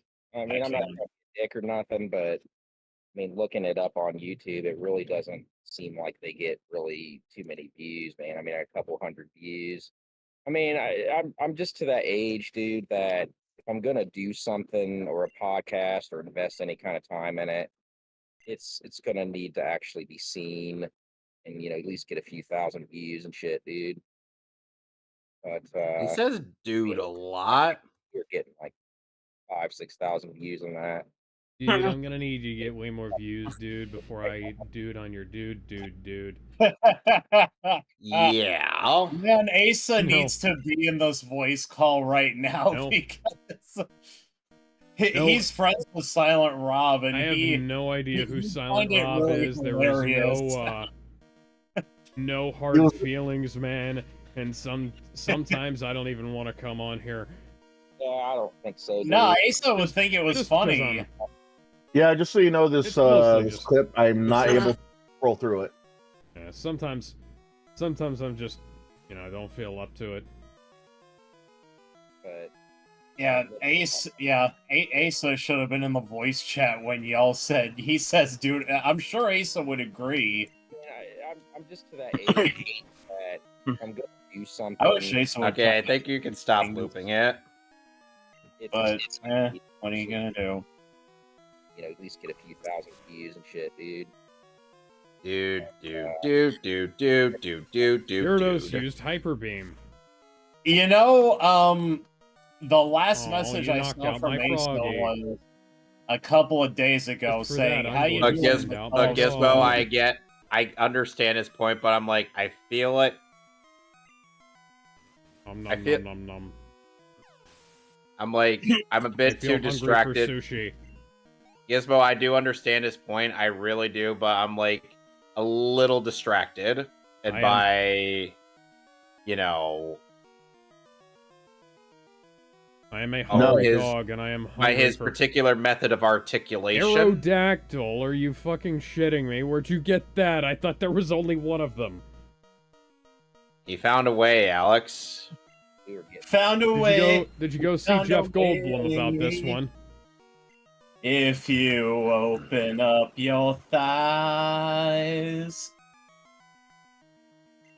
I'm gonna do some time and pay some fines.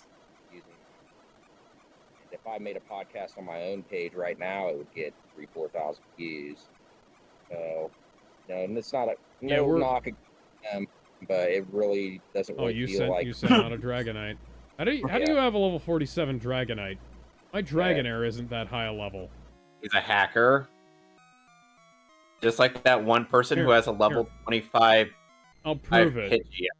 I'll prove it. My Dragonair is a higher level than you, and he's not evolved yet.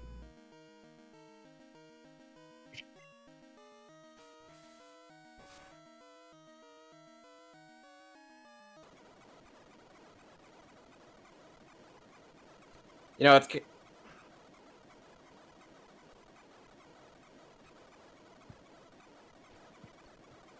Pseudo-Wudo. Pseudo-Rudo. Oh.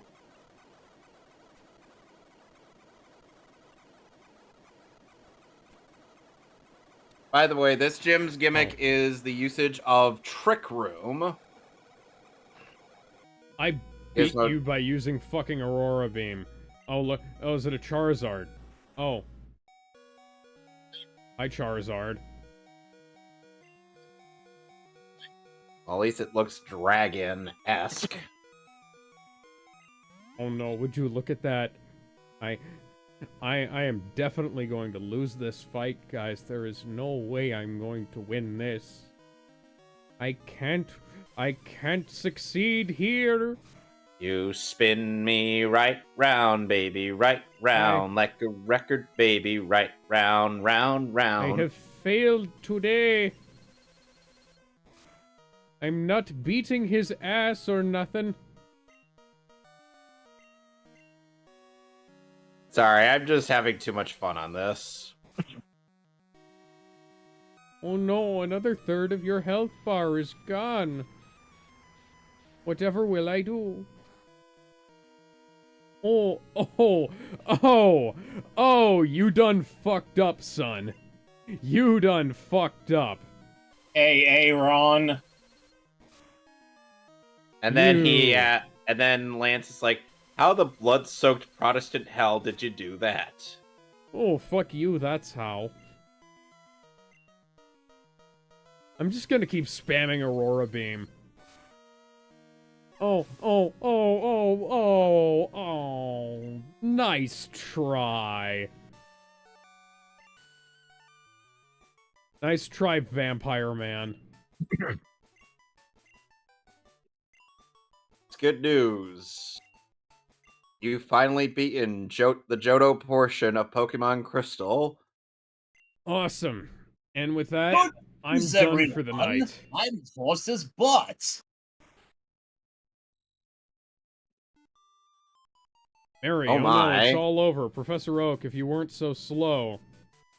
Hi, Professor Oak. Ah, Slash, well, it's been a long while.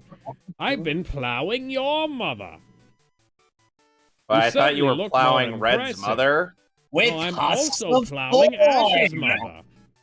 Your conquest of the League is just as impressive as my conquest of Ash's mom. But I thought you said you were plowing my mother. I am, just not at the moment. Your dedication, trust, and love for your Pokemon made this happen, just like my dedication, trust, and love for your mom.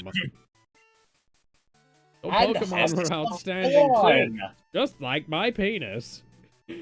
Because they believed in you. They believed in the you that believed in you. Oh, great. This Porygon 2 just used Trick Room. They believed in the you that believed in them, that believed in the you that believed in you, that believed in them, that believed in you.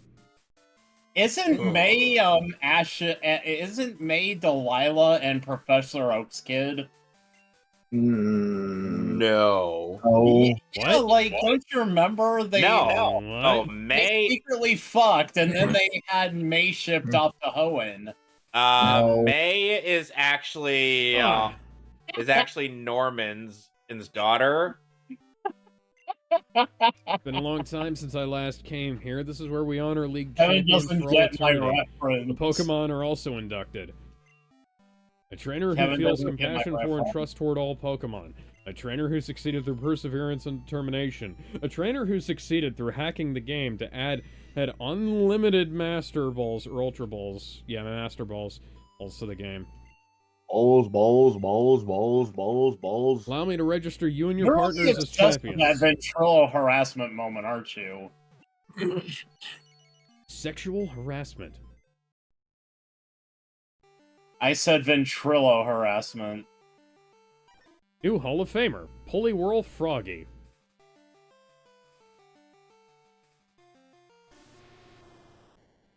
Yeah, they secretly, Professor Oak and Delilah, they secretly plowed. Delia. And then they shipped her off to Hoenn. That's not... Cheetah. You do realize that Norman, aka aka May's father, is married, right? God You're damn right, it, kind of. Kevin! Do you not get my reference? Your reference is stupid. They're married. You don't remember what happened in the abridged Orange Island saga? I refuse to put this girl on a tier. 168 Pokemon seen, 30 Pokemon owned, 647 hours. Of course, you know, speeding up for grinding. Yep. God damn it, Kevin. Pokemon I Crystal ruined your- version staff, and now we're playing the credits. Satoshi Tajiri, the director. Are you sure it's not a good idea to do rankings on the Power Ranger intros? That okay, so who here has seen all the Power Rangers intros? Me. I have not. Yeah, Kevin has seen Mighty Morphin. I've seen a lot of them. You mean Mighty Morbin? But wouldn't it be more interesting to hear from an outsider's perspective as well? Morbidly obese. I mean, also, yes, it's very interesting to hear an outsider's take. I mean, the entirety of Blue's Pokemon team is based off of all the Pokemon on that he's had throughout the entirety of Gen 1 minus the starter.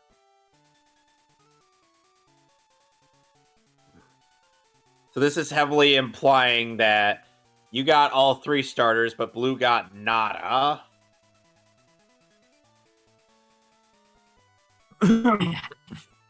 Huh. I mean, think about it like this. I'm probably not gonna know half of the waifu tier list in that tier list. Sort of like how I didn't know all of the girls in Bleach. And then I'm sure I'm sure some of you are not gonna know half of them either. So, the funny thing is, like we're probably going to have more luck, because at the very least, like you can judge a waifu based on appearance alone. How the hell are you gonna judge a Power Rangers theme song without even listening to it? You know. First we would see the actual TV intro, and then we would actually listen to the full intro, and then we would say what this Power Ranger show is about. The end. Yeah. Watch the intro for a while. Watch the intro, maybe even a couple of times. Or more, depending on who you are. And then listen to the full length intro. Straight up. And then we describe what this Power Rangers series is about. Like what era, what these Power Rangers represent. Nothing's ever gonna keep me down. I'm the best. On, that kind of thing. Nothing's ever gonna keep me down. For example, let's say I were to do Try to be best, 'cause Power you're only Rangers a Lost man. Galaxy. This is the Power Rangers Lost Galaxy intro. This is the Lost Galaxy team from the so-and-so era, and this one is about them going across the galaxy, fighting alien bad guys, and their bad guy is this guy, and the plot is this. And it carried over this many seasons, that kind of thing. As well as maybe one or two fun trivia moments. Doing okay, so thing. I'm gonna.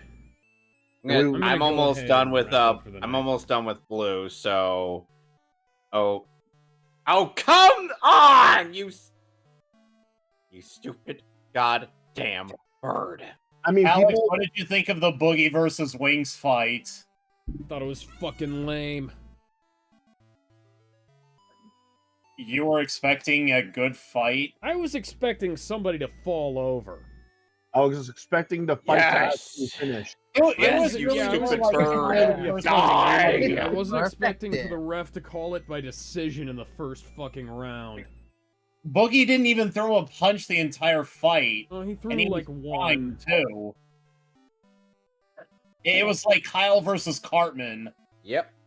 Yeah. Oh. No way. Kevin, how the heck did I lose to you? All right. Here, take this. It's the Earth Badge. Plant received the Earth Badge from Blue. And with that, I have every single gym badge. With this gym badge, you'll be able to use the HM move Rock Climb. Here, take this as well. I've gotten the TM for Trick Room. Okay. It contains Trick Room. It allows slower Pokemon to move before faster Pokemon for a while. It's a very tricky move, isn't it? Hence the name. Neat. So you said Kanto's after this, even though the credits rolled? Yes. Okay. You got to go through the Kanto gym leaders as well as, restoring the power to the power plant. And then I gotta beat Ash Ketchum's ass. Oh, and there's gonna be some. No, you're fighting Red, the guy who likes to put foots up people's ass. Oh, and if it's ever gonna be a thing, there's a couple of rules. No fan-made intros with the exception of Unworthy. All right, I'm going to save and call it for the night. Show the first season. Next time, since I'm probably not going to be able to show off getting the gym leader rematches, I'm going to train up to go fight Red. All right. Well, we'll be facing off against Red almost simultaneously, I believe. You sure about that? Oh, you're further into Kanto than I've gotten all the badges. Oh, I didn't know that. He just got the Earth Badge. You have the air, water, wind, fire, and rock and roll badges. Well, I'm already done with streaming the game. All right.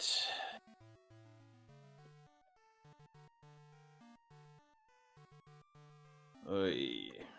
This was a long one. Holy crap. Yep.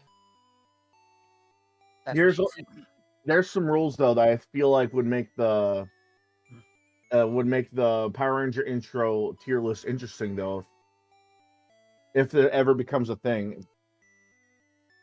Like I said, it would be only the official Well, anyway, I'm gonna go now because it's getting late, so I'll talk to you guys later. I'm gonna head off. You said, yeah, we've talked about this before. You said only the official intros, except for the one specific one. Yeah, it's a fan-made project, and it's actually still going on. Interested in checking that out? It's called Power Rangers Unworthy. They even have a Patreon. All right. Well, anyway, I'm gonna go now. So